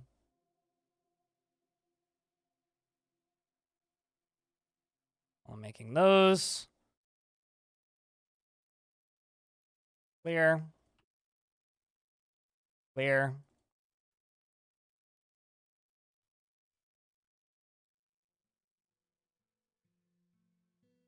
Clear. Clear. Uh-oh.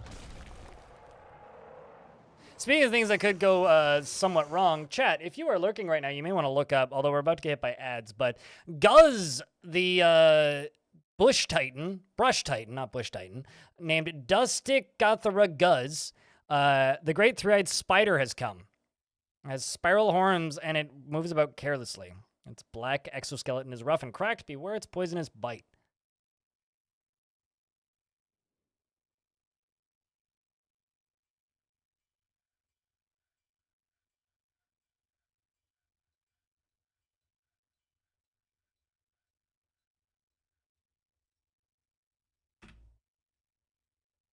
I'm waiting. I know that they can't see this, but...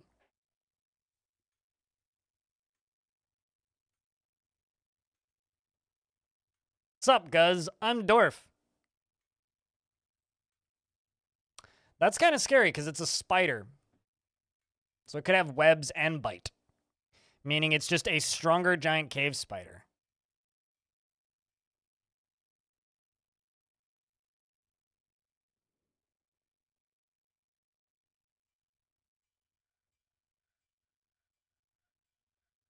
Sup, Yogurt from Mars? How you doing?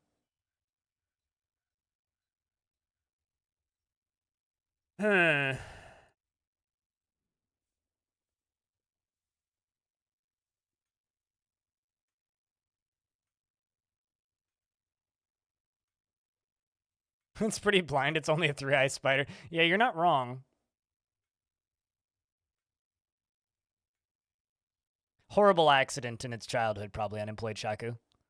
So the Brush Titan Dustick Lorsith Guz has come. A great three-eyed spider. It has a long spiral horns and it moves about carelessly. Its black exoskeleton is rough and cracked. Beware its poisonous bite.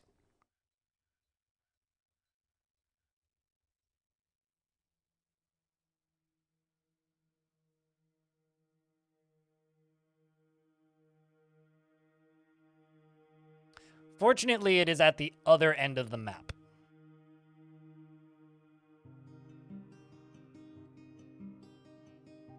And apparently I have a hungry cavie, so that's such a shame. Chat, I need a big vile force of darkness in my chat. Show your fear of this creature, or our lack thereof, by posting vile forces of darkness. We can do that. Jeeves knows what's up. And some migrants have arrived despite the danger. Great timing. Fantastic timing. Phenomenal timing, even.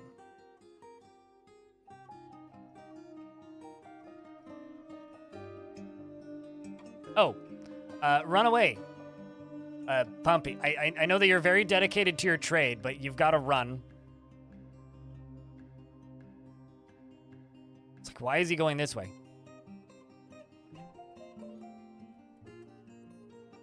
What? Oh. Well, there was a dwarf down here. Bad place to run and hide, dwarf.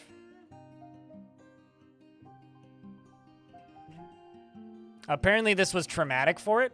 I like how it's the simple. Well, that's intriguing.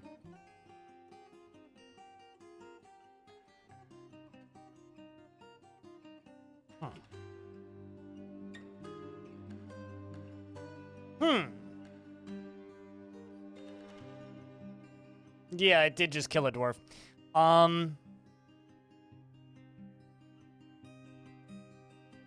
It's very enamored by this door.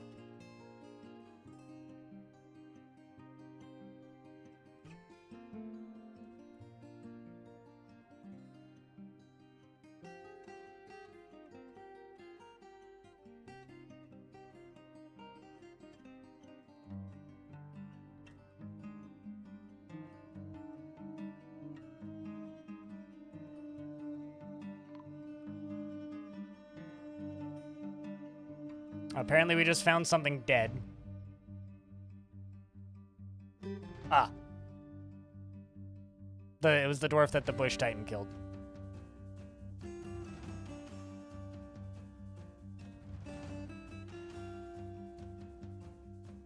So if it's just obsessed with this door, I mean, it's not very bright, it certainly seems. We should be able to just trap it. Oh! Never mind. Where's it going? Ah, shit.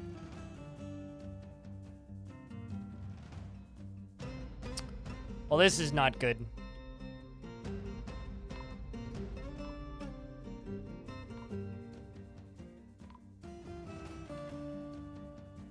These are those migrants that just arrived.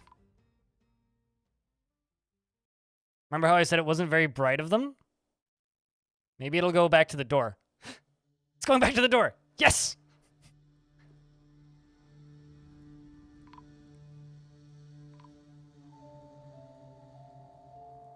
Yes, delicious migrants indeed. Okay, so let's put a door here. And a door here.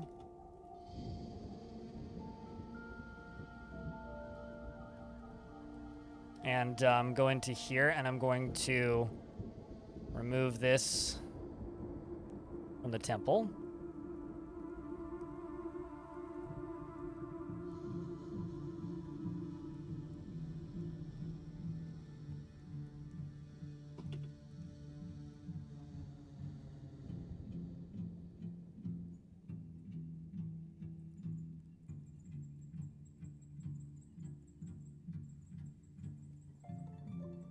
Yeah, no, the dwarves were distracting it from the door. I mean, it's very enamored by the... It is a clear glass door, so it's just like looking inside going, let me in. I can see through that.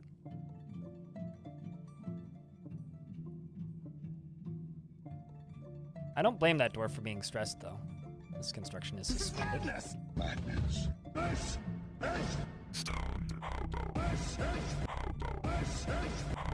Enemies can't break doors. Some can. Some can't. This one appears to not be able to.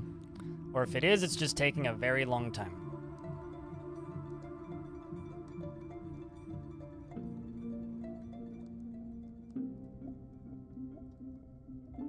Kitty, can you move? There you go. Come on. God damn it. We wait for the child to move. If this costs more dwarves their lives, I will be very disappointed.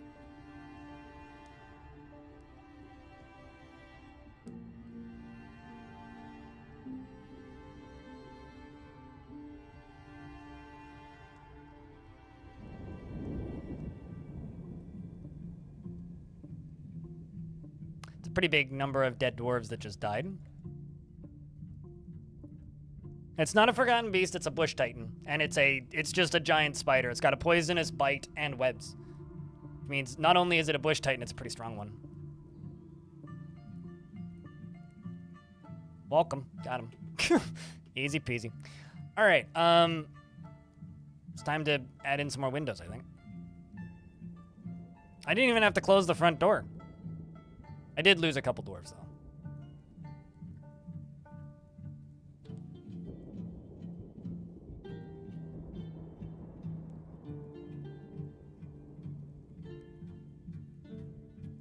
Now Soak Farm, we could.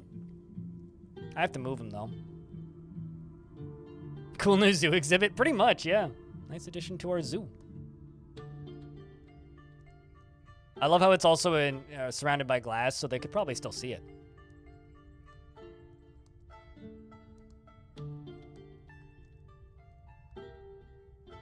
See how many jobs got canceled. Quite a few. We did lose the pumping dwarf, which is a damn shame.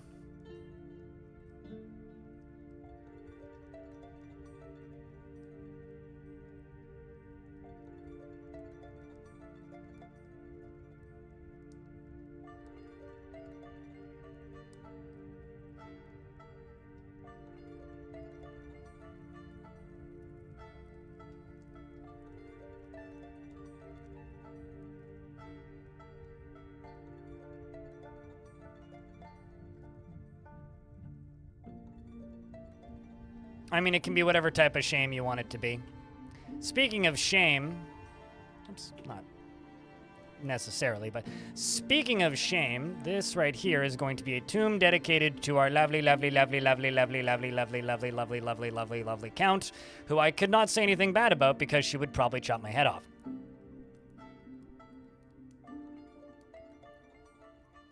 And we're also going to make more tombs, which are going to go all the way along here.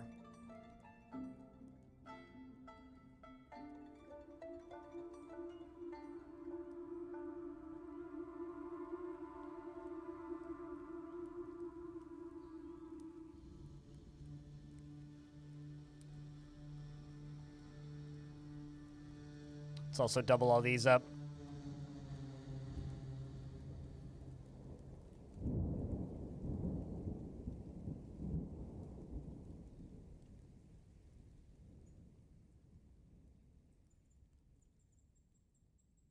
Oops, that's not how far I wanted to go.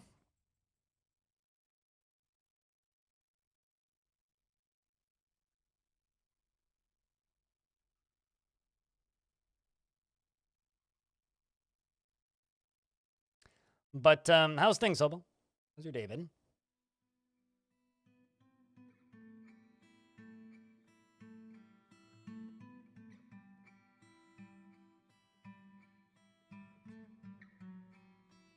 So this is going to be a tomb, which is going to be given to Countess of Bouldergate. And she doesn't like it. She thinks it's bad. But you know what? That's fine. We'll improve it. It's a work in progress. This is the early access of her tomb. I mean, Bouldersgate was in early access, so why can't Bouldersgate?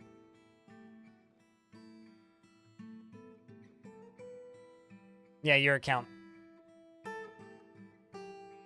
Which means you have higher demands, so the things that once satisfied your needs now no longer do.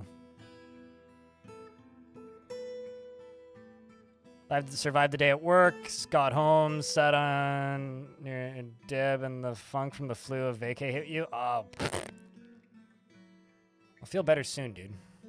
That's what I'm really worried about with the conventions I'm going to. I really don't want to get sick. So I'm probably going to be the guy at the convention with a mask on. People are going to be like, oh, that guy's still wearing a mask, really now. Clear glass portal. I just really don't want to get sick. Hey, Ghosty. What's up?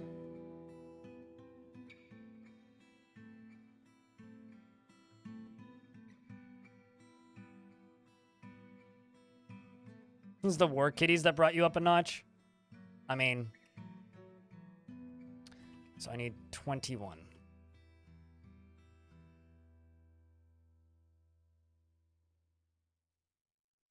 Rollers.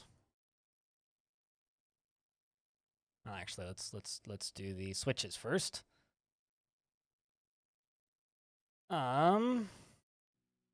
Traps, pressure plates. Minecart's trigger. Doom. Minecart's trigger. 2. Minecart's trigger. 3. Minecart's trigger. 4. Minecart's trigger. 5. Minecart's trigger. 6. Minecart's trigger. 7. Minecart's trigger. 8. Minecart's trigger. 9. Minecart's trigger. 10. Minecart's trigger. 11. Minecart's trigger. 12. Minecart's trigger. 13. Minecart's trigger. 14. Minecart's trigger. 15. Minecart's trigger 16, minecart's trigger 17, minecart's trigger 18, minecart's trigger 19, minecart's trigger 20, minecart's trigger 21. I think that should be enough. We'll just put an extra one in. Minecart's trigger 22. I'll put rollers in. So we're going to go along here. We're going to go all the way up to there. I'm going to go all the way up to there. And I can't see shit. I'm going to go all the way up to there. And all the way down to here.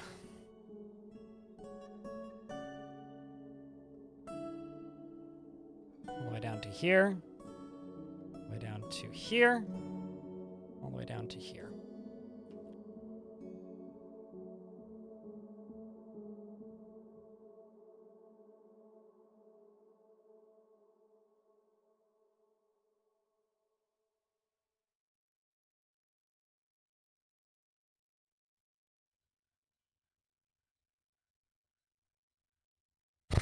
But yeah, minecarts are going to be what triggers the trap. Is how this is going to work.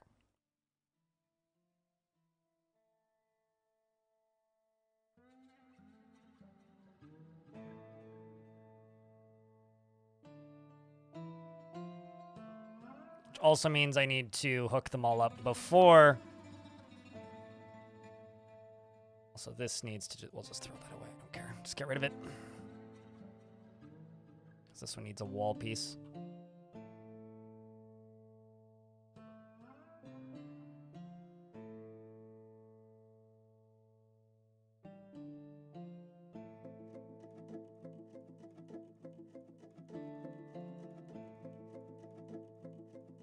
Magma and water in the same fort. I don't know what I'm doing with water. I guess pumping stuff, but... Hope you're doing well, Casper. Also, mods, can I get a shout out for Ghost Bat? Also does Dwarf Fort things. Sometimes. I'm told.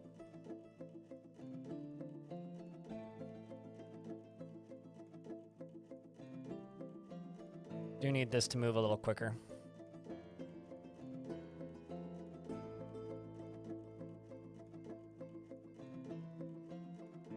I got 40 of those left. I'm gonna need more.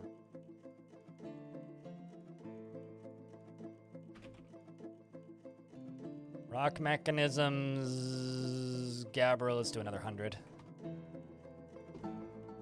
Also running low on drinks. Somehow. Finally. Mechanics and fluids. Obsidian. Green glass. Obsidian. Green glass. Obsidian. Green glass. Obsidian. Green glass. And lastly, obsidian. Glass. All right, let's connect these. First one connects to this. Second one connects to this. Oops, I need to click the link button. Second one connects to this. Third one connects to this. And then I'm gonna have to have a lever to manually shut the whole thing off. Fourth one connects to that.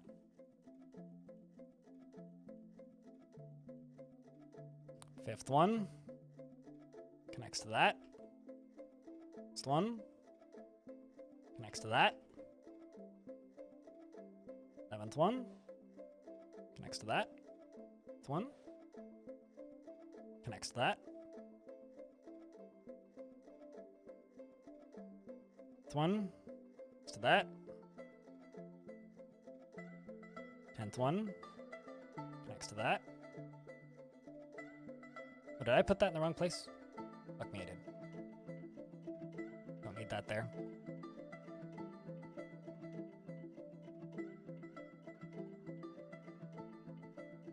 This one can cancel that. Instead, connect to that.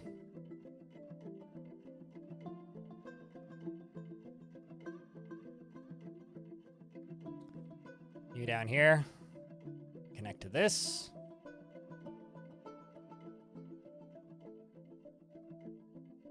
You here, connect to that. You here, connect to that. You here. Not sure which ones do and do not have connections yet.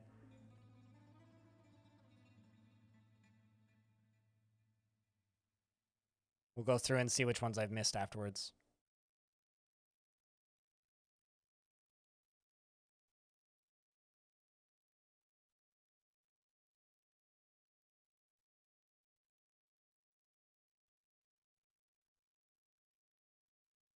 Turns out this is really hard to like wrap my brain around as I'm doing it.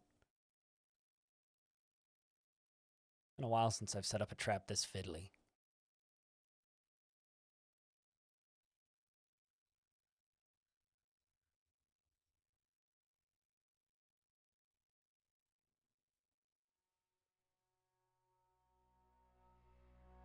Okay.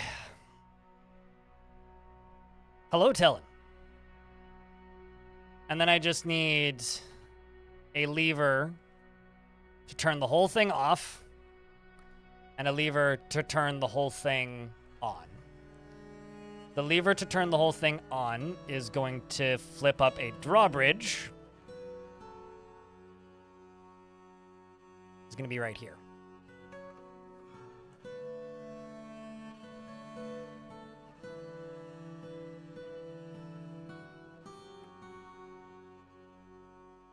And I need a bunch of connections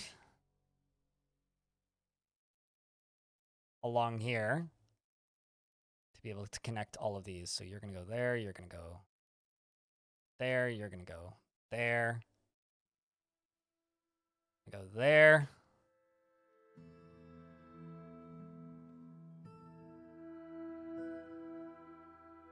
And you're going to go there.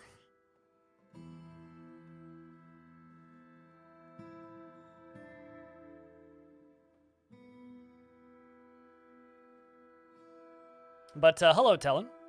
Unfortunately, your dwarf didn't make it. Got caught out by a giant and punted so hard your head it turned into a mound of flesh. It was quite distressing for all of us. I'm building whatever this mess is, which is cool looking, and admittedly, probably indecipherable for many.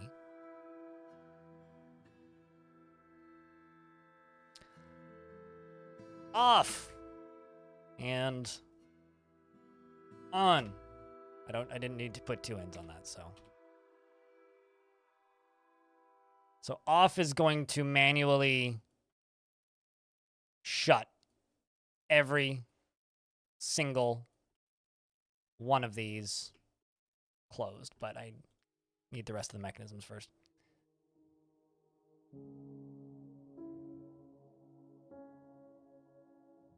I'm doing all right, Final.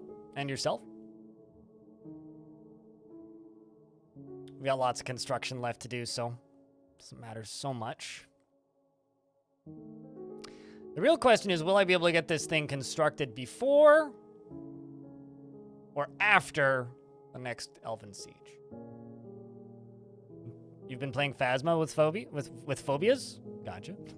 Phasma with friends. Phasma with phobias. Same thing. So you've been enjoying it? Having fun?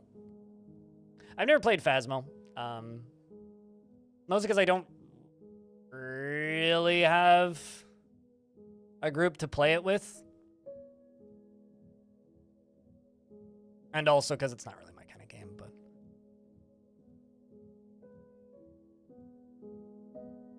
So I have no idea what this game is, chat, but it just showed up in my recommended on Steam. This looks rad. I don't know why it's got like the first-person gun animations on it, but this looks awesome. Apparently it's was a mobile game? I don't know. This has a rad look to it.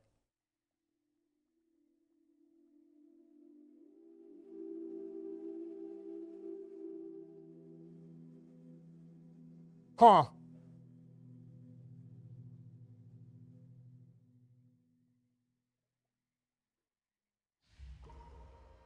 Might be something I need to try. I mean, I would never play a game like that with randos. I know a few people who have, but... that might very well be something I need to try.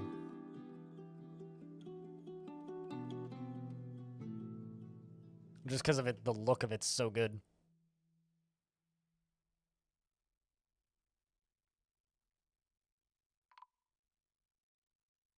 Incredibly distracting. I think it like suits. I think depending on how often it happens, I think it really suits the game. I also think that's kind of the point, but we need to brew more drinks.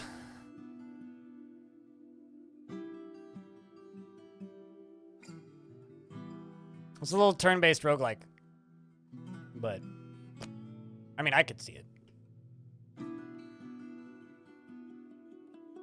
Those barrels look different because they're pots, not jugs. I was like, wait, no, those aren't that. That's something else.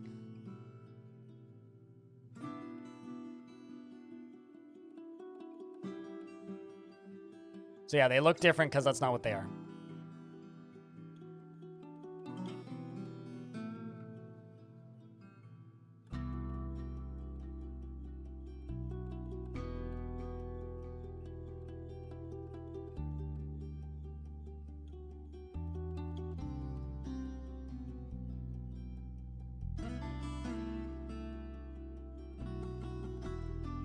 I just realized I don't actually need this last one. Oh, that's fine.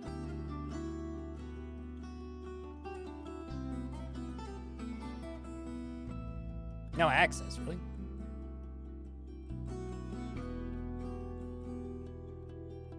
Is there really no way to walk up there? I guess not. Let's do that, that's fine. A bunch of hives, but couldn't find bees. Oh, are you talking about in Dwarf Fort? I was gonna say, like, what?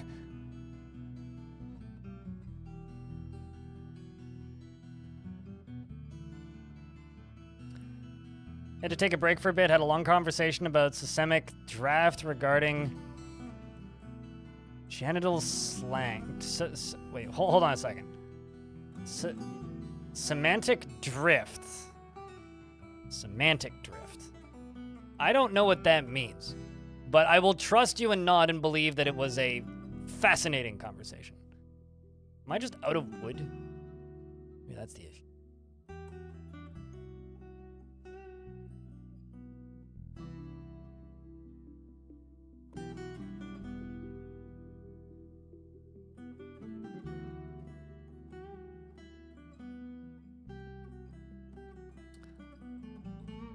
I mean, so if you don't have bees on your map, you don't have bees on your map. It's one of those, like, it's one of those things in Dwarf Fort where, like, you're genuinely just kind of SOL if you don't have bees on your map.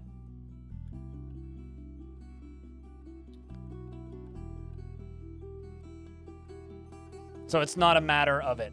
Like, it's not a matter of, like, how do you do it? If you don't have bees on your map, you don't have bees on your map. Greetings from Canada, Meistergaff.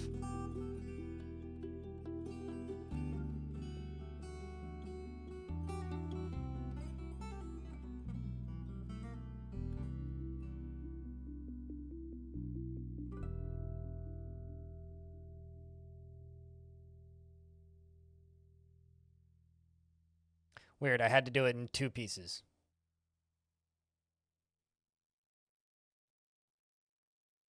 Or can I just not put it? No, I can. Weird.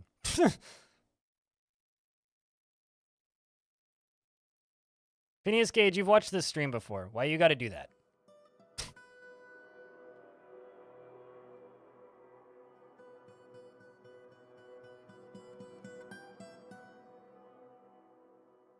Then why would you say that? A dwarf tantruming? A cloud of, oh, a tree fell.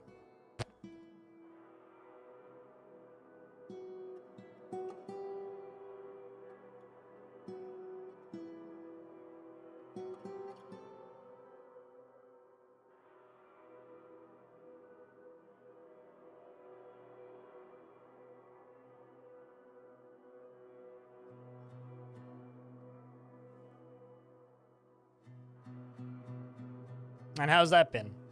As an experience for revisiting a game you haven't played in a while?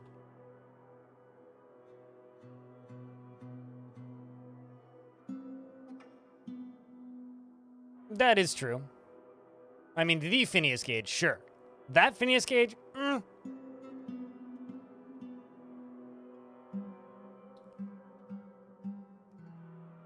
RimWorld makes you feel like playing Prison Architect.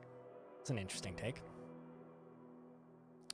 We're stuck in ads right now, but literally all I'm doing is placing granite blocks. So I'm just going to keep doing that because nothing particularly exciting in game is happening at this exact moment.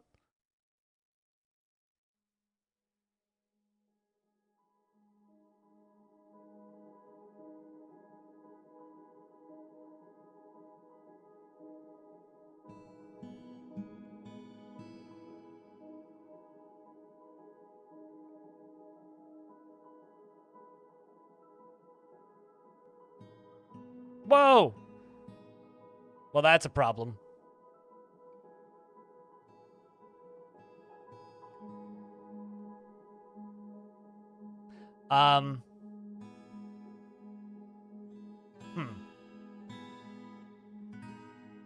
Oops.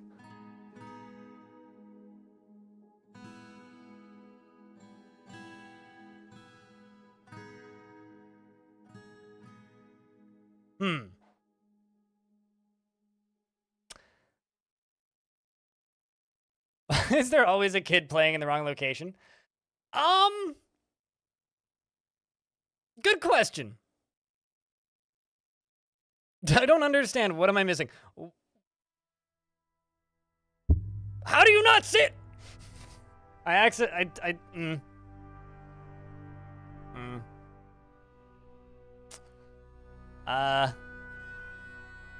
Please deconstruct that. Like stat.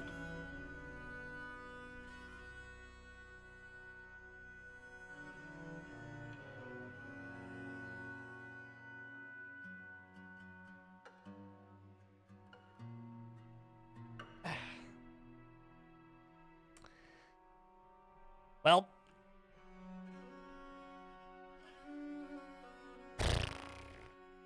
On the bright side, it's already off, so... you know.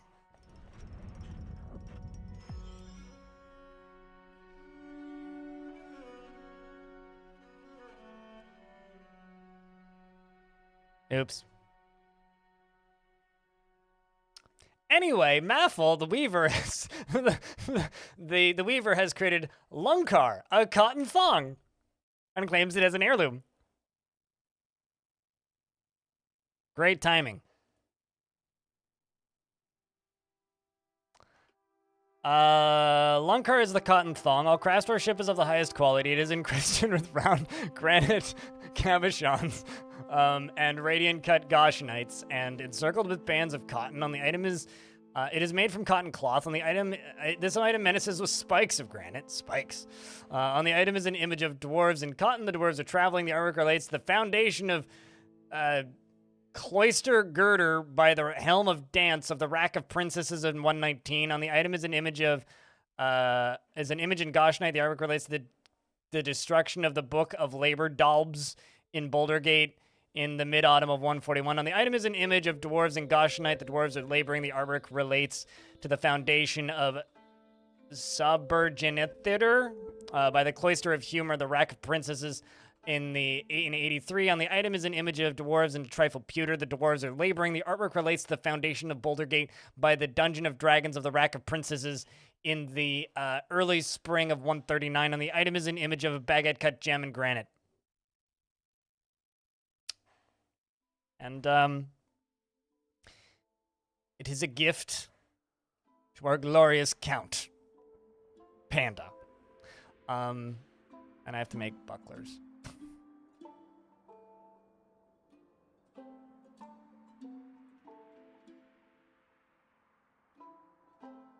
Naturally, we're gonna give it to Panda.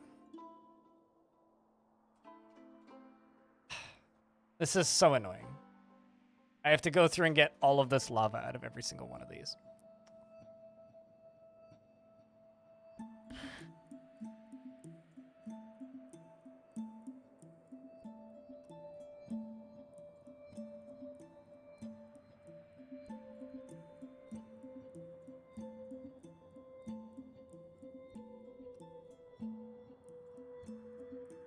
This one's connected. Some of these are connected to 2.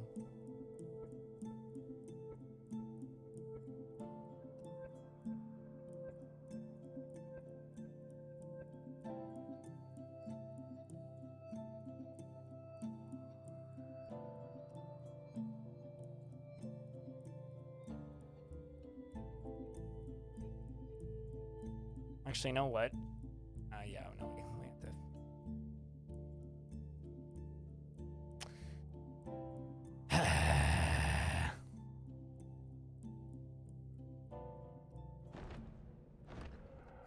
What is it? It'll make more sense once it's done, I swear. But we've got more problems. The rock Sethi Fudacola. Ship it. Mila Faromini has come. A bird of prey so large and ferocious, it dwarfs many dragons. Beneath all beneath its mighty wings should fear the sky. We're gonna try and catch this one. We tried to catch the other one. I'm gonna try and catch this one. But the elves showed up and killed it first, so...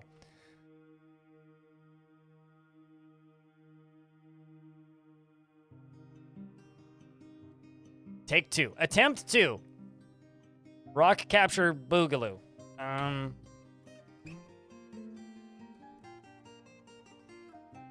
Furby has 2 kids.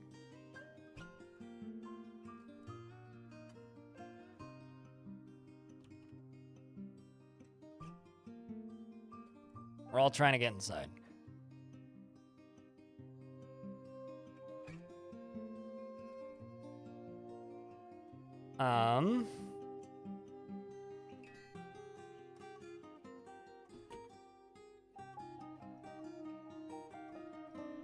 Let's see if we can get it inside before it gets to us. Buddy! Why are you doing that from the outside? Oh my god, you're so fucking dumb.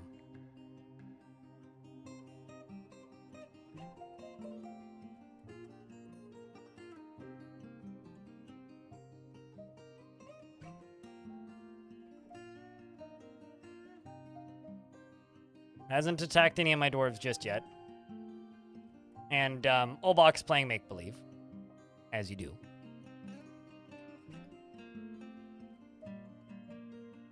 There we go. Olbach. That way. Or I mean that way. Go that way. Right now. Oh yeah, no, we have a zoo. We have a zoo. Ask me anything about my baby gorillas and my baby grizzlies and my baby jaguars and my baby rhinos. Olbach's gonna die. Yeah, I wouldn't doubt that. In other news, where's Burby at? There's a ghost. Everything is awful. Wait, what? No, that's not what I was looking for. This one. Oh, okay, well, Olbach's moving. We're gonna lock the gate because it's in Birdie's incoming.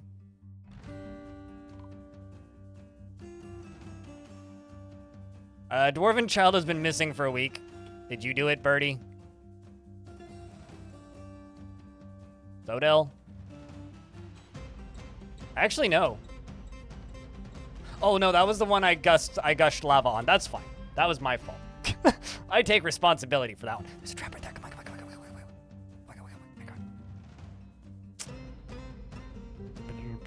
Okay, well the door is shut now.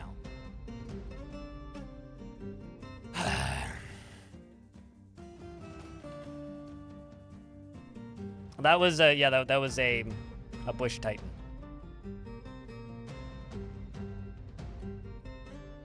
I don't care about that goddamn goat. Okay. Now flying in the... Oh my... Right, yeah.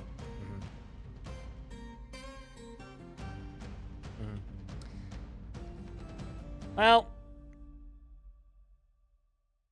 I forgot I hadn't filled that in yet. Anyway, I guess we just kill it.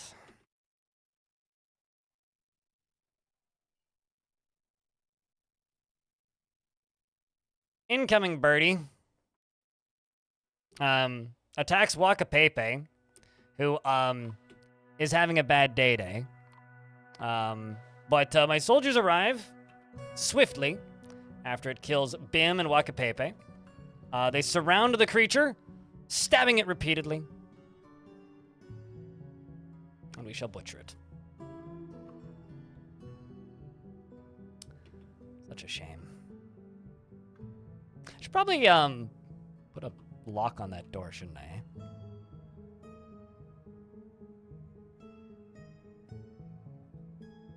Rock wings, anybody? I'll bet you like a rock thigh would be like a phenomenal dish.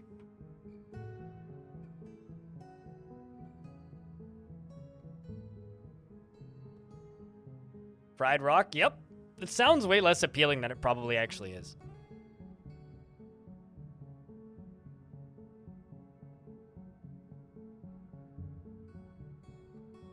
It'd be like a 400-pound thigh? Yeah, it's like a small car.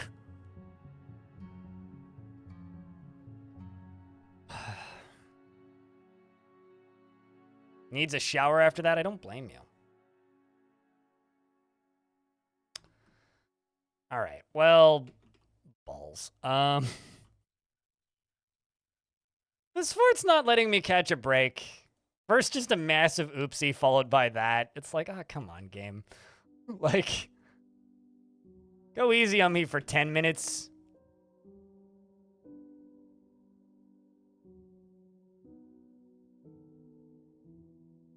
Holy shit, that thing had a lot of meat.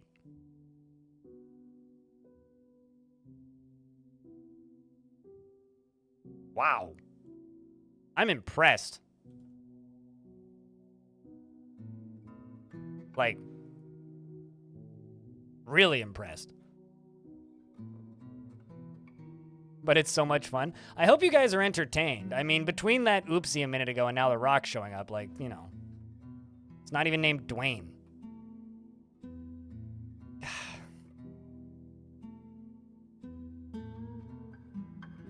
I really don't have an easy way of draining these, which is like, although it, they are linked up to the pressure plates already.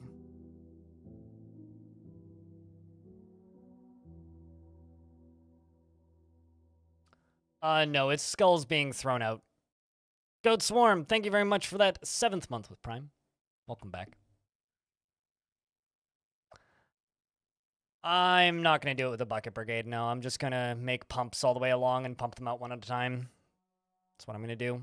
I really hate using buckets for things like this. It takes so fucking long. And then I would have to channel at the top. So no, I'm just going to make a pump. Pump it out. Move it up one, make a pump, pump it out, move it up one, make a pump, pump it out, move it up one, etc. all the way across. So no, I'm not going to use a Bucket Brigade. Absolutely not. Channeling might be quicker. Yeah, but significantly more dangerous. I mean, I guess we could do that.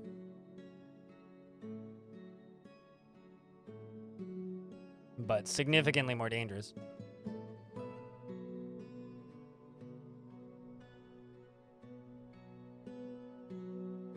Yeah, but what part of I have very limited numbers of picks have you not comprehended yet?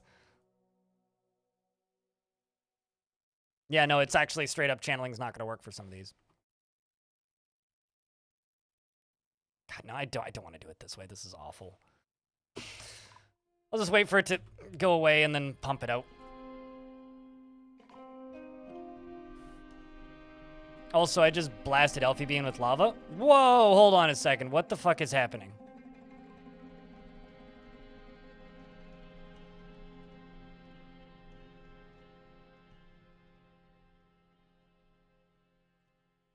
Did... Oh, I see.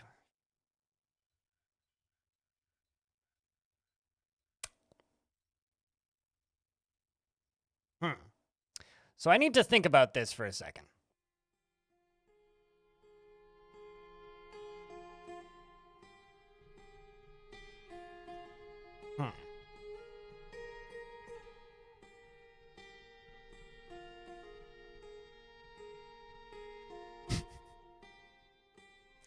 So while clicking, I somehow managed to set a deconstruct order for all of this. Somehow. Yeah. And then one layer collapsed.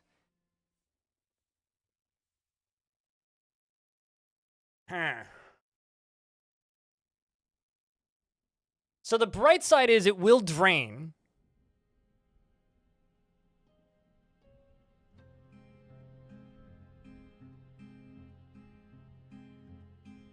The bad part is it's going to drain very slowly. So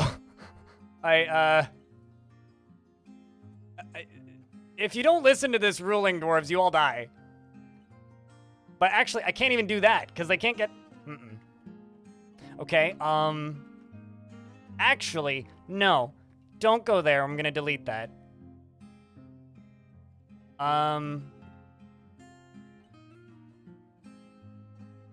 Go here.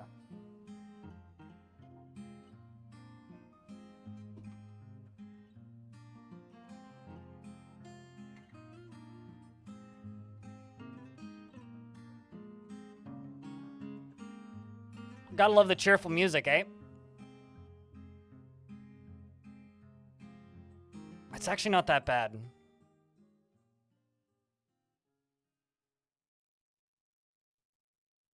Okay, well, this is gonna seal up here. Kid, you might want to leave. Okay, I'm just gonna lock the doors. That's your death sentence. That's your death sentence. You chose that.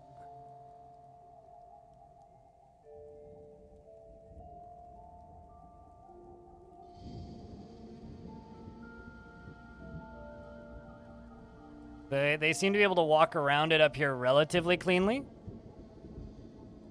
No, all the ores are gonna cease to exist. We're not gonna have any ores left. Just period. They're all gonna go away. Because ores are not lava safe. That's not how that works. Okay, just checking.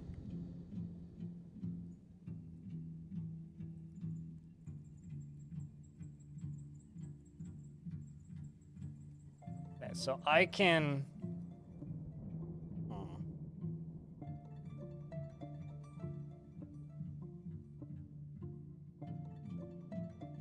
dig a hole right here so we can get out.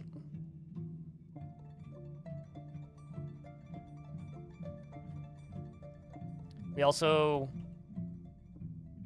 can pull this lever.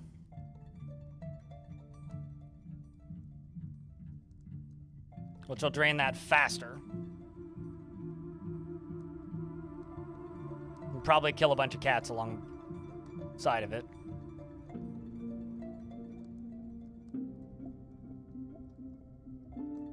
Suddenly everything crumbles. I mean, misclicks go a long way to destroy your fort real fast. Oh, you're a ghost. It's like, why are you standing there? Because you're a ghost. All right, kiddo, you gotta leave. Okay, so what we gotta do is I need a side door. A temporary side door.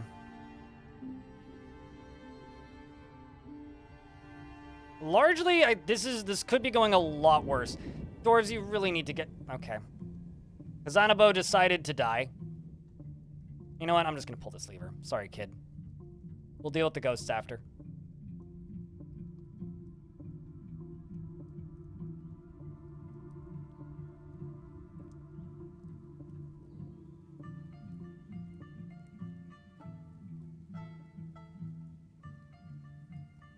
Honestly, I was expecting this to be a billion times worse.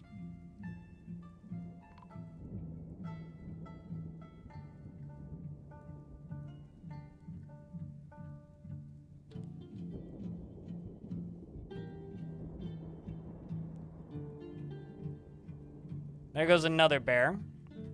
Let's try and save the bears.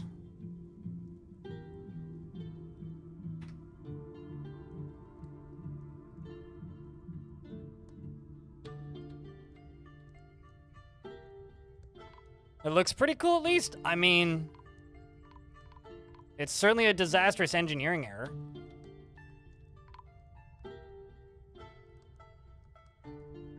I'm surprised the frame rate's as good as it is. You stepped away for a second? I accidentally caved a portion of my ceiling in, and, it punched a hole through this room, and this room. Which is fine. I mean, like, our moat's getting deeper. I mean, like, you know, not the worst thing that could happen.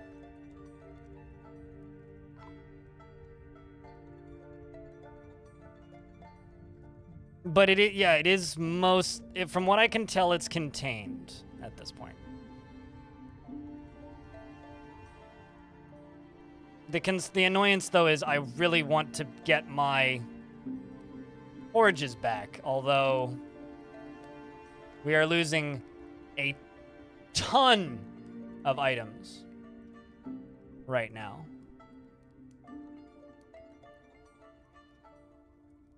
Yes, because this door got opened somehow, so yes, it is leaking into here.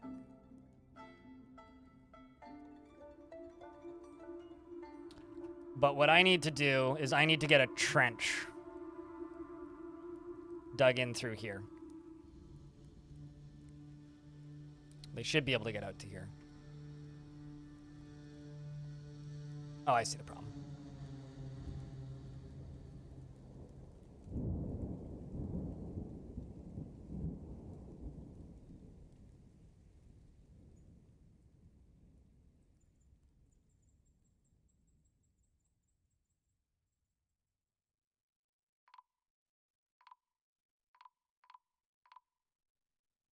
This is fun. This is almost like some boat murdered shit.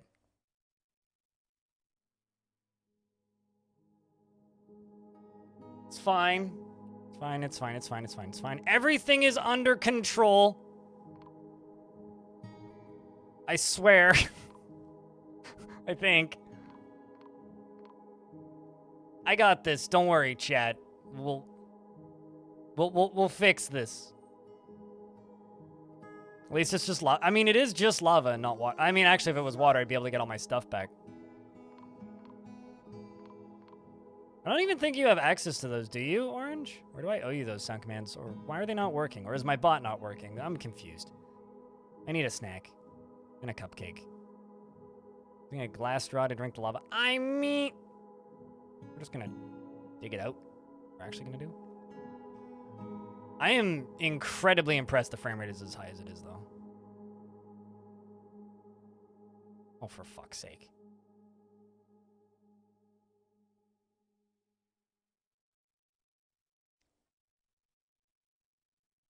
Oh, for fuck's sake.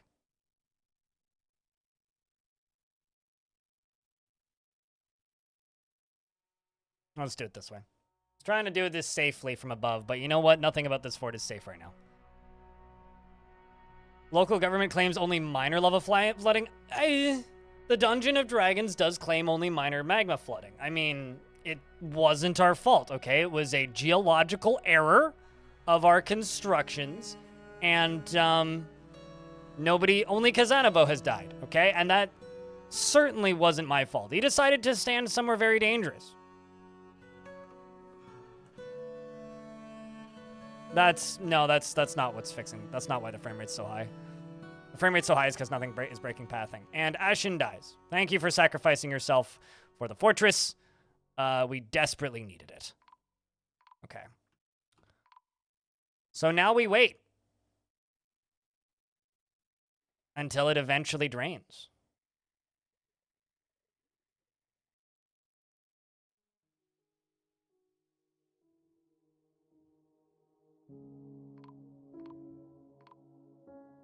This was, oopsie of the week, I suppose.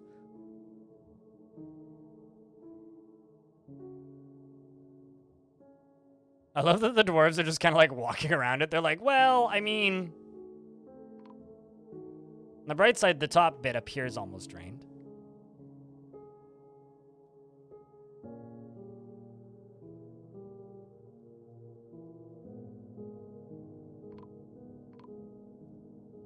Beware, floor hot. Yes. Today I learned pearl ash must be magma safe.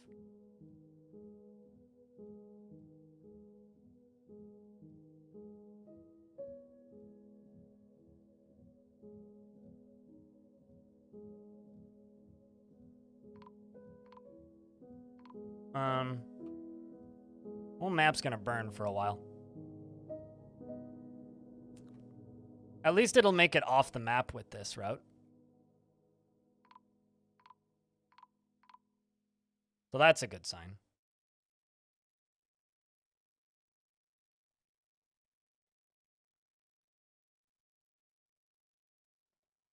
I mean, it's going to take 10,000 years, but we'll get there. Okay, so this can just be closed. I think we can use the front door again in a minute. I was very tempted to just save scum this, but frankly, I think this is more fun.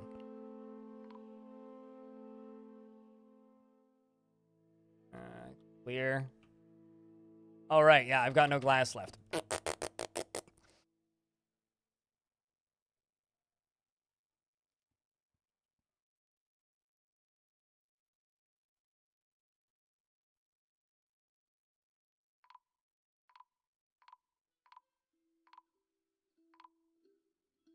Holy lag.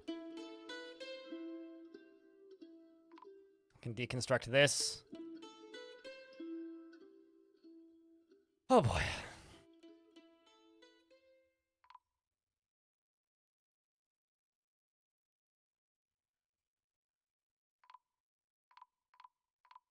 Seems like Panda survived this, and is probably quite disappointed with our dwarven antics. If I had to imagine. I mean, I would be quite I'm quite disappointed. Watch now as another rock comes.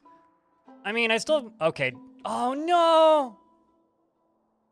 Oh, no, we lost one of my favorite dwarves. Darius Cardron. God damn it. We lost the captain of the guard. Ah, fuck. I'll give it to, Spice.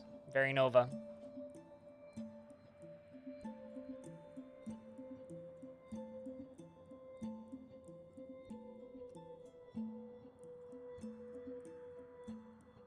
Darius was, like, literally one of my favorite dwarves, the captain of the guard. Fit the job perfectly.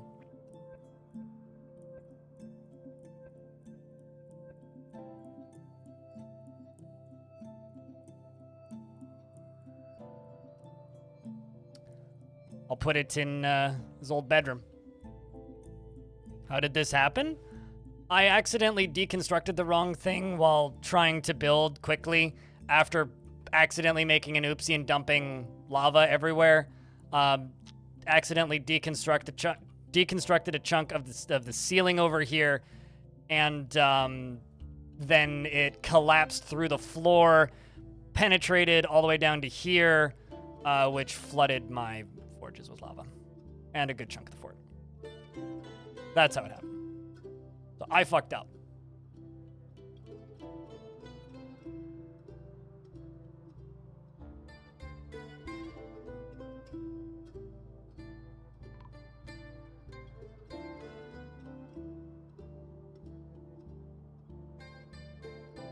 It's sad days in Bouldersgate.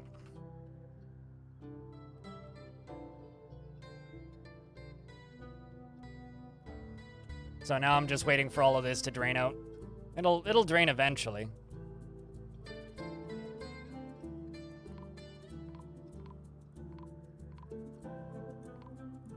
And now everything's burning. Mostly on this side. Scorched earth. Yeah, I mean, I think Habitual in chat has the right idea, which is just post beers because I went out. To our fallen dwarves. Will the elves blame you for that? Nope. Because you're not technically chopping them down. The elves only blame you if you're chopping things down. Everybody always assumes that they blame you for it, but no, they don't. They only blame you for it if you're chopping things down. Okay, so Indy and Irvad.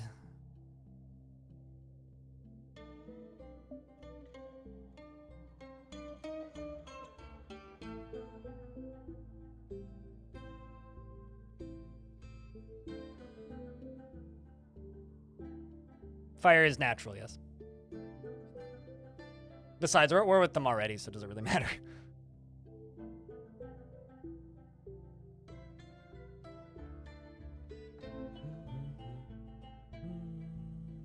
Yeah, lava emote's a good one to use right now.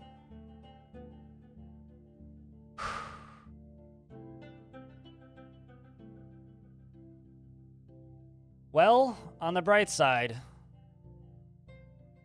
we will recover. We will recover.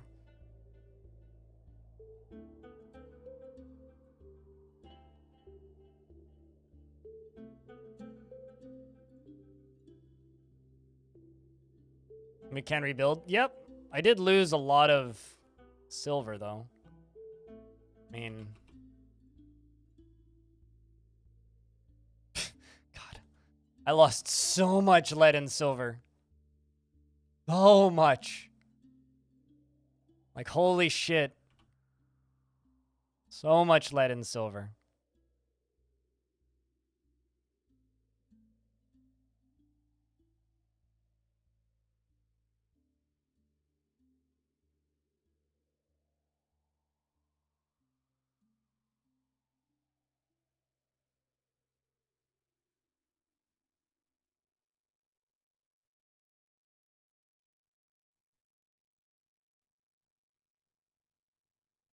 Yep.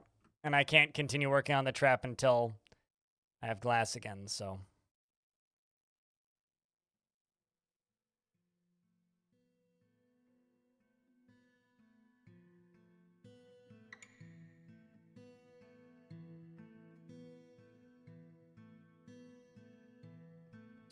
right, something I'm going to do.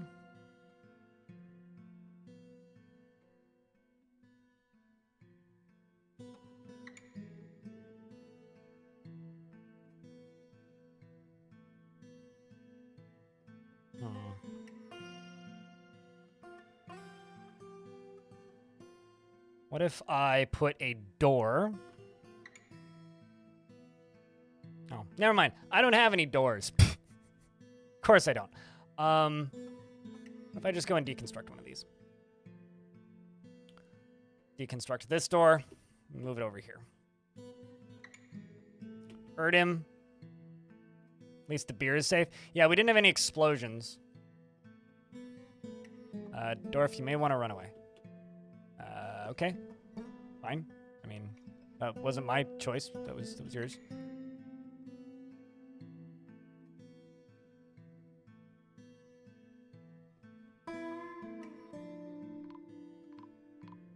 Dwarves need a fear of lava, because currently they don't have one. If alcohol barrels, kid, now's not a good. It's not a good place to play. Not a good place to play. If lava touches alcohol barrels, yes, they explode.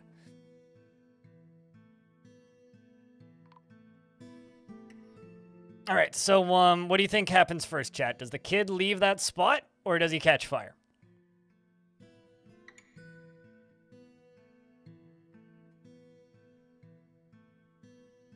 I think he leaves. I don't think it's going to make it to him.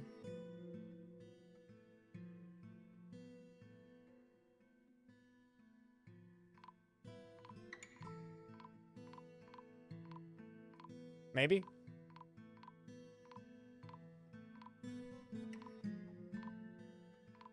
Beta boy, thank you very much for the 7th month. Welcome back.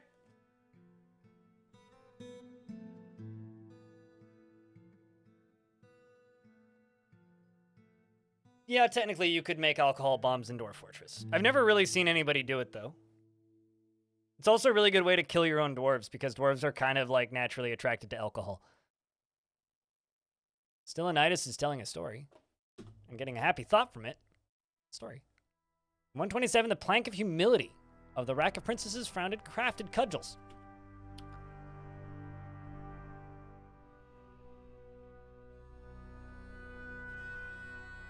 It is flowing pretty far.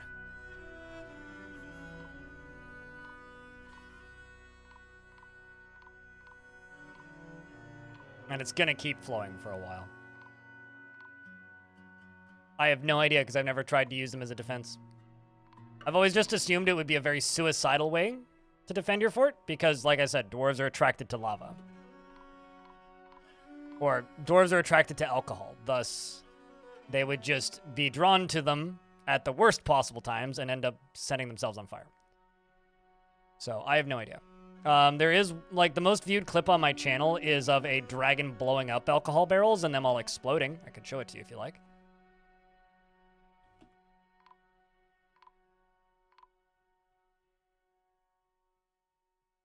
But personally, I doubt it. I mean, I think lava would probably do more damage.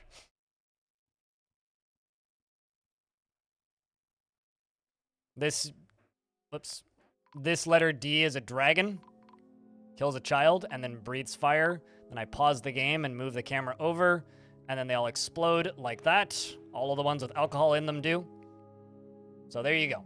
That's what they do. I couldn't tell you how much damage they do. Apparently Verinova was found dead? What is happening?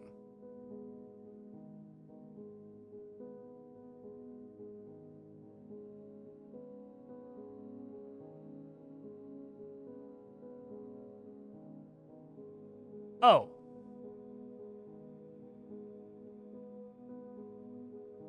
What?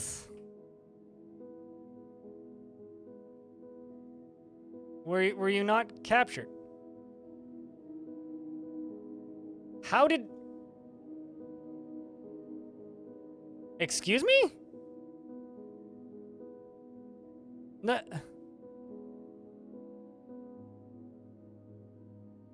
Yeah, but there's windows in the...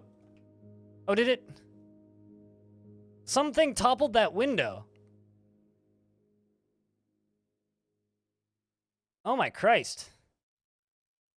Yeah, I mean, the ghost must have done it. K-Dracos, Tickers, Kenichi, Geotrack, Moldath. Bad to worse.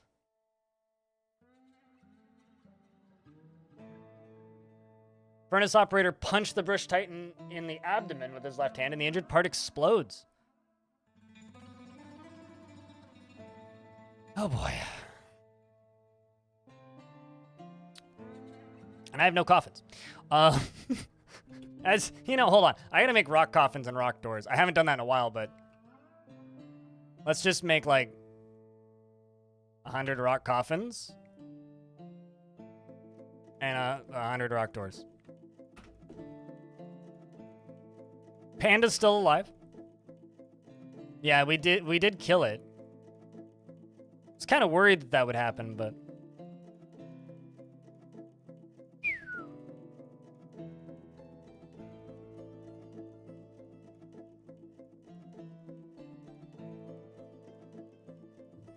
thanks, Pang is mightier. Cheers, dude.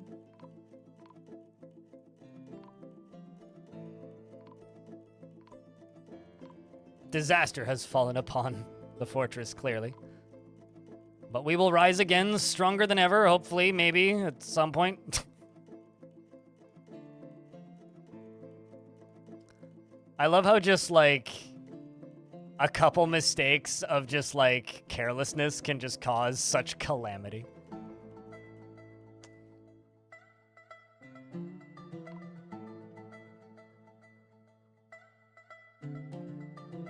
Oh, boy.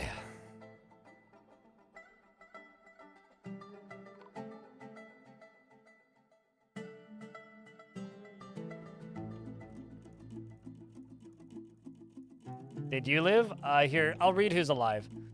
Shake Break, A Devilish Potato, AFDN, Zed, Akre, Bastet, Chucksbuck, Snuck, Emirin, Lyagushka, Nimlark, Pandasaurus Rex, Raging Cave, Raw Meat, Snail, Squirrely, the Lady Nimrin, and, or Nirian, not Nimrin, Iron Boot, and Warfu are all still alive.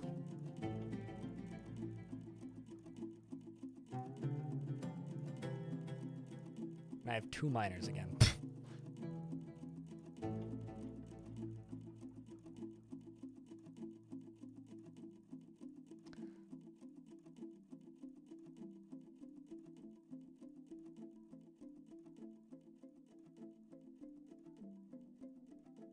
Maize beer. What a delicious beverage. Well, I mean, I can recover this. Like, it's not, I haven't lost that many dwarves. It's just kind of a matter of, you know, clearing this area out, really, and then getting all these ghosts dealt with. It's not like we can't recover this. We absolutely can.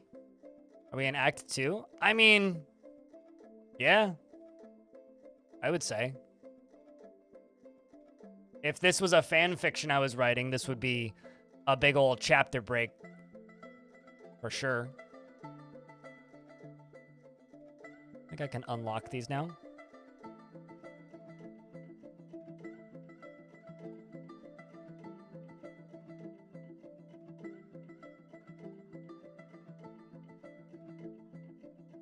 Everything is just currently a mess. Yeah, well, I mean, it's actually not that bad. Lava is self-cleaning. So that the whole lava in the front room part isn't that bad. The real concern here is just the number of dwarves that have died.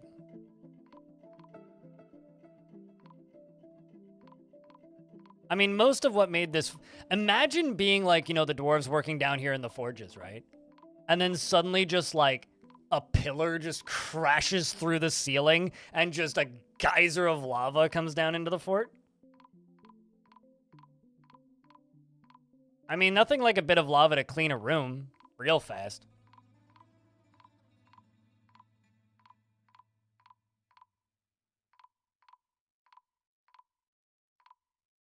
Spring cleaning. We're not quite into spring yet, but soon. I wish it would rain, though, so the trees would stop collapsing.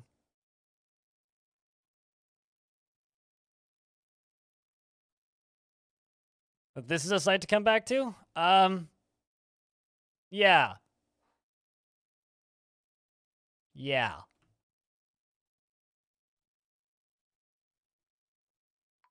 Oh, this is why we're getting more stuff caving in. Makes sense.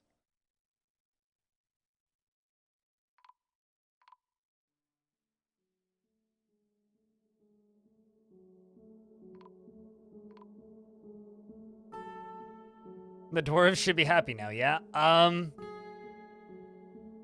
Sure. Yeah. Torp or not. Yeah, definitely. Good luck, blind. Mandatory overtime day. That should be illegal. The hell? But have a good mandatory overtime shift.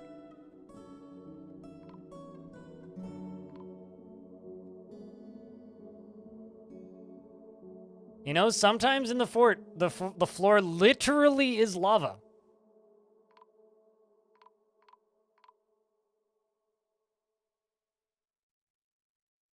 And this is one of those instances.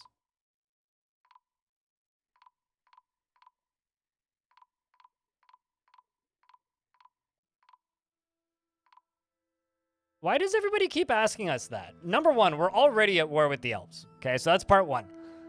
Part one, elves are already mad at us, and were mad at us before I even started this fort because my faction was at war with them already. Part one. Part two, burning trees does not piss off the elves. Okay? No, they get dead by lava mist. Burning trees does not piss off the elves. Chopping down trees pisses off the elves. That make sense? So no, they don't actually give a shit about us burning down the forests. But we're already at war with them, so it doesn't actually change anything. No. Salty. Collapsing trees, which is the only thing you can do with fire, doesn't render wood. It renders it collapse, so the tree just falls into pieces and nothing. You literally the only way to chop down trees is with an axe. And that is how you piss off the elves, is with an axe. Otherwise, they don't really care.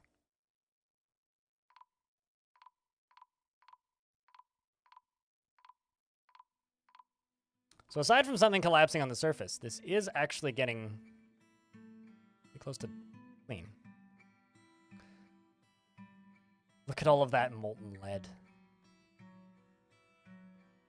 Look at all of that lead. Oh my god.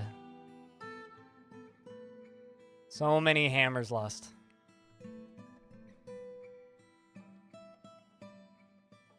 I know that one dwarf is stuck in a room. It's fine.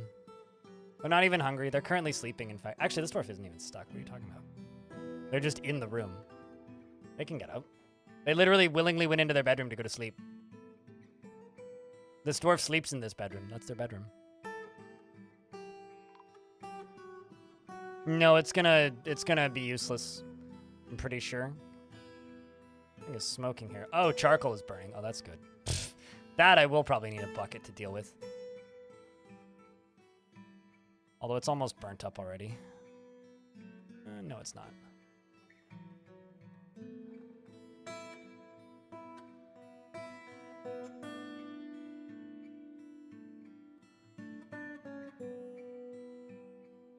Yeah, it's not usable. They clean them up, I think. Like, literally, they just, like, clean it like any other dirt thing.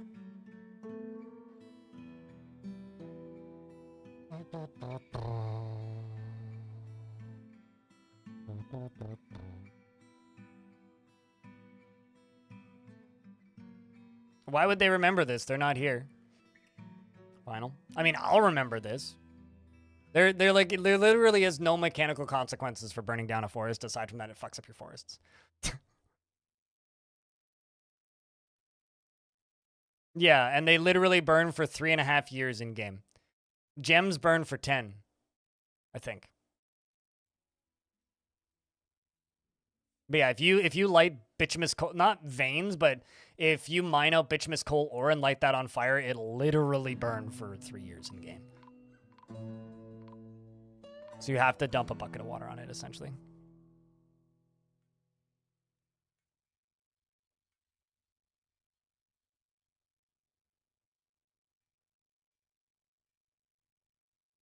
Can molten lead be tracked places? I've never seen that. It's a cool detail until you have to deal with it, and then it's a really annoying detail. But yeah, no, it is a cool detail. I do agree with that.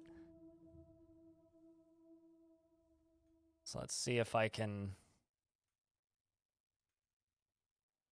dump a bucket of water on this and shut this off.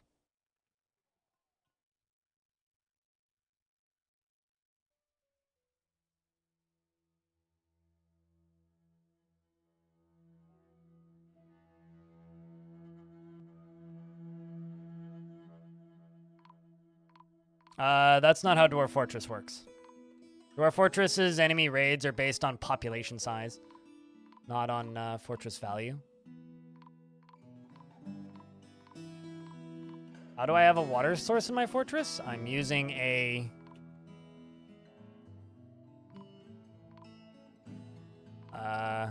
the creek that's close by.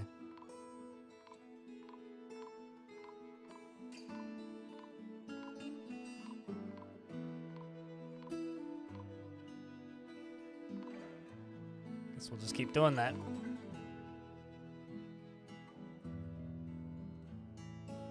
After the lava and fighting, I didn't count before, but tons. I mean, look, we're not exactly short on bears.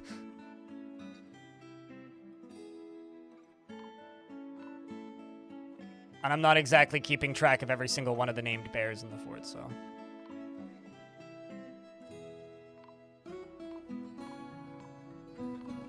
Okay, these ones need to not be put in here because they're not strays. Just the stray war grizzlies that go in here.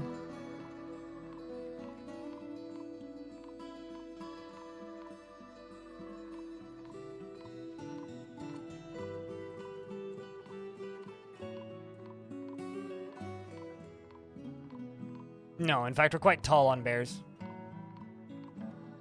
Hey, World of Dwarf Fort, if you could please rain, that would stop all of these from happening.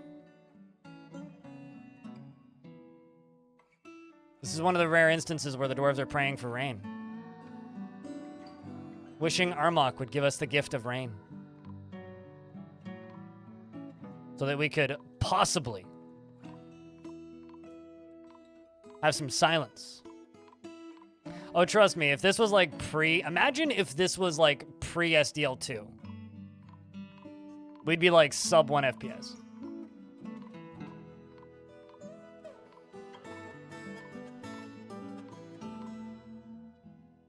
I mean, yeah, we kind of did start a pretty big...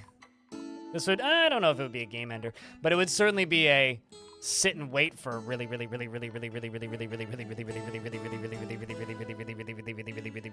long time. I mean, I got about a 100% frame rate increase. So it would have gone down to about a frame or two per minute there just now when it went down to like 6. But now it would be at about 4 or 5 FPS if I were to bet. Maybe 5 to 10. Instead of what we're currently sitting at, which is, you know, reasonable.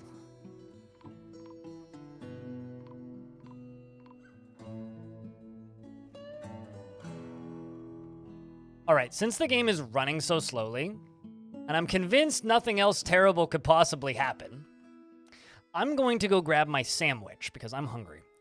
I will be back in like 90 seconds, okay? Okay? Famous last words? I mean... Would you like me to pause it? Chat, should I pause? Yes or no?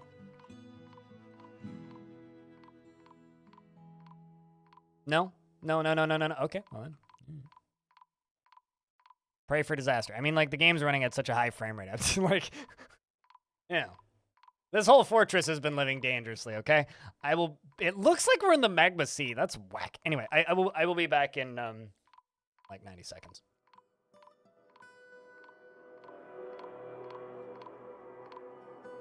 Now is also a good time to use sound commands to entertain the chat, and if I could get a round of beers, that'd be rad.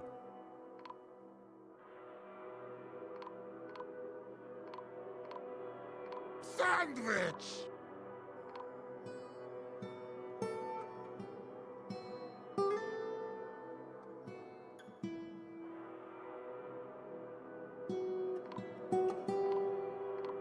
Cheese for everyone!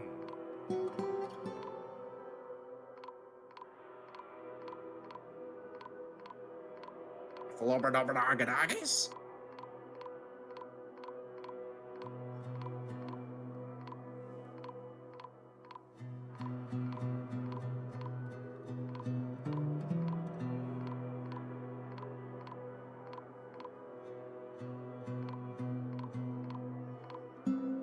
Let's take a lovely fruit, the tomato. Remove everything that's good from it, the seeds, the vitamins, the nutrients, everything that's good about it, and just jam it full of shit, garbage, shit sugar, and put it in a shit bottle that sounds like shit when you put it on your shit. It's shit! Stop eating ketchup!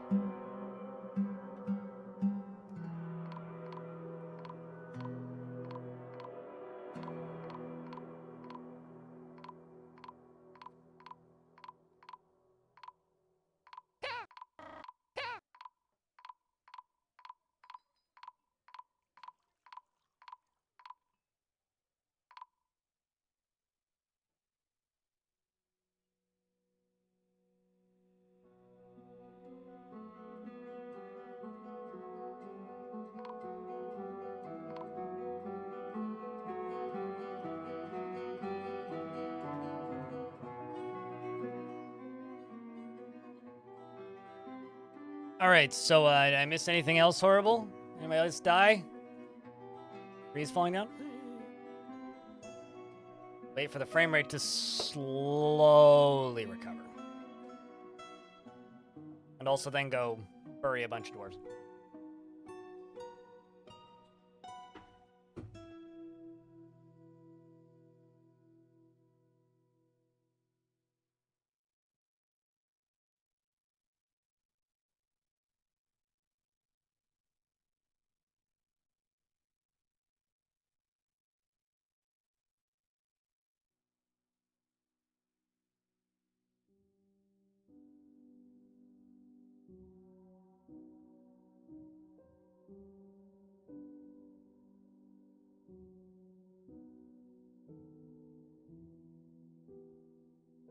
All right.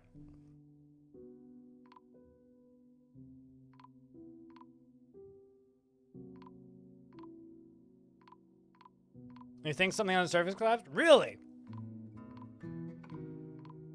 What made you suspect that?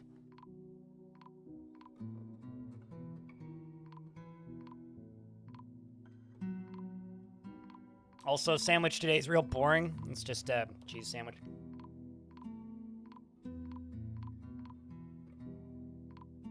Kind of slept in today, so I didn't really have time to do anything super interesting.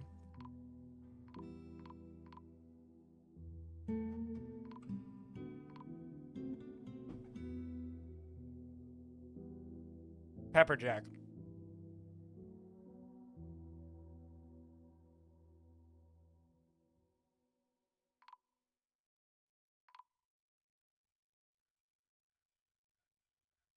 God damn it.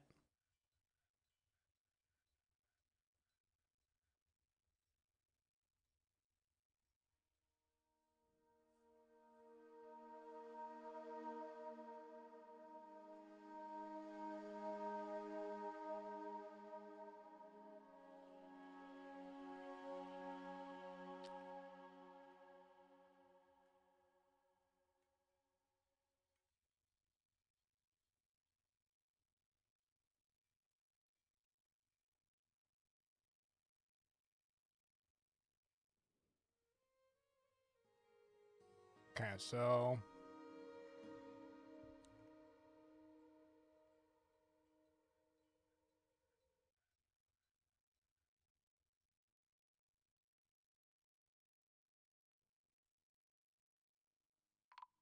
gonna say, was it not selected? I'm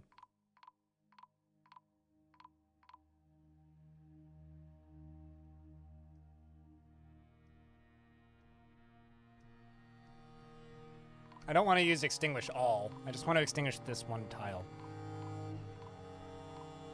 Let's try hovering the mouse over this thing.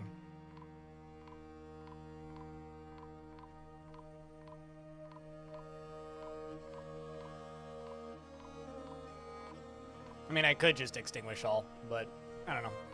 We'll wait. We'll make it work. Chat, what did you eat for lunch? Me and this plain cheese sandwich. Probably more interesting than my lunch.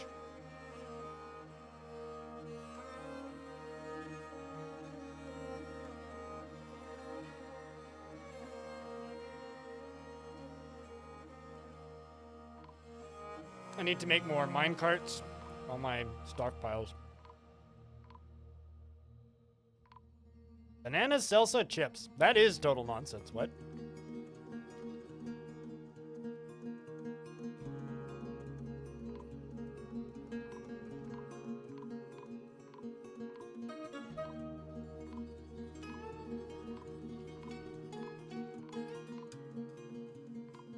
So you had some pastrami with pastrami?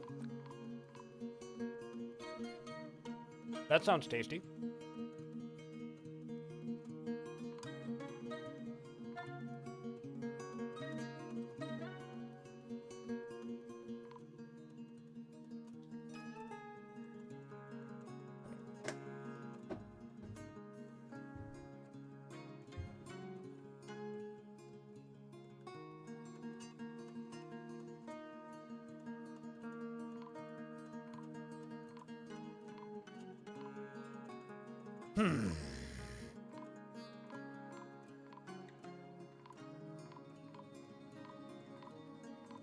Chat, would you fault me for using extinguish all? It'll just put out all fires that are currently on the map.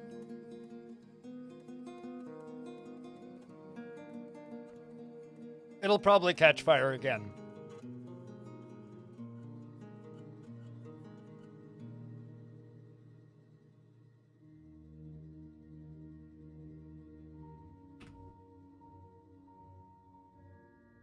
Which should... There you go. Okay. So that will considerably speed up the frame rate for a little bit there. Until it inevitably catches fire again. Yay, it rained! Anyway. So, I'm going to make wooden minecart. I mean, it'll catch fire again. It's still got a lot to drain, right? So I will be kind of surprised if that doesn't happen again. So, but now we have 45 FPS instead of, you know, what we had a minute ago. And dwarves don't have to get annoyed about choking on smoke constantly. Okay, so we're gonna do that. Place this, which should just use that block.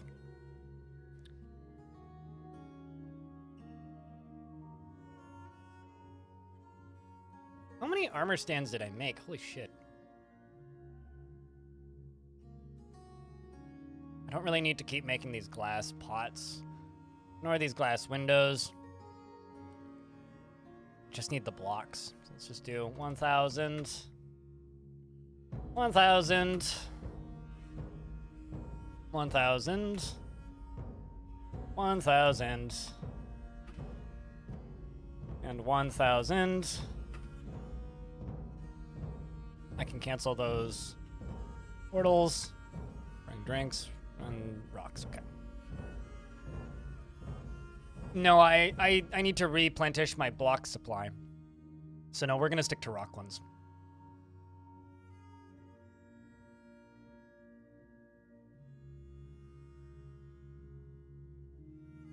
That currently is my priority.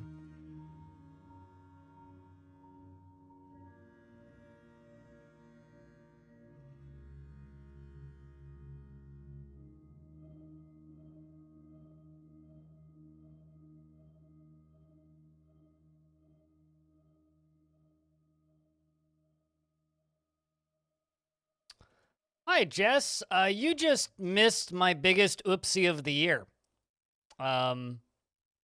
We accidentally lava everywhere in my fort. Well, not everywhere, just in a lot of places. And then ghosts got out, and then they let a monster that I had trapped up here out, who then killed a bunch more dwarves. Yeah. It was great. How's your day been? Alistair, JSOG, Flamethrower, Cilantro, Blue Squid, Jess, George, hi. The floor was literally lava, yes. We've had multiple forest fires, and I'm trying to drain my moat out the front. Because my moat's now far too full. Basically what happened was I was creating a maniacal death machine up here, and accidentally got them to deconstruct a bunch of stuff over here, which dropped a piece of floor through here, down into here, which drained this entire reservoir of lava into my fort. So yeah, that's what happened. You were a grumpy butt yesterday? Oh, I understand. I'm generally a grumpy butt. Whatever that means.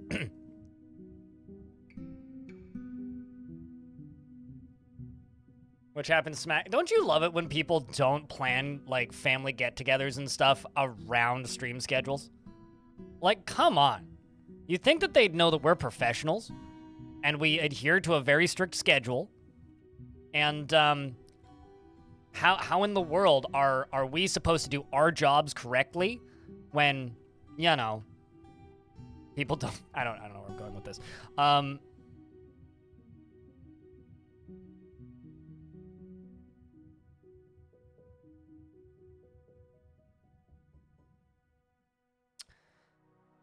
guess...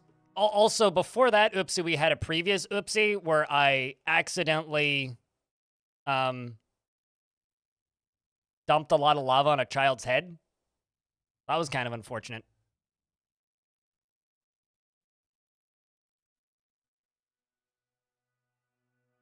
At least the power's still running.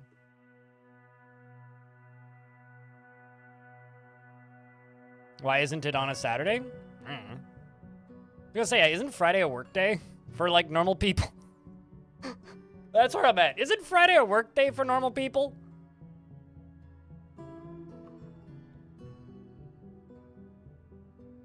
But also, Jess, thank you very much for the raid. You may or may not live for very long, but, Jess is a mason. She has an incredibly calm demeanor, is as avaricious as they come, obsessed with acquiring wealth, almost never feels discouraged, and is probably going to die while I'm watching her walk across the thing for comedic effect. She avaricious as they come, obsessed with acquiring wealth, and almost never feels discouraged. She is rarely happy or enthusiastic, and she is conflicted by this as she values parties and merrymaking in the abstract. She tends to avoid crowds and tends to share her own experiences and thoughts with others, and she doesn't mind wearing something special now and again. She can handle stress, and she is very humble. She needs alcohol to get through the working day and does not mind being outdoors at least for a time and doesn't really care about anything anymore. She dreams of mastering a skill and personally sees romance as one of the highest ideals and has the highest regard for loyalty and sees those that attempt to maintain dignified and proper behavior as vain and offensive, holds shrewd and crafty individuals in the lowest esteem, and believes that those who sacrifice for others should be deeply respected and is put off by family, and does not care about friendship. She likes brimstone, bismuth, bronze, and honey yellow beryl, oak wood, and knuckleworm tooth. I hate knuckleworms. Short swords and animal traps and mules for their stubbornness, in the words of the Umber Skirts, and when possible prefers to consume blackberry wine and absolutely hates rats. She has an incredible muscle stretched over a broad body, her very long hair is braided, her extraordinarily broad ears are splayed out, and her wide-set, narrow bronze eyes have very thin irises. She has a high voice, and her nose is narrow, and her hair is gold, and her skin is a crew, and her upper leg bears a very short, straight scar, and she's not married in this universe.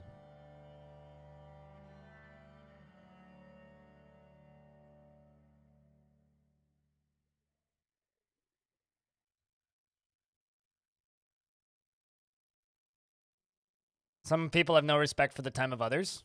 Yeah, those are people I choose to generally not hang out with. Because, well, I don't have time to hang out with you, so...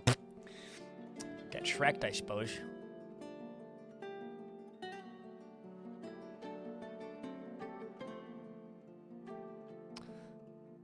I'm gonna make a cloth bag.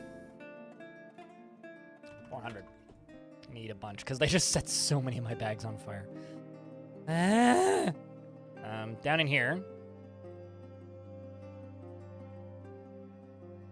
I might just make another glass furnace.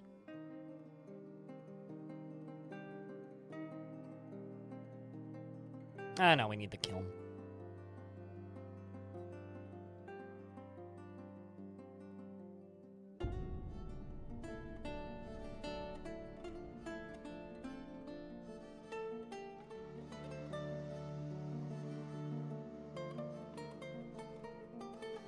Now he's in high school. That's how I feel about some of my cousins. Like, man, I haven't seen you in like a billion years. Also, what if I really don't want to see?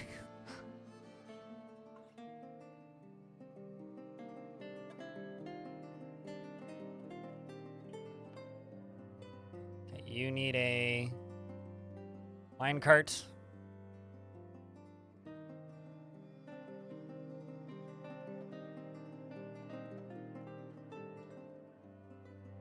I beg your pardon?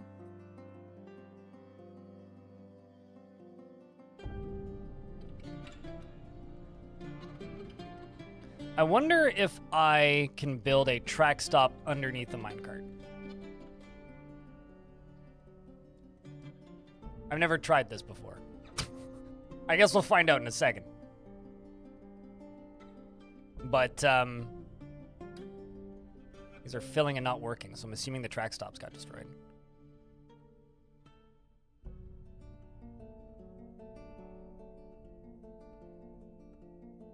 Okay, so they can do it. Okay. Good to know. Because, yeah, there's no track stop there, so... This goes this way.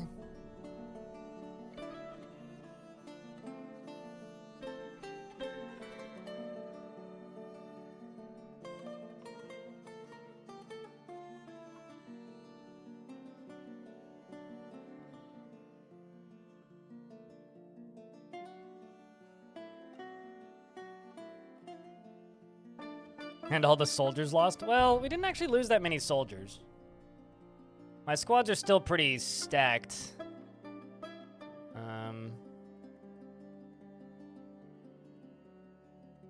Yeah, I would say my squads are still pretty stacked, all things considered. I do need to get them training again, though. There we go. Now this is working.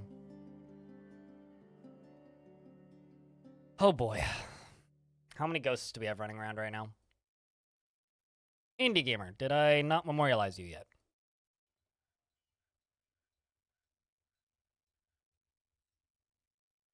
Thought I did. Suppose I didn't.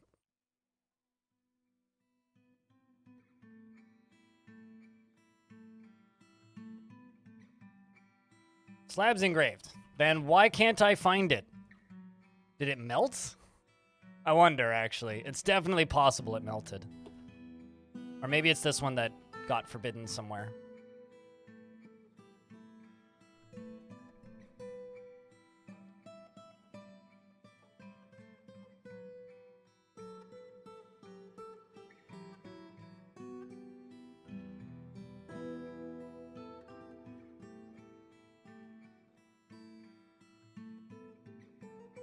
Ten more tombs. All these going to dwarves. Are named. Mostly. Alright.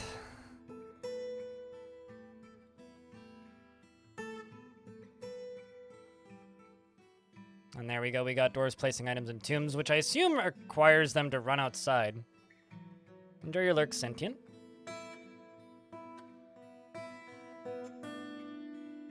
Oh boy. This lower layer is finally starting to drain. But it's going to drain all the way down to here, which is actually better. It's going to take forever, but... Finally put Indie Gamer to rest.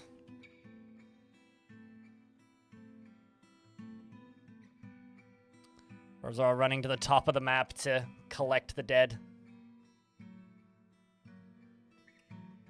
Never not time to lurk? That's not true. Plenty of people are not lurking right now, right, chat? And then chat says nothing, and the streamer goes, God damn it, chat. Yo, track. Getting buried.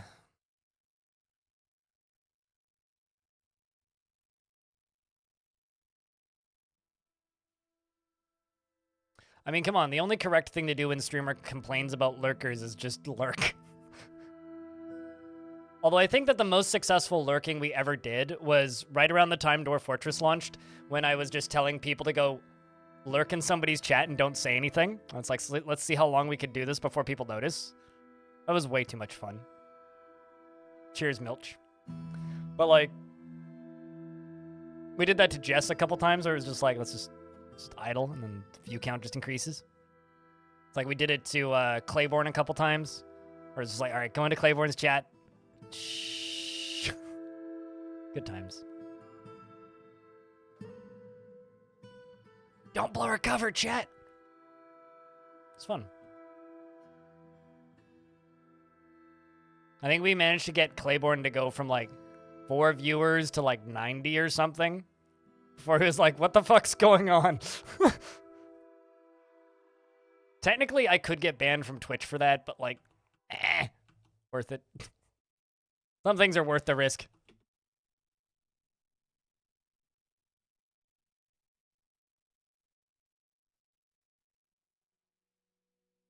Although one of my favorite memories, actually, from the launch of Dwarf Fortress was assisting Jess. Just, like, tabbing over to her stream and just restreaming it while talking on a Discord call. That was fun. I miss those days. Will probably never happen again, but it was good times. Gotta risk it for the biscuit. Yeah, tasty biscuits, too.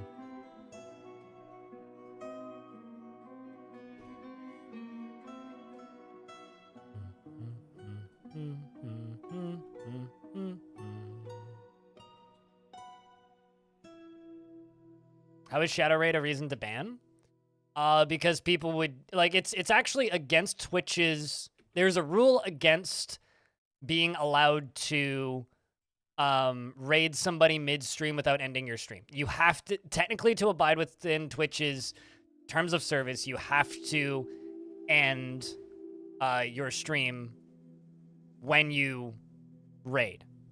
And the reason for that is people used to just sit in just chatting and go and harass people. It'd be mean. Like, everybody go in here and post kappas. It's just kind of mean. So, if you're doing it maliciously, yes, it's a reason to ban. That's a bannable offense on Twitch. And it's one of those things where it's like, more often than not, if somebody's doing that, they're doing it maliciously. That's all. Which kind of sucks, honestly.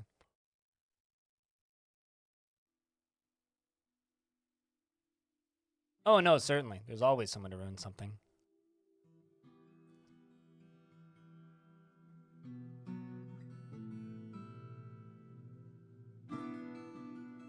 Yeah, no, we're going to be getting a lot of ghosts over the next little bit.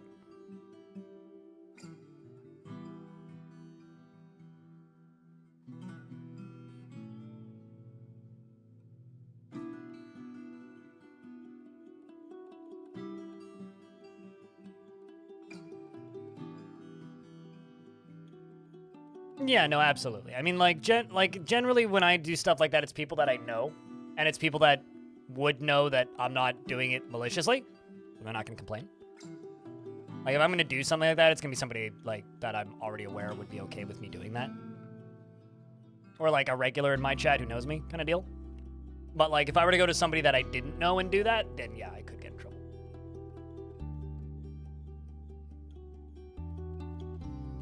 Some Todd guy, hello! How are you? We're cleaning up a magma oopsie, as you may be able to tell from up here. And I'm also in the process of building a weapon of mass...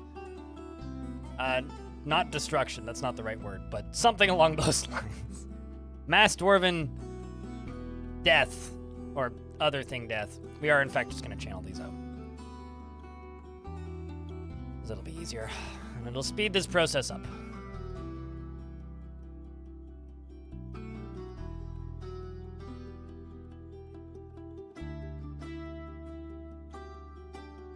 Mass conflagration, sure.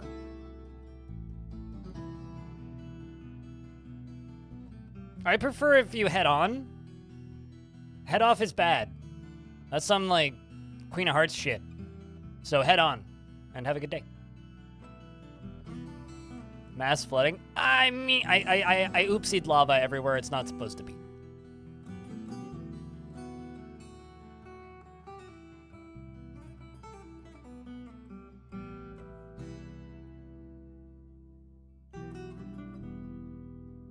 I don't know how many bars it takes to make a pick, so I'm just gonna queue up 10 picks.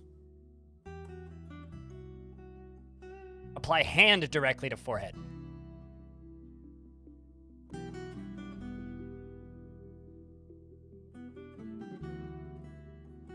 you go. Wink. Please don't step in that, you doofus. Don't do it.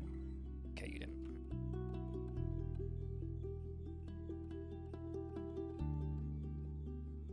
So I'm just draining these out one at a time.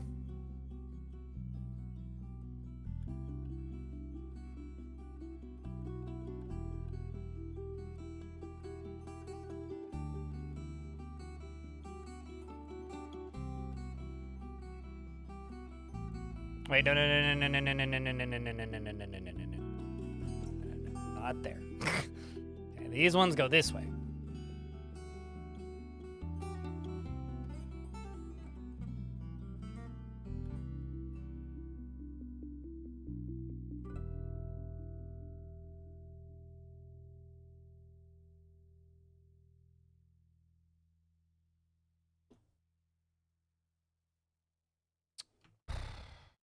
Also, I don't think I'm actually gonna keep all this glass here. We're gonna move this. We're gonna use a different material for this.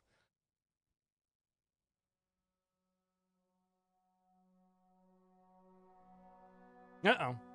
Got 2 ghosts. Let's go. Okay, we got Imush, I think, already. IMUSH. 2 slabs. I've engraved 2 slabs. Okay, so long. So long. Farewell. Auf Wiedersehen, good Dwarf.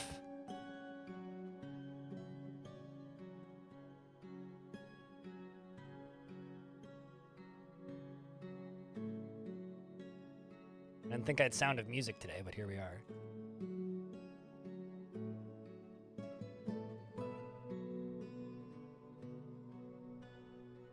Oh boy. I'm glad this fort got to be interesting, though. I was kind of worried this fort was a little on the dull side, but it certainly seems to have recovered that issue.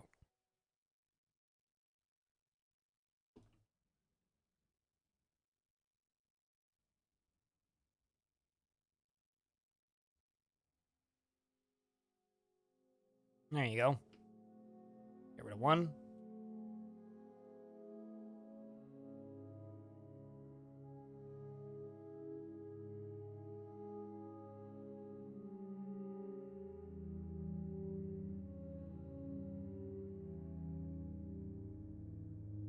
That is actually, you know, the thing that I missed the most about December when the numbers were was way higher isn't like the money. The money was nice.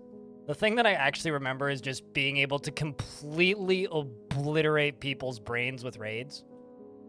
I miss that so badly. I want to be able to do that again. Shit was fun.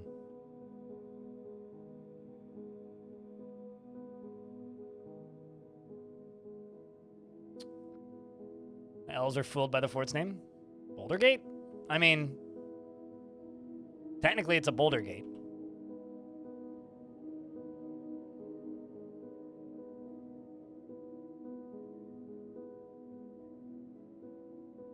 Mm-hmm.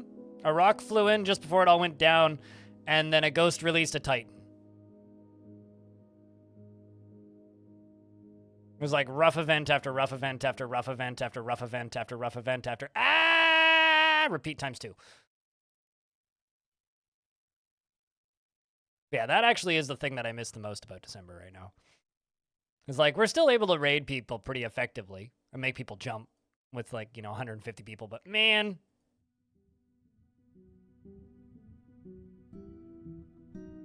I miss raiding people with 1,000 people. Any advice on how to find an aquifer on a mountaintop? Go to... No, not really. I mean, I'd have to look at it, but they're usually in dirt, so you have to dig around in dirt. If you're digging around in other materials, you're not really going to find it very quickly. Are we really out?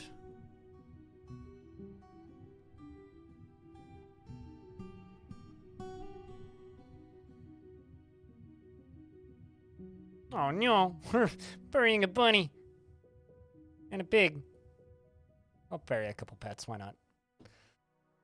Or at least give them tombs.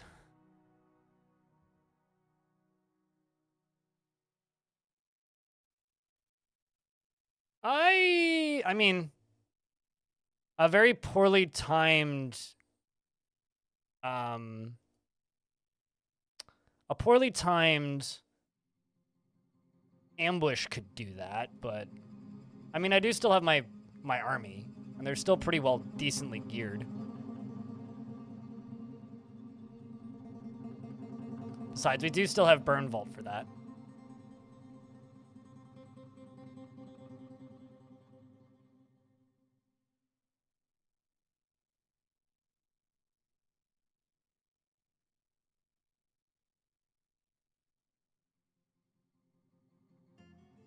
Also, just gotta say, shoutouts to the person who's watching through all of Long Death, named Bark Dog, who puts bookmarks down on each episode, and then the number of miles that they've walked while listening to it. They're literally listening to Long Death as they're walking, or running, or getting into shape.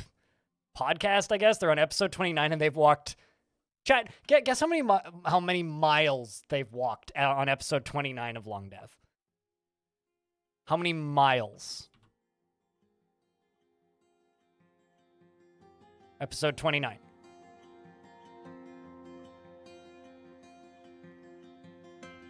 Some of you are close.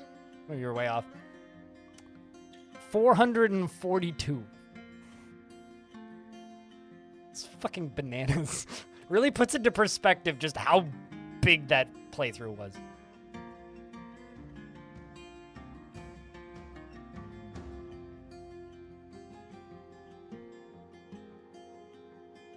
$500 miles soon, 500 more, because I would walk 500 miles and then I'd walk 500 more.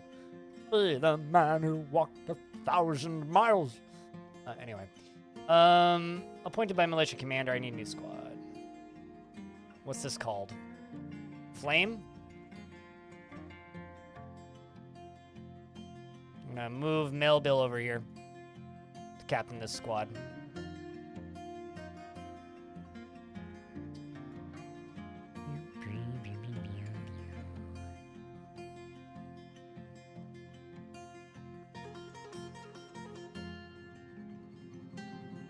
Say it again with less attitude.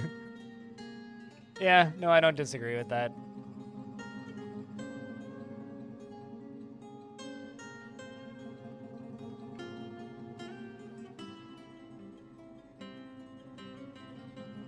Like, game, are you mocking me? I feel it about it sometimes.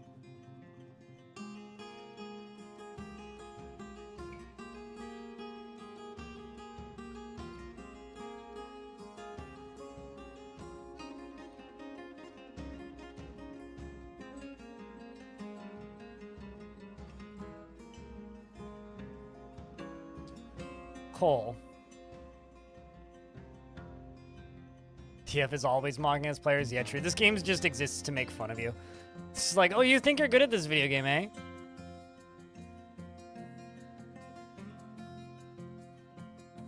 Hold on a second. Am I seeing this correctly? 'Cause in this microwave, I just got a bunch of dwarves that are members of the Frilly Wheels.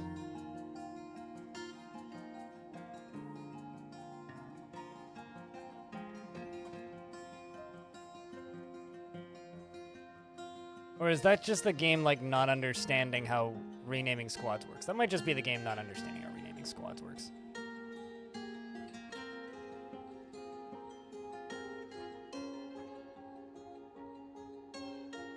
Yeah, that's just the game not understanding how renaming squads works. Okay, fair enough.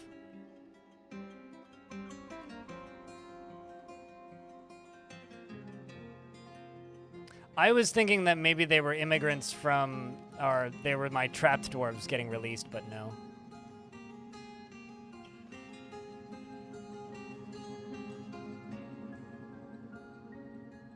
Which is truly a shame.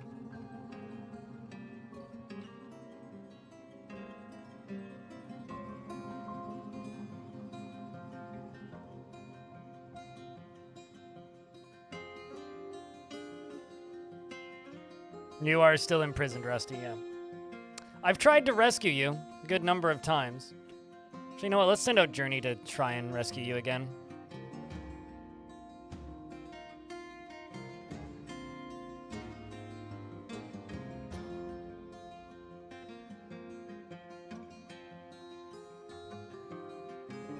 Rescuing is weird because you literally need to, like, from what I can tell, completely annihilate the rest of the faction.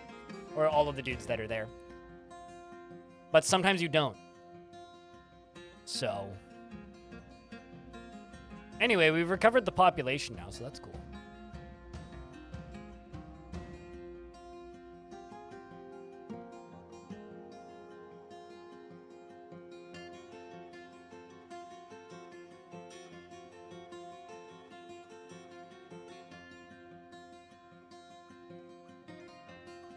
You've never got anyone back? I have. But it just seems to be extremely unlikely. It's one of those things where I think, like, the way that you should actually do that is, like, retire the fortress, go into adventure mode, go get the dwarves, and then go back into fortress mode. Kind of seems like the way the game wants you to do it. After playing this game for a very long time, that certainly seems to be the way the game wants you to do it.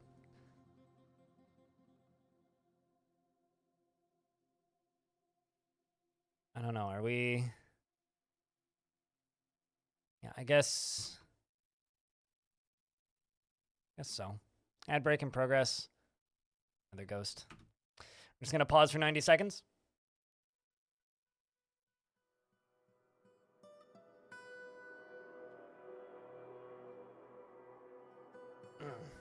Gosh. Oi, sitting up.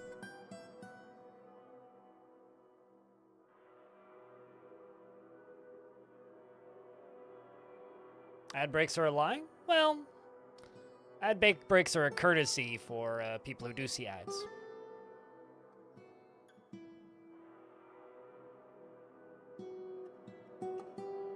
Although, for whatever it's worth, we're finally getting to that time of year where ad breaks are starting to pay better again. It takes a long time, apparently, but we're getting there.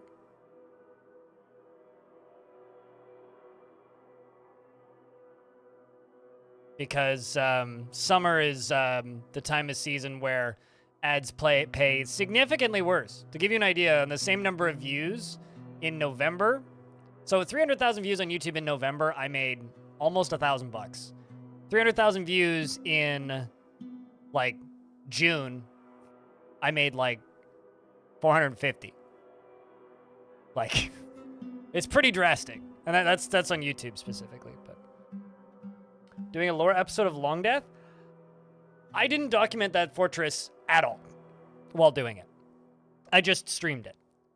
So in order for me to do that, I would literally need to rewatch all of Long Death, which I have not enough hours in my day to do. So I do not plan on doing that. Unless somebody else wants to go through and watch the whole thing and document every single major event and write stories about them, that'll never happen. It's just not feasible. There aren't enough hours in the day. So no, it is an archive if people want to watch through it, and that is the way it's going to stay.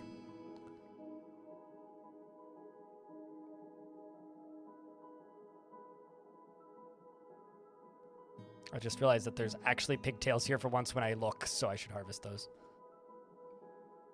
Just quiz the walking guy? I don't know. I'm not going to do that, no.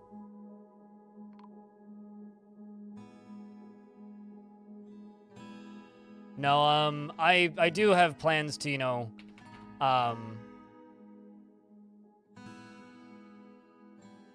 do have plans to, like, do, boat murdered and stuff.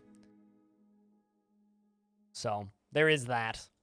And also, there's plenty of other pretty well-known and lesser-known stories. Didn't I just make a slab for Iden's Ghost? I mean, if I end up with 2 again, I end up with 2 again. Well, probably. Doesn't look like it. It didn't say there was a slab engraved. Imush, yeah. I don't know. I don't think Iden. I made 2 for Imush. Yeah, no. There's no slab yet.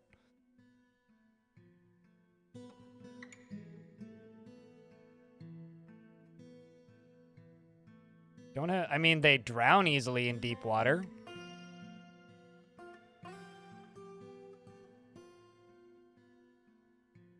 I don't know if they necessarily have a fear of it, but they certainly drown easily in it.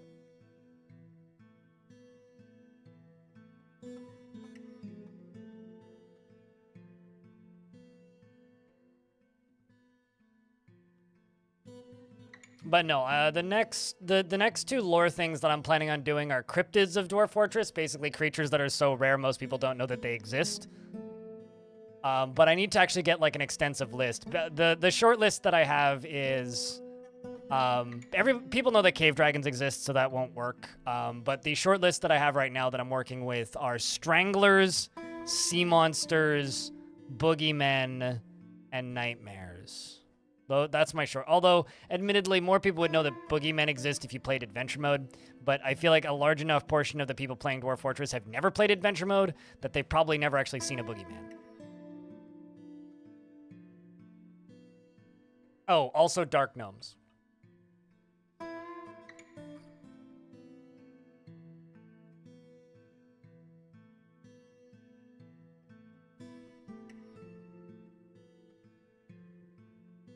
Nightmares are procedurally generated fanciful night creatures summoned by necromancers and demons who fight in battle. Larger than your standard humanoids, but smaller than forgotten beasts. They are short-lived, neutral creatures with no fear. So...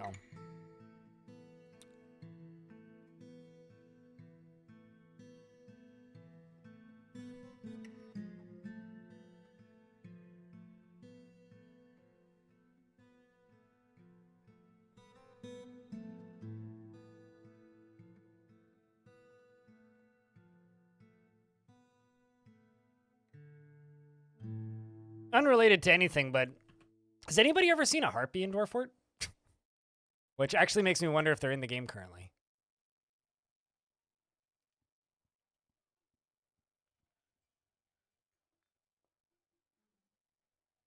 Because I don't think I've ever seen a harpy.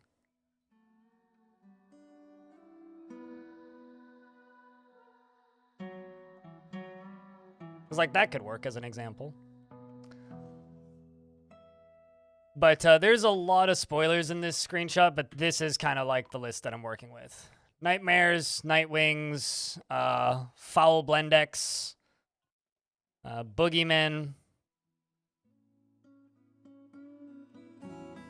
Maybe even mer people, I don't know, because I've never seen a mer person.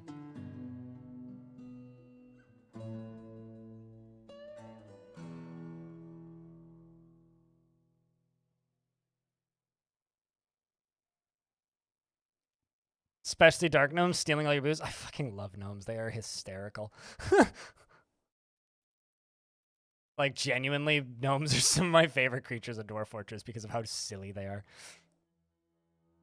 Yeah, no, very biome specific is basically the, like, what's the word?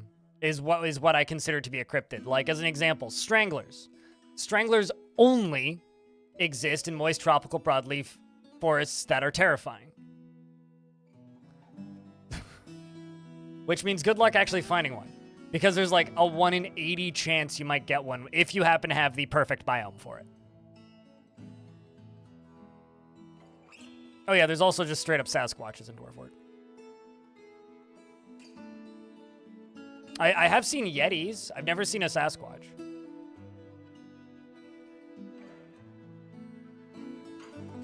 just like I've never seen a stayer.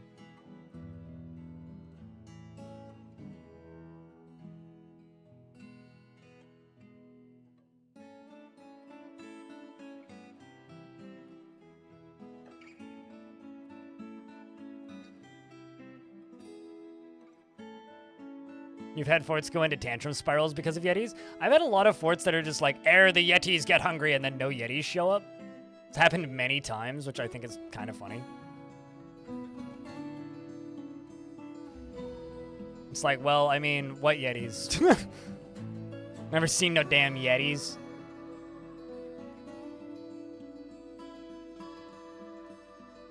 Alright, well, I guess that's all that we really need for coffins then.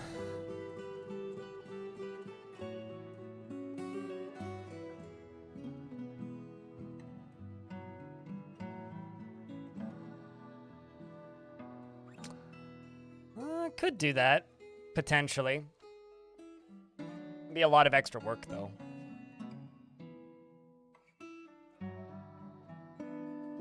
Although I know how I could do it in, like, one shot, which wouldn't be too bad. Wouldn't quite be a constant arena battle or anything, but... yeah, I don't know. I'm sure that we can make that interesting. I need to chop down more trees. The fort is starting to stabilize after my massive whoopsie-daisies. So that's good.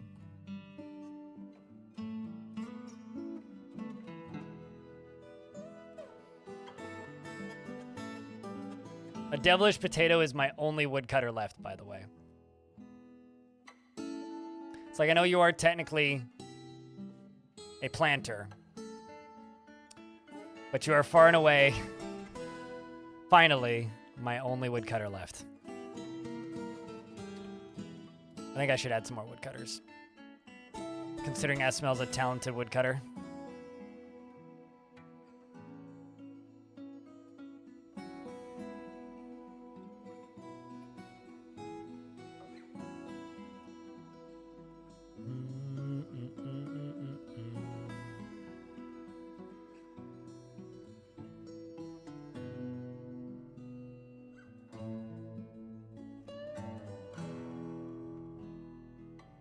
Elves mainly blame you. Yeah, it's your fault that we're at war. I mean, they always request that job. That's, like, up to Devilish, right? Devilish's request is always they want to be a woodcutter. So, then I give them woodcutting. So whenever we go to war with the elves, it's Devilish's fault. I'm a potato. What are you going to do about it? I mean, potato of the devils.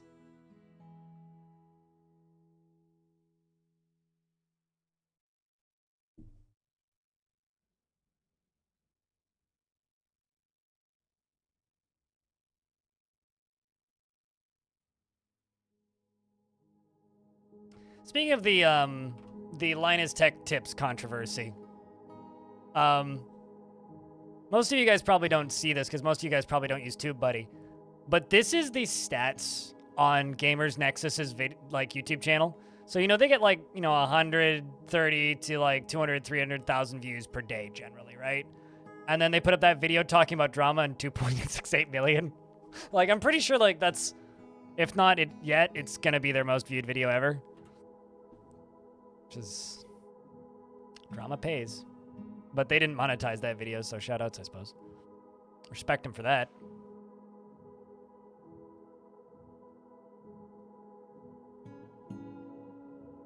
You accept your responsibility in this regard. Damn right.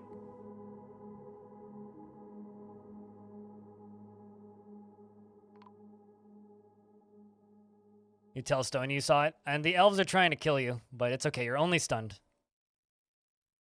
After a brief disturbance in the force, you're... Oh, yeah, that billy goat finally starved to death. Good riddance. Honestly, Steve at Gamers Nexus is he's the only tech YouTuber I watch these days. He's the only one who doesn't feel painfully biased every time. It's like every single other channel is like, something's...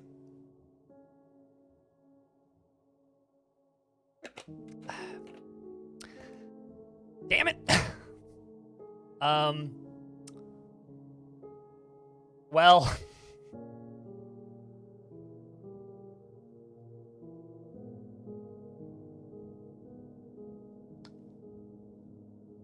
somebody clip that, please?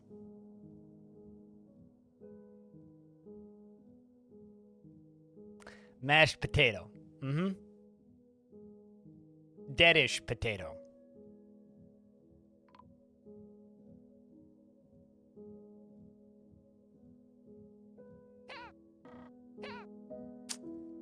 Yeah.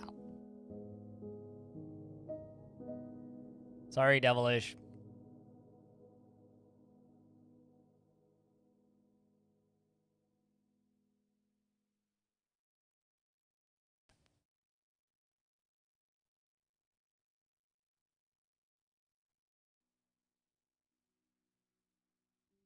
My fallen brethren. No. Where's Potato King? Sentient potatoes here. Chat, can I get some potatoes in chat to pay your respects? It's a follow emote. Script potato. How's the raid with the elves going? Good question. I think they're back already. I haven't checked. I assume they're back. My population went back up.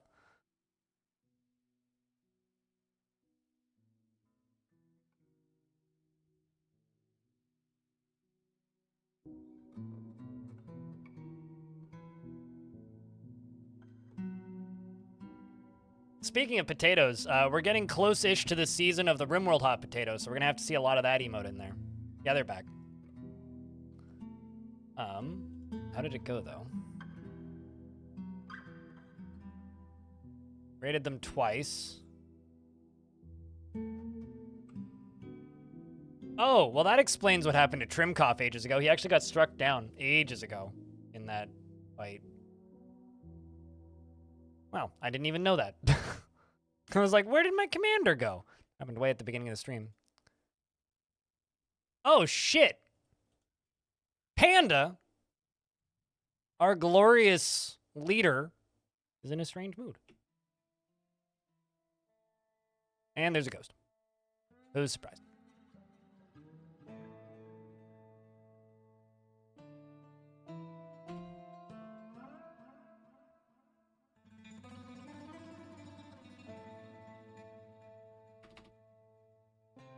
I guess I will do that. A mood from you. You didn't die. I like how I say somebody's name and they automatically assume that they're dead. Are you carrying... That's a heavy bone.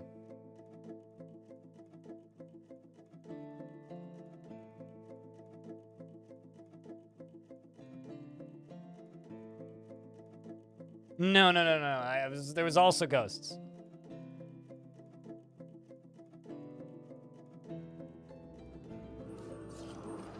Now you should be scared.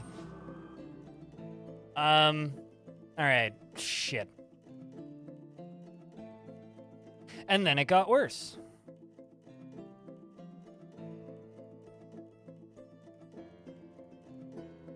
And then it got worse. And just when we thought it was all over, it got worse. I think it's time to train a bunch of war bears.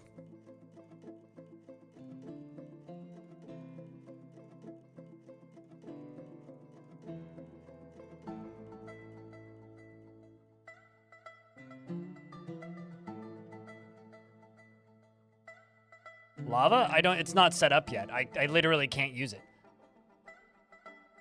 And I also have no way of gating them into the lava.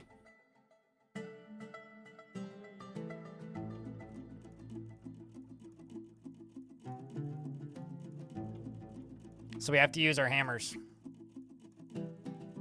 But we've also lost a lot of our best soldiers. Or we have to lock the doors. Mostly hammer dwarfs. Any hammer lords? I do have some we have a chance.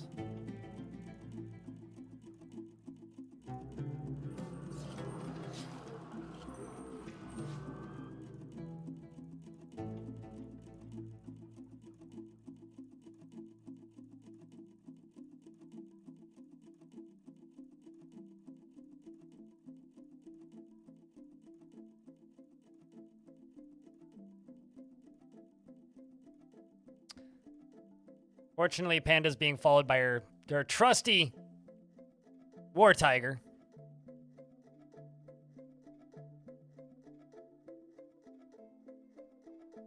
I've never had a ghost pull levers that I'm aware of.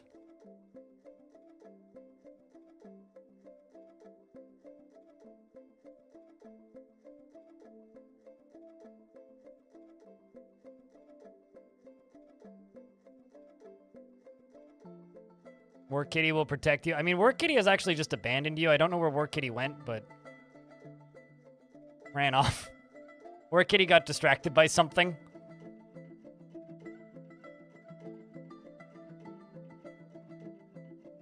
Would be tragic if a ghost pulled it. I mean, okay, so okay, War Kitty's back. Or no, Tiger's back. Jaguar left. Irib, your tiger, who's relieved after being near a waterfall, which is a lie.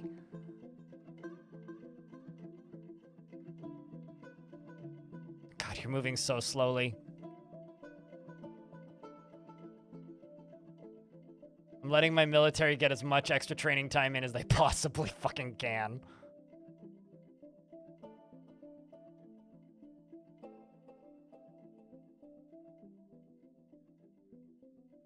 You picked up an entire Titan, I think. Because Seth the Futicolia, I'm pretty sure was the Titan. The spider. Oh well, at the very least, you're not the one that'll get dropped into the lava. This child over here is playing make-believe, so. And there's also this dwarf back here. Was it the rock? Okay, I mean, yeah, actually, yeah, that would check out, because it was super far away. Spider was inside that was the rock one. Okay, so then, yeah, it was definitely the first rock.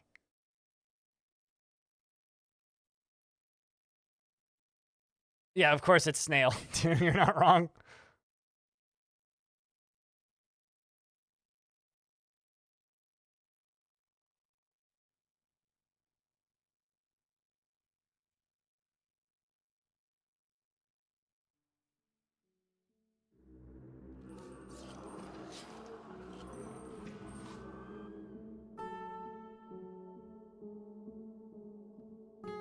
Asmil has been missing for a week. Oh, wow. They're at the gates.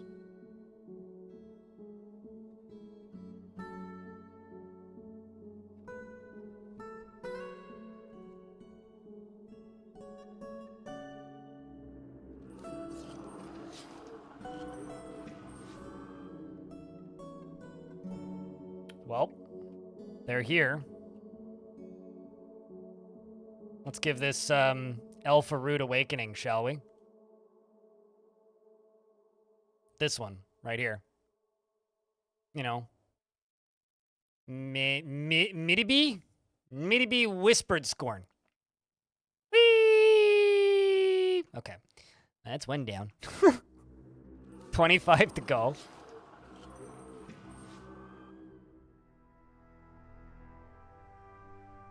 All right.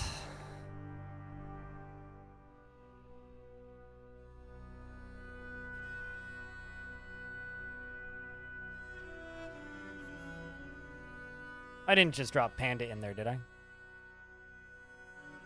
I didn't just drop Panda in there, did I? No, I didn't. Okay. I was like, where did Panda go? Where is Panda? Okay, so Panda's right here right now.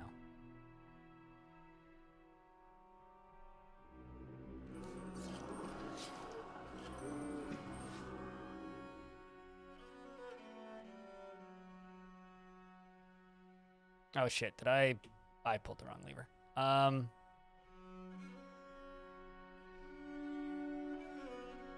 Did I say pull the same lever twice? Yes, I did.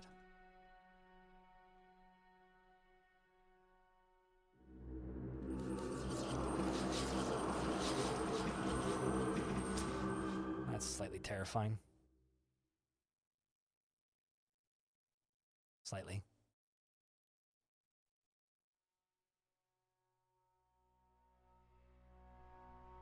How many elves are there? I have no idea.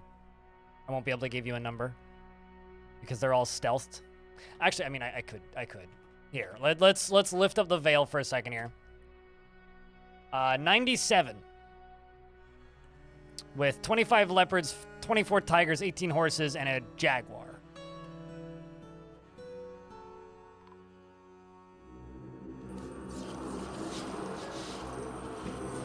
Oh, that's bad timing. Or great timing?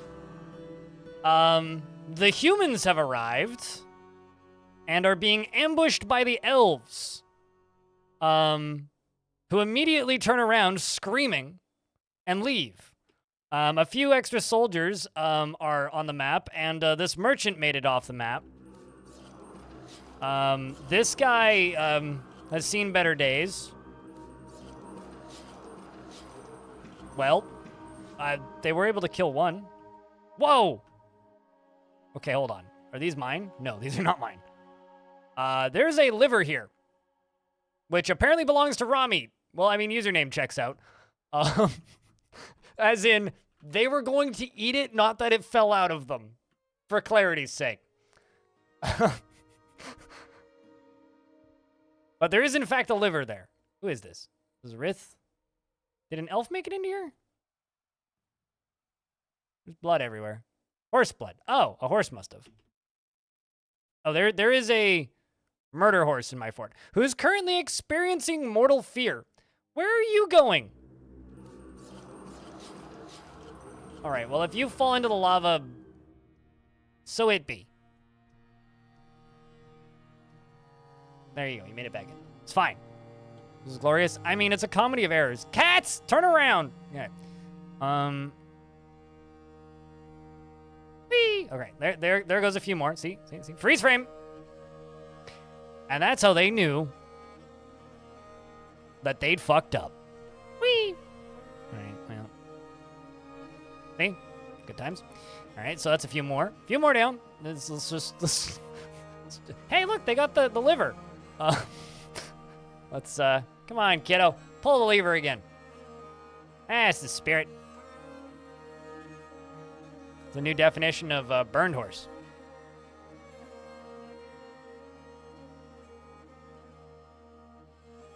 All right. And just like that, more elves run by. A diplomat could not complete a meeting and has left unhappy. I don't know what to tell you. That's like some Karen shit. All right, who's up next? Next up. Extra, read all of Dwarf it. Hey, kiddo, can you just keep standing here, please? That'd be excellent. And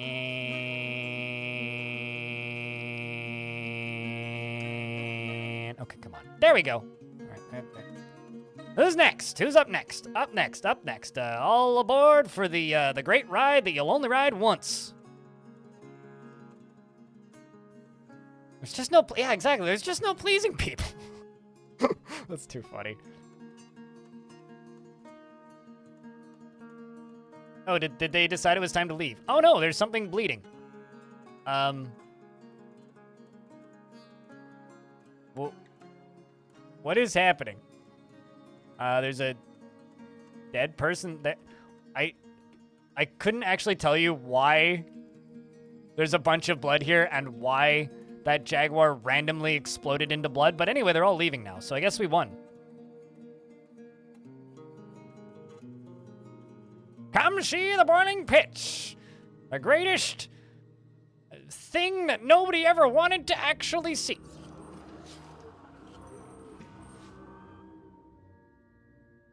I hope they're actually leaving. I think Panda has begun her mysterious constructions. Let's find out. Holy shit, nope, not quite. Okay, what do you still need? Rock leather, okay. We'll wait until these two leave. There's still a tiger on the map, but I'm just going to go under the assumption that it's not going to kill us.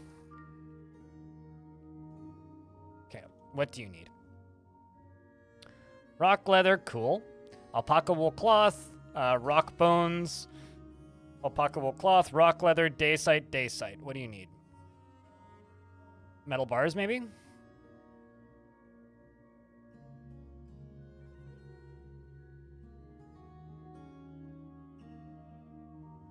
Shining bars of metal. Okay.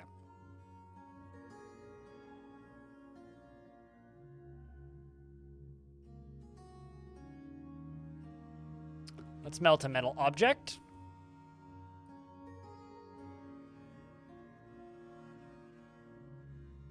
And say steel anvil.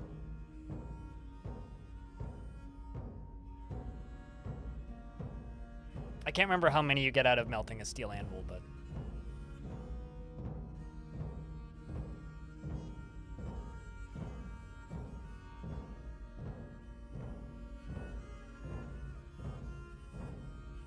I'm hoping at least one.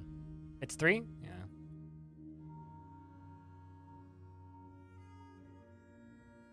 No, it's 1. Oh, that's plenty. Goes. There is a dead horse here.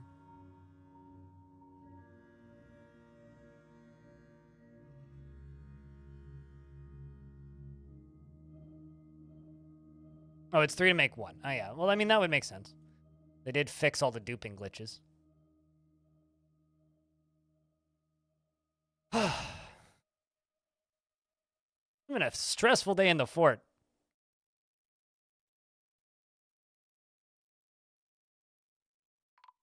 So you either need more bones or more shining bars of metal. I'm just gonna start melting galena on repeat. And slaughter something.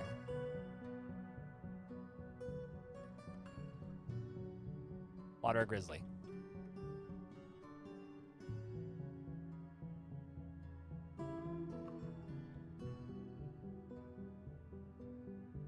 I don't know what that means, so I don't know if I can send help. But if he needs addiction counseling, Canada has pretty good resources for that.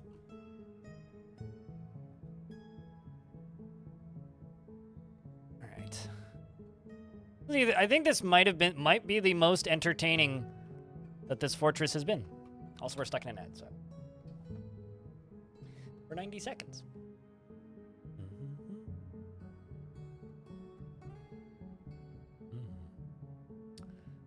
It certainly has been quite a day, yeah.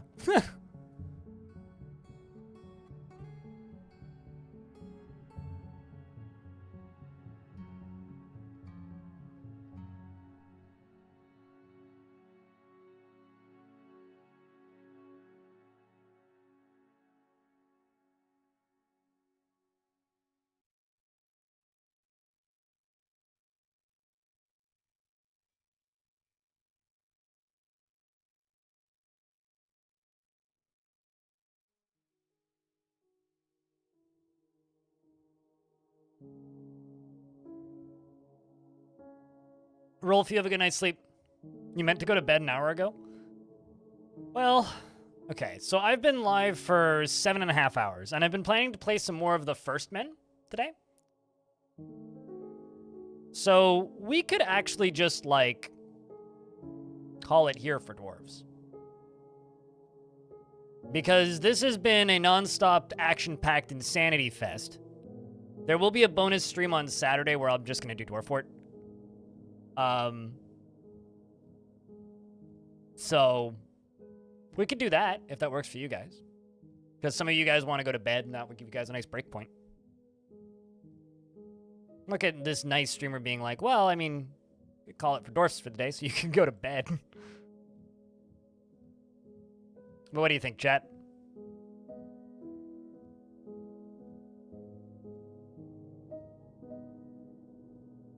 Won't complain?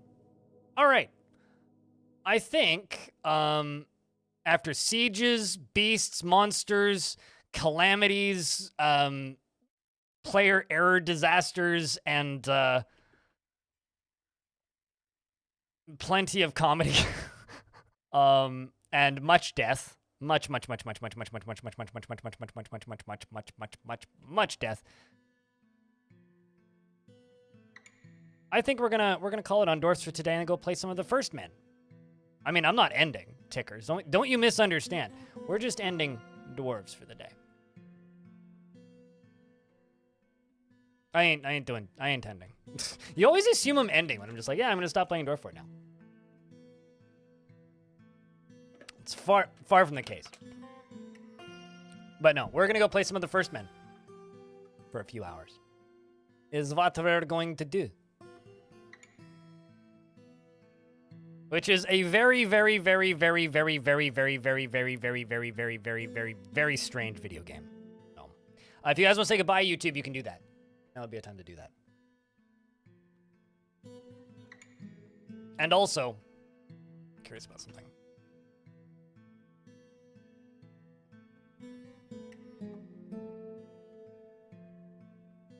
Two people are playing the First Men right now, so we will be a third of the player base. No one wants to say goodbye to YouTube? Fine, chat. Nobody wants to say goodbye to YouTube, so I'm just going to end the VOD here then. And if you're sticking around for some of the First Men, if I could get around to beers, that'd be cool. Nah, it's too late. YouTube's already gone. They're gone. They're not going to see this. It's fine. Chat just didn't want to say goodbye today. You know, it's like some sort of, like, spite going on. Bah! We're gonna go play some more of the First Men. This is a very, very, very strange game. That also seems really cool.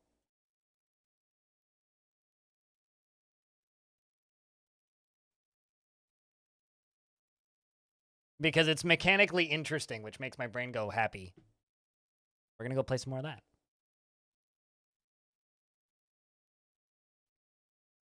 Does everybody like it when your brain go happy, you know?